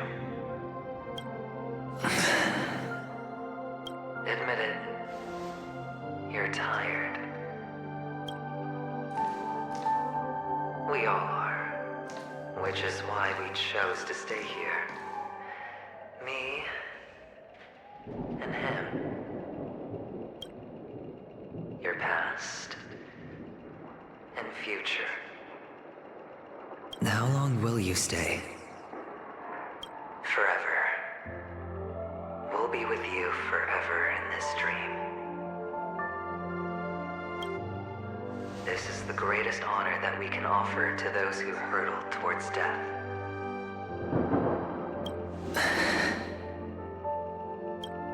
The road less traveled is less traveled for a reason.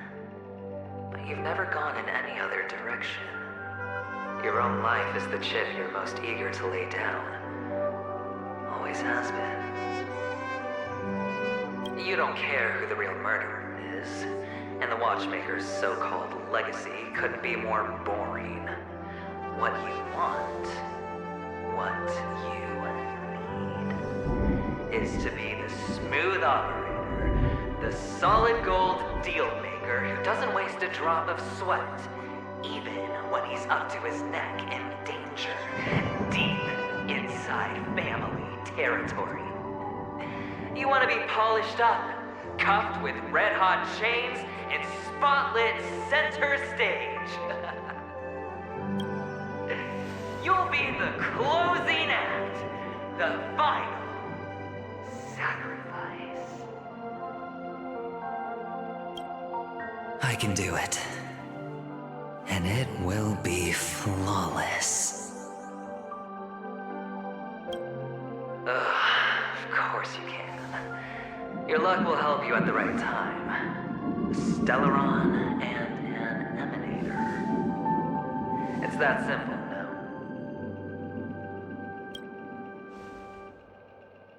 That way, the IPC will earn a place at the table. And as for you, you'll just happen to slip the leash, leave the rat race, extract yourself from this endless debacle. you'll have the freedom you've always dreamed of. This isn't the first time. You've been an escape artist from day one. This fiasco started with a death, and its curtains will fall on another death. Oh. So that's why Diamond chose you. He's just after Panaconi. No matter the means, no matter the price. It's not personal. It's hard, isn't it? Well, don't get soft on me now. What, did you suddenly grow a conscience? Hey, I was born from yourself. I'm well aware that climbing out of the hole you've dug is basically impossible. I can't stop you from doing what you want. I can't change where you want to go. Well, what's done can't be undone. All we can do is play the cards we're dealt and rake in as much time as possible. Yes. Alas, people won't make all the right choices in their lifetime. Though luck always seems like it's on your side. You will keep winning, having never lost before, but why you? Why must it be you? If all your luck is built on the pain of someone you love, on the loss of dozens more, if these windfalls, these jackpots, aren't a gift from Gaiathra, if all they are is a long string of meaningless deaths, then what did we do to deserve living in a world like that? Well, maybe when I get to where I'm going and look back, I'll know what the trip was all about. Fine. Time to make a move, my friend. I'll be waiting up ahead. Say goodbye to the kid before you shuffle off.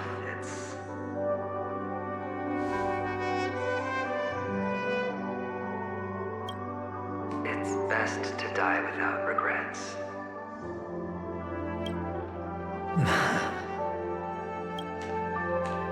And now, only we are left. Can you take a photo for me? I want a memento. Sure. Come on.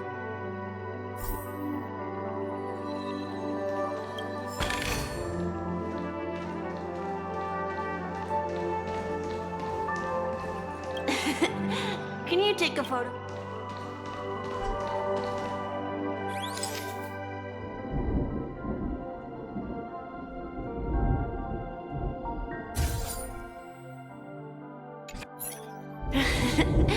How nice. Now I can see what I look like too. Look at the lens when you're taking a photo the next time. Your expression will look more natural. Sure, I will. Then, mister, are you going back too? I can't leave yet. I still have a show to do. Oh, you're about to go on stage, aren't you? Let's go then. I'll take you to the stage. Sure. So you're an actor? No wonder your clothes are so stylish. I'm actually a merchant. But I do have a show to do. Are you the same as those men in black in the sky? But you're not wearing black. Only ordinary employees have to wear that. My position is much higher.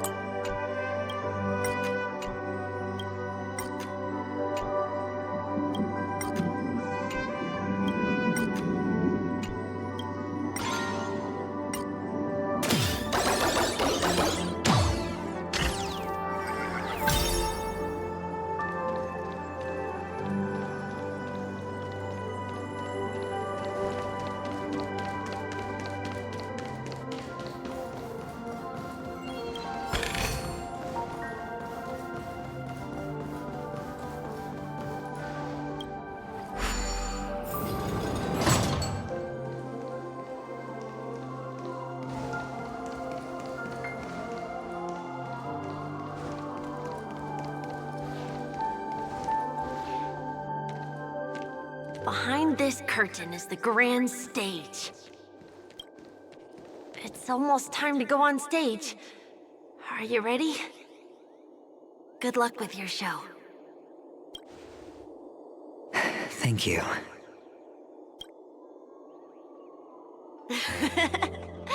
You still seem pretty nervous. Let's put our palms together. If you receive Gayathra's blessing, you'll feel more relaxed. Putting our palms together is a simple ritual. By putting our palms together and reciting the prayer to Mama Funga, she will bless us. If you're not familiar, I can guide you. It's all right. I know how to do it. Of course I know. This is where we go our own way, Kakavasha. The catechins are coming.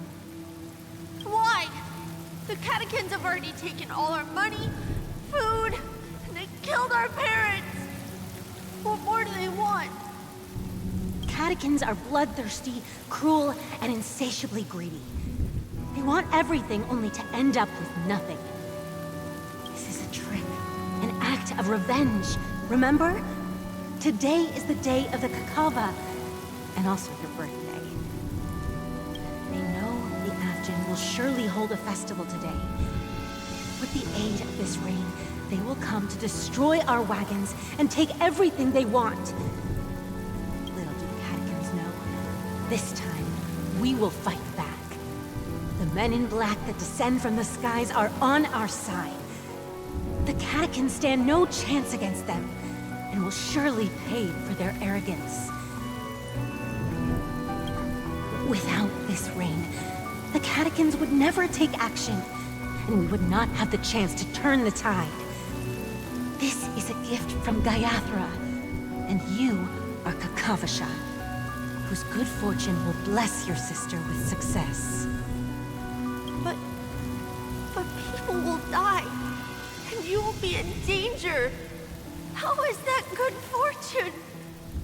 Why are you— The Avgin always return their blood debts.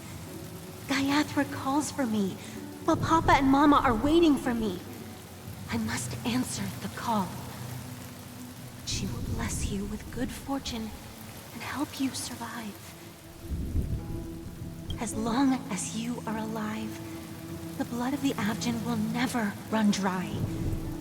So run, Kakavasha. Do not be afraid, and do not look back. Go to the other side of the mountain. The rain will accompany you, and the rain will bless you. As for us, we will reunite in Kakava's next aurora. May the goddess Gayathra close her eyes 3 times.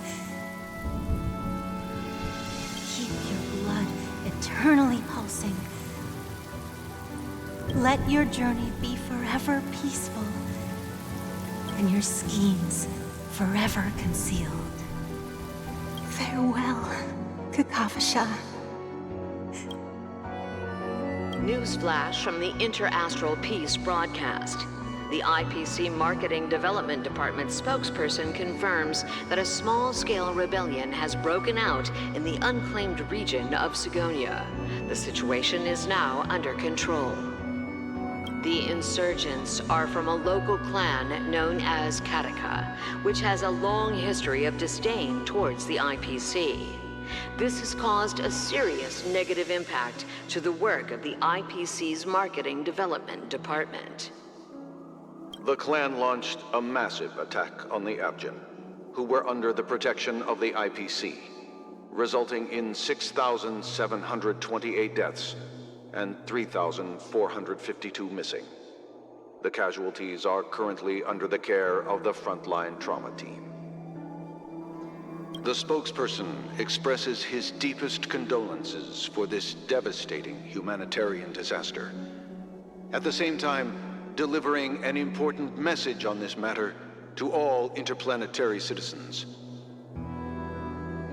Finally, he proclaims, the hammer of preservation will fall on all beings, regardless of life or death, regardless of race, regardless of ideology, to uphold the basic rights we inherently possess.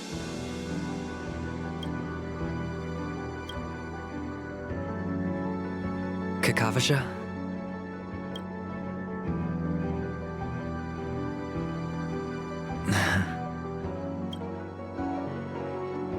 Bye.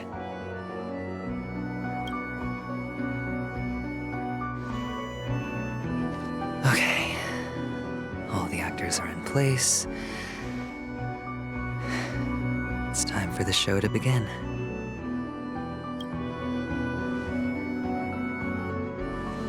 This act is dedicated to you. I hope it'll be an unforgettable memory for you.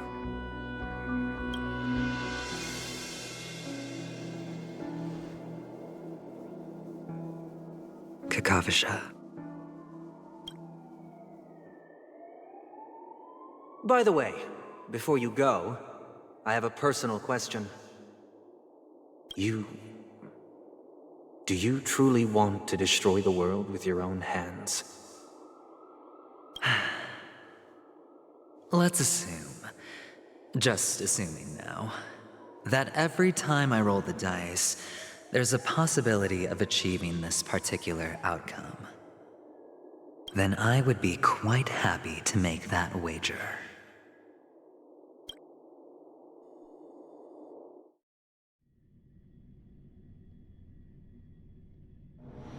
Is this Miss Acheron? Hello, I'm Himiko, the Astral Express's navigator. Hello, I'm March 7th. I'm sure he needs no introduction, as you definitely know him. Hello? None of you seem surprised by my arrival. Since Welt has decided to travel with you, it means that he trusts you. And we trust his judgment. I envy your close friendships. Miss Acheron here doesn't present a danger, and she's of no threat to the Astral Express. Aventurine's prior accusation was based on nothing more than his own subjectivity. Which is why, before we continue working together, he has a duty to explain himself. You want to create a situation where all three parties are present? There must be some deeper meaning behind Aventurine's actions. I suspect he's been aware of Penacony's secret from the beginning and has been continuously strategizing to unveil it.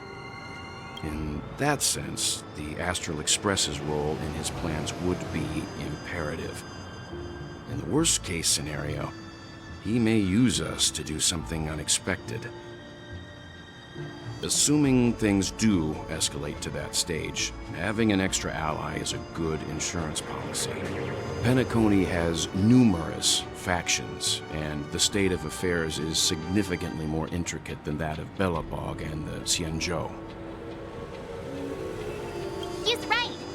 No matter what, we cannot ignore the safety of Penacony. To solve the mystery of the Watchmaker, it is crucial to get the IPC's intel. The path ahead is fraught with danger. Sounds like we've reached a consensus. Now, Miss Acheron? I will accompany you, of course. Let's move out then!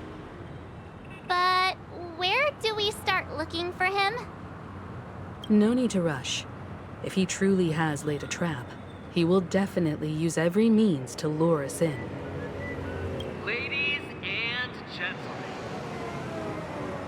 the most wondrous, most magnificent show in Penacony's history is about to begin.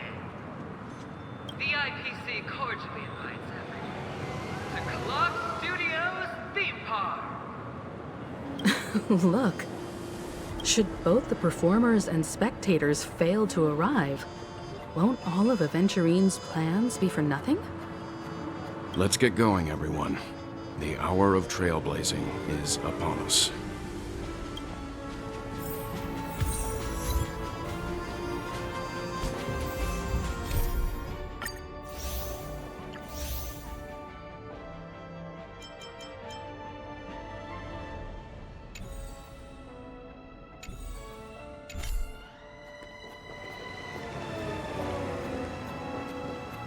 I have a bad feeling that something big's gonna go down.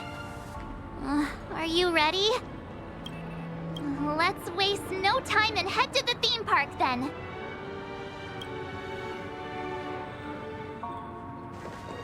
Mr. Yang.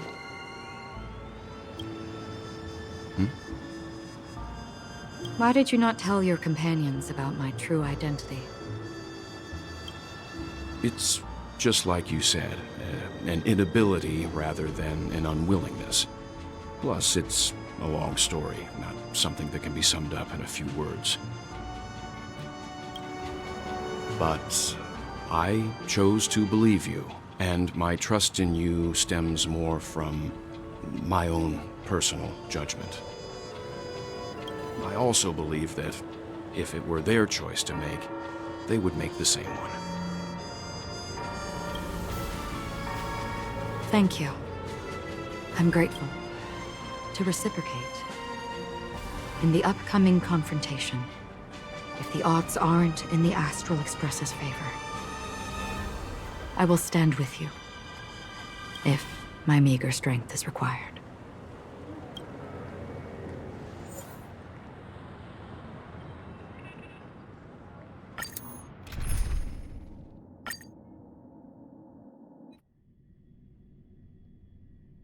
We're back here again. Aventurine actually chose a really conspicuous location. That guy's really taking it to a whole new level. Does he really think he's a superstar or something? Not a soul in sight. The hounds drove out the visitors, and now their whereabouts are unknown too. Everyone, pay attention. The other party has obviously come prepared.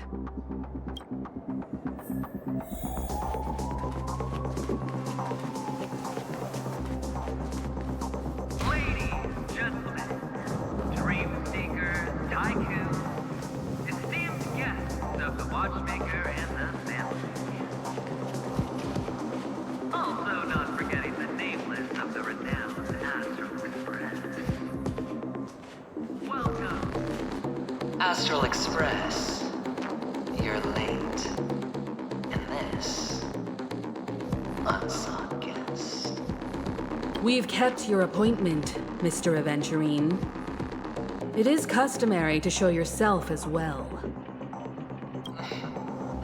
I will, naturally. But before that, I've got to introduce our guest of honor.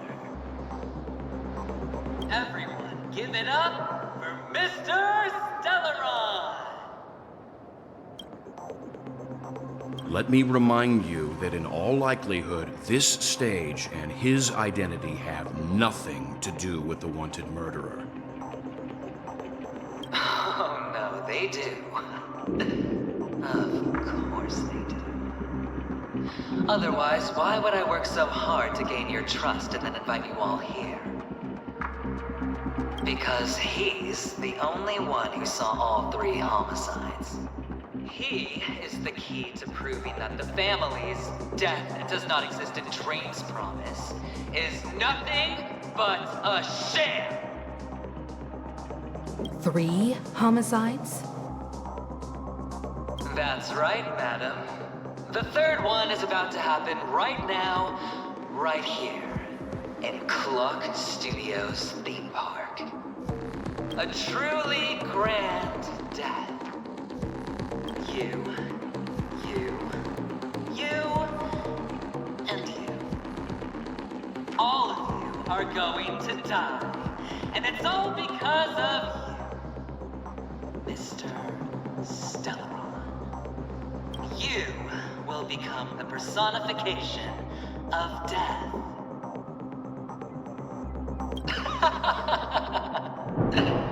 I thought my intent was crystal clear. Let me be a little clearer. I will detonate the Stellaron in you and cause a teeny, tiny accident on Penacony.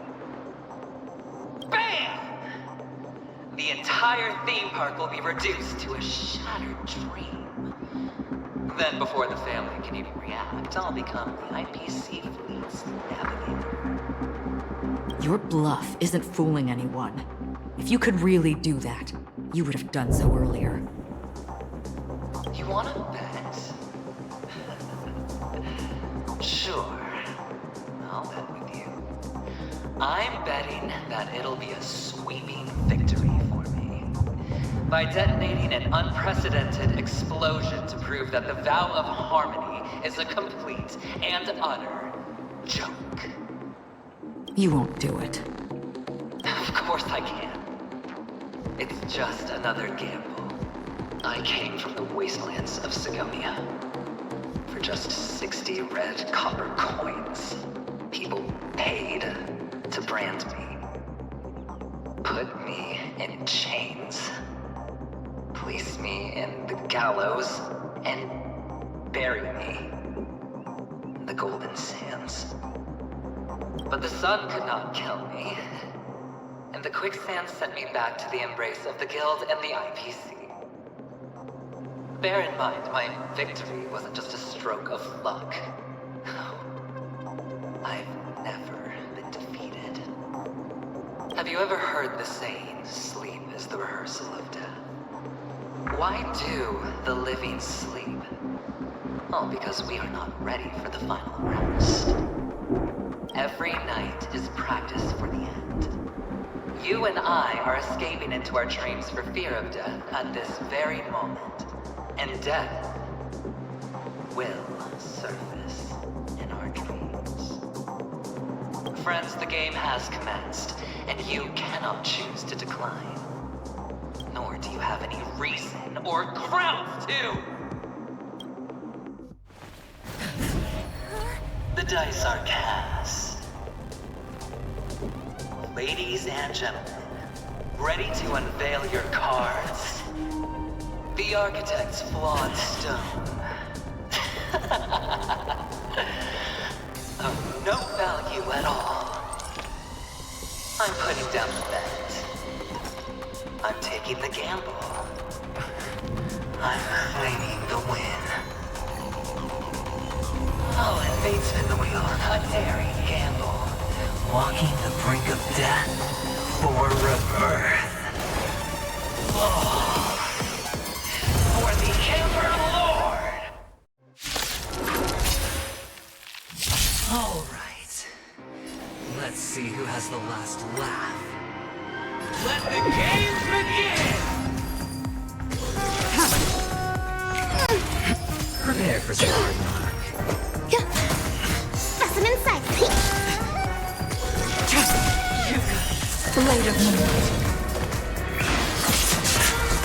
Can I have fun this time? Some value as eternal. Every petal and all will be swept away by the wind. All Commencing research. Here, try this. To travel far away. Save it for your own skin. More enemies. All will be revealed in lunar flame. Time for a buzz. Grace and elegance. This combat. This is double speed.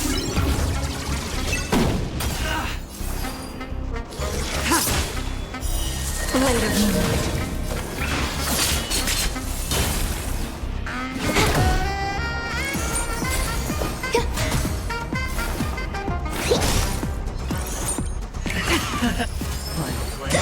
down from above. Time for a buzz. Specimen sighted. Deep breaths. Save it for your own skin. I think something bit me. Everything I've got. Existence is unity. Time to bow out.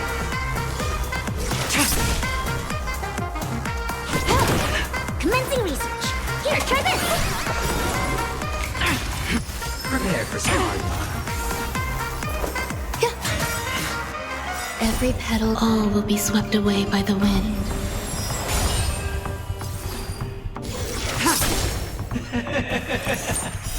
Later moonlight. All will be revealed in lunar flame. Even on a losing streak, as long as people still have hope, they'll keep throwing money on the table. The chance, the potential is what you hang on to. That's what justifies the gamble.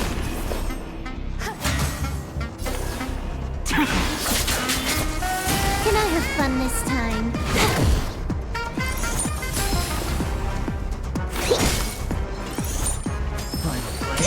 Down.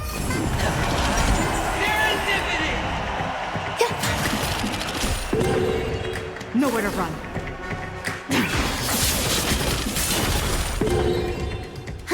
More enemies. Specimen sighted.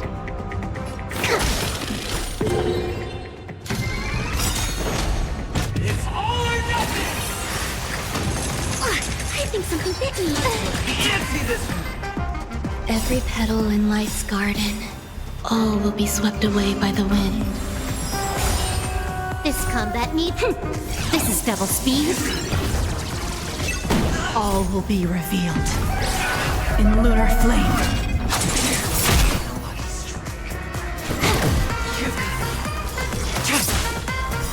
Later moonlight. Everybody's like that, down to the last player. So why can't I be happy too? Why can't I feel that free?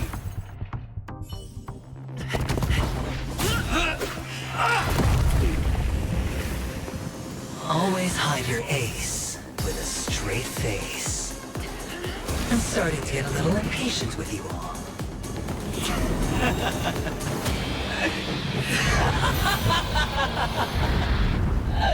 Friends, to fully relish this, I'm betting every last chip.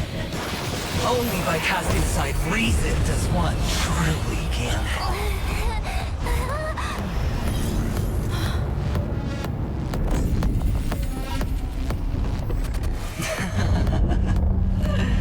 Emanator, I know you'll match my wager, right? You're leaving? Perhaps. I might pass through the place you mentioned. Penacony. What do you hope to find within a dream? I'm not looking for anything. They aren't in a dream. I'm afraid the family will not open the doors for you. Why? Because the path you walk is not accepted by the Harmony. Even if... that's not what I want. Precisely because it's not what you want. Because they are not like other eons. They have never glanced at anyone. And they never need to. They leave woven strands of fate for humans to walk. And together, they weave a great shadow. There are always those who rise from the shadows. They mostly become a part of the shadow. In your eyes, am I... You still have a strand of color, but not much. That is enough. Before they vanish completely, I will reach the nihility's end.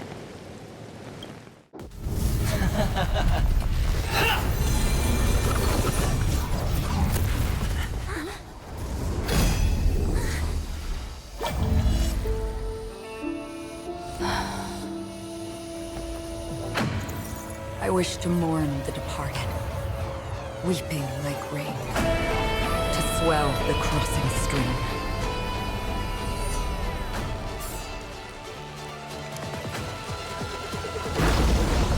As the tide arrives, leading you back home.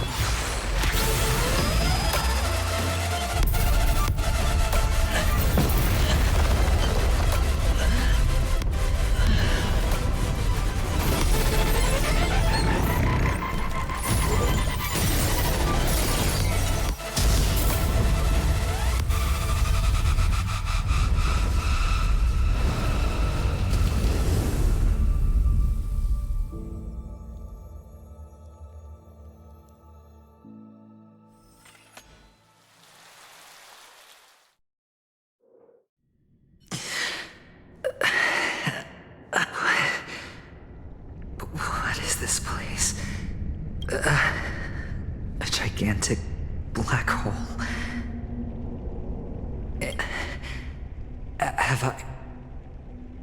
Have I succeeded?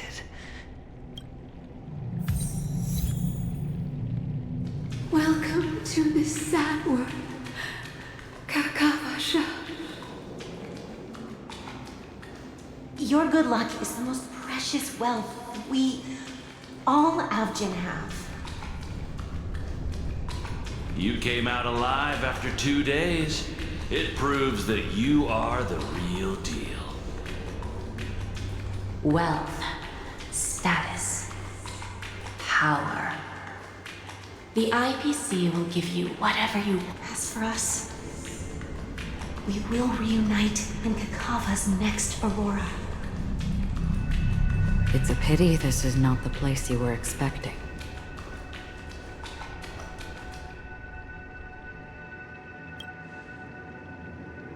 Melody, is it? Perhaps to you, I am just an emanator who's hiding her identity. But the sleeping and shapeless never glance at anyone. They have no face, no form, and even less of a will to speak. The nihility, only some who have gone under their shadow can go farther, tainting themselves with more nihility. That's all. That's all. My friend, you really leave me at a loss for words. So, is this my final destination? The land of the dead? This is all but a fleeting dream. One of the thousands of manifestations of IX. Under the watchful eye of nihility, we momentarily linger here before moving on to our own paths. It seems that my death has already been determined. Even if you wish for it, I can't promise you anything. Now that you've accomplished your goal, I think you can be a little more forthcoming. What do you mean? Your performance at the theme park was wonderful and grandiose. A simple yet practical technique that fooled almost everyone. No one would have ever thought that you would have gone to such lengths, even staking your life just to prove a fact that had seemingly been disproved long ago. Real death does not exist in Penacony's dreamscape. Why would I do this? Because this is the only way you can uncover a secret that is even more unspeakable than the serial murders. To use this dream death to get there. To that promised land people constantly seek in this grand gathering. Penacony. The legacy of the Watchmaker. The How did you find out? I never imagined that something I learned about unexpectedly would become the key to connecting everything. It's our Stellaron friend's identity, isn't it? I see you're in the know. Let's just say I'd put money on the possibility. The murder isn't nearly enough to disrupt business as usual. Even if there were 1 or 2 murders on Penacony, most people wouldn't be personally affected. And that won't create any waves. This dream of theirs isn't a boundless sea. It's a lonely island. The family used the Harmony to build a high wall and isolate them from the vast and treacherous ocean of the outside world. That barrier they built keeps death out, but it also keeps the secrets that are lost in that watery abyss from floating to the surface. In a beautiful dream, free of suffering, who would want to go fishing for those secrets? No one. Unless someone goes to the other side of the barrier and lives to tell the tale. Someone already has. I got the idea early on, chewing on that masked fool's little hint. If a mute isn't someone who cannot make a sound, then it has to be someone who cannot speak. Someone who survived the treacherous depths, but is unable to take the stage and speak the truth.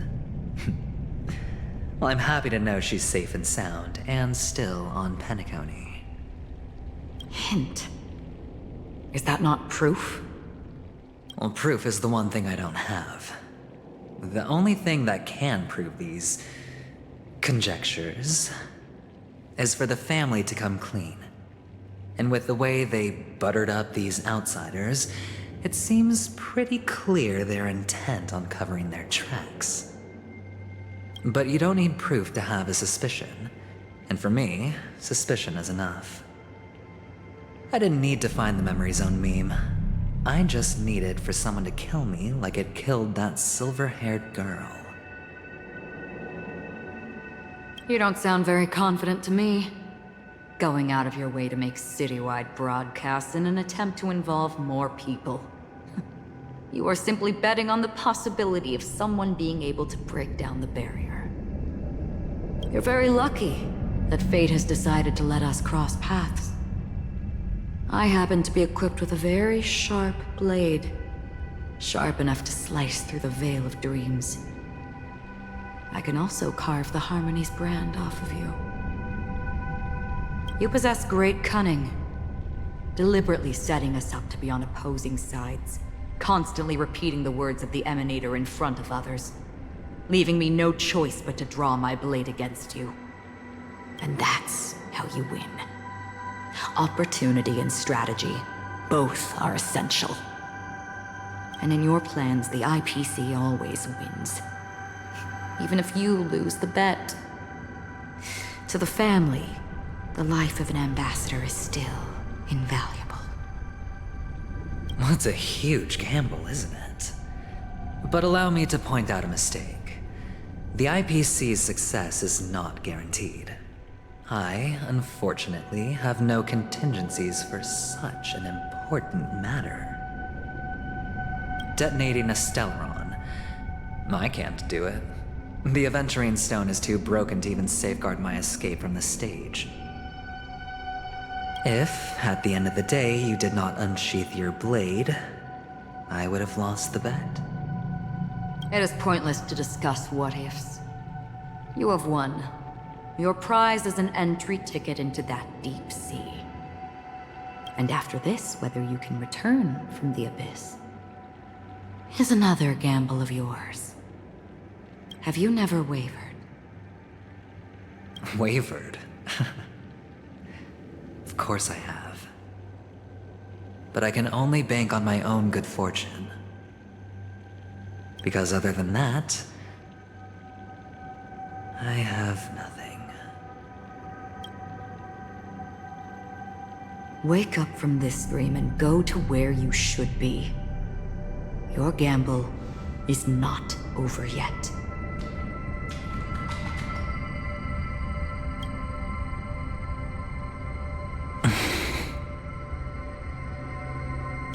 Before we part,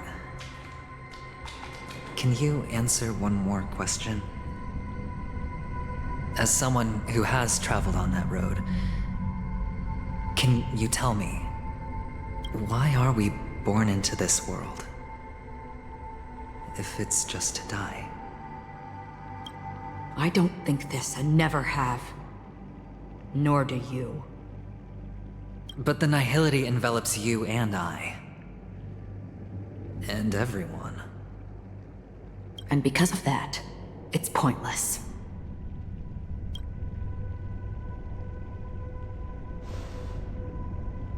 But it is still there.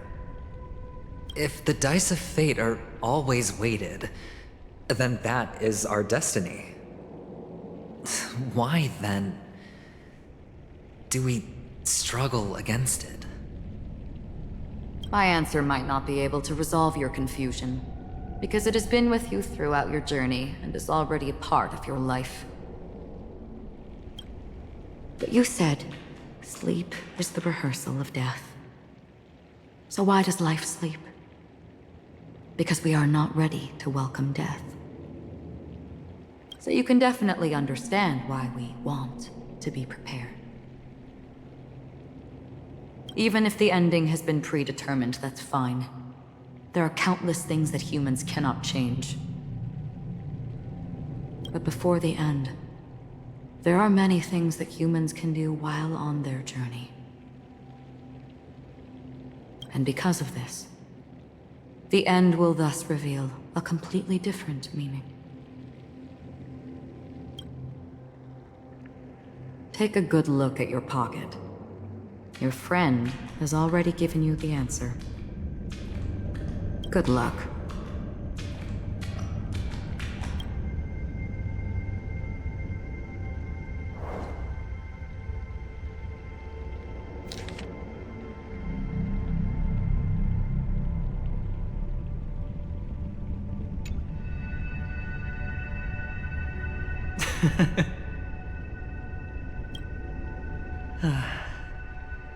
Then I shall get going.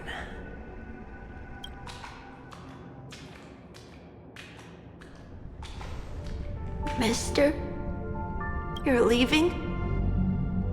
You ultimately chose to leave this dreamscape?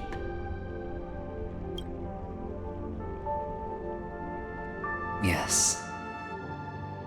Because they are not here. My papa, mama, and big sis. Then where are they? They are in a place where everyone will go. A very, very distant place. Then are you going to? I'll get there one day. But not now. There will come a day when the sky will drizzle, and I will hear the call of Gaiathra Triclops, and know that it is time for me to go, and be reunited with my family. So, until that time comes, I should be preparing. Preparing for what? Well, preparing to face them, Kakavasha, and to make them proud.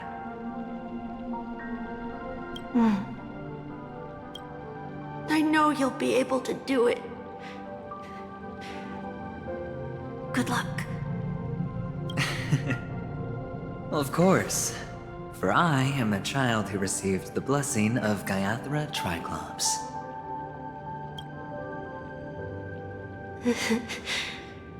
But you still seem nervous. Well, I seem that way because I am nervous. What do you say? One last time? Put our palms together?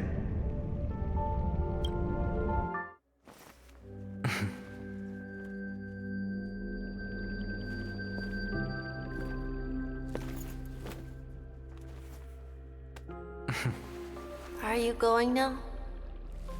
Yes.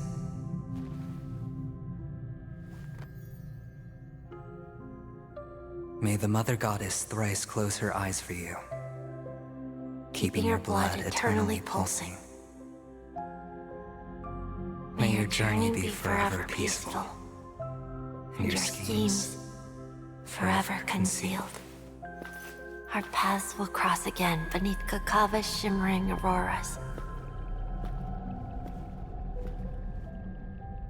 Farewell, Kakavasha.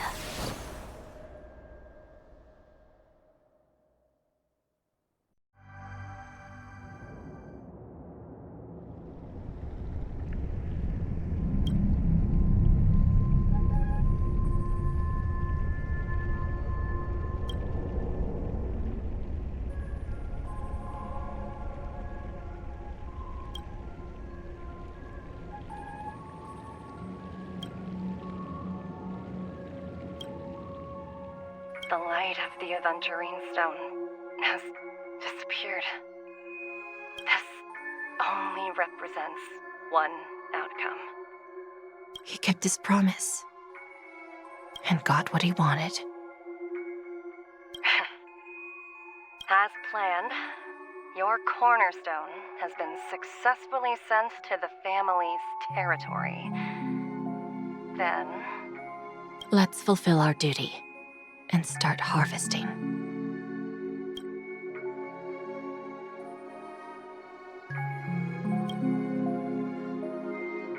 I come for an audience. I come to fill wine, and I come to claim. I bestow poison in the guise of sweet dew. Come the toil of spring and yield a fall. I patiently wait for the branches to be heavy with withered fruits. All for the Amber Lord.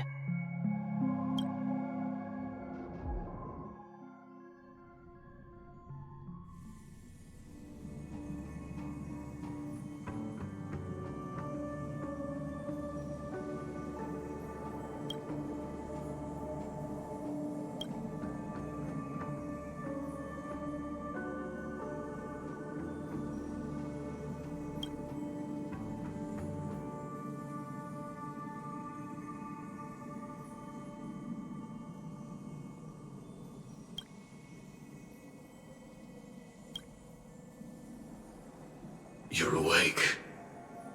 I've been waiting on you for quite a while.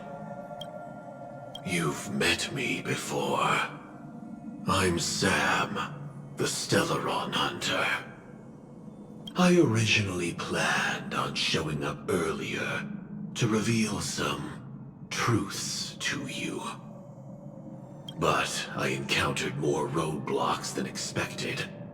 11 times I've tried, but ended in failure. Before I knew it, this world and I became too intertwined, and it became too difficult to escape the constraints of the script. Elio is right. In this land of the dreams, you and I will reap unforgettable gains. I don't know people's hearts as well as he and Kafka do. Nor do I have a specialty like Silverwolf and Blade. Most of the things that I'm good at only apply to villains who need no mercy. So, there is only one method that I use. This is to show you.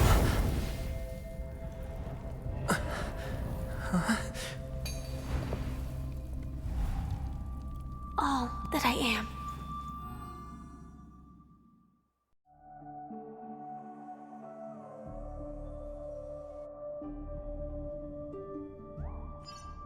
Labyrinth-like corridors and halls? Traps everywhere? The owner of this mansion must be a bit paranoid. You are so funny, Mr. Security Officer. I hope that sense of humor of yours has helped you find the serial killer. Just expressing a personal opinion. Why? Did I hit a nerve?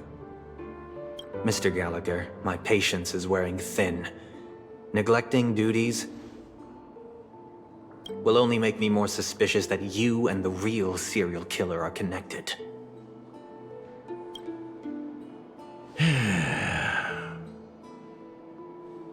Scoundrel, punk, drunk, hooligan. I have heard this trash talk all too often. But I have never once thought that I'd be treated as an accomplice to a murderer. I take back what I said. Your problem isn't paranoia. You're just crazy, you know? Lunatic.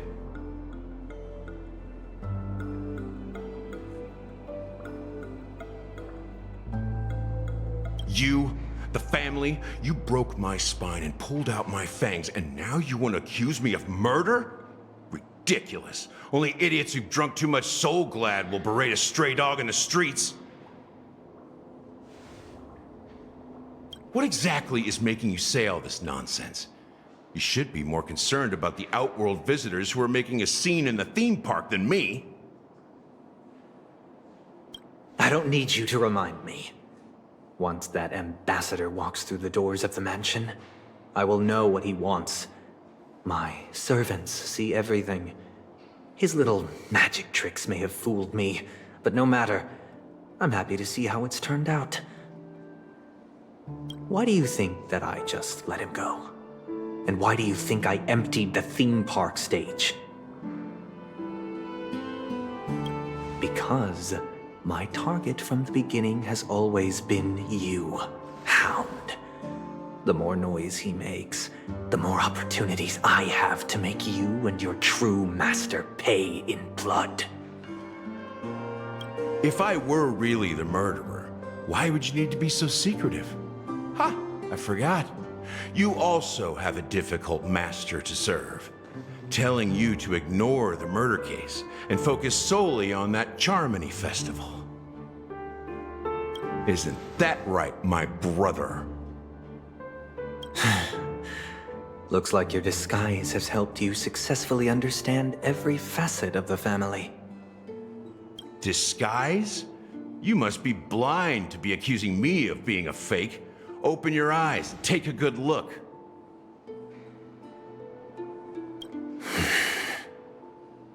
Indeed, every part of you is real. The brown hair, soft and curly like Benny's. The orange eyes, which make me miss the gaze of Sir Whitaker. That odd scar, the mark of Wolsey. And the gray vest, tie, hound emblem, bottle, the bartending, and your role as a security officer. These are all true traits. From all 52 loyal family members. When they are gathered, countless tiny truths are woven together into a lie. You collected a small piece of each of them and claimed them for yourself. Then you invented this facade, a complete Gallagher. Tell me I'm wrong.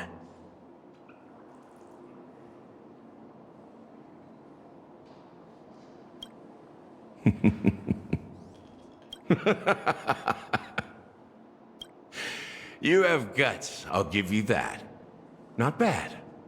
I severely underestimated you. Admirable. But so what? Can this prove that I murdered your sister and that stowaway? This proves that you and the Memory Zone meme death are linked. And that's enough. Listen up. I don't care how you did it. I only care about one thing. The answer to a question. You devil. You wretched, despicable dog. Why did you kill her?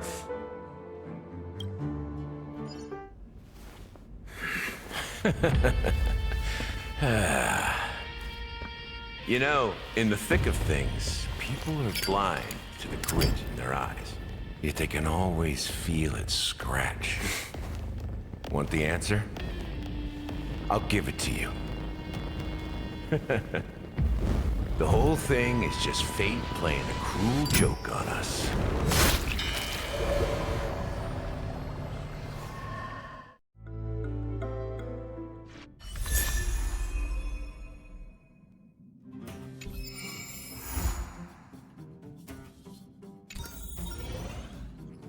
Welcome to the Interastral Peace broadcast. Good evening, everyone.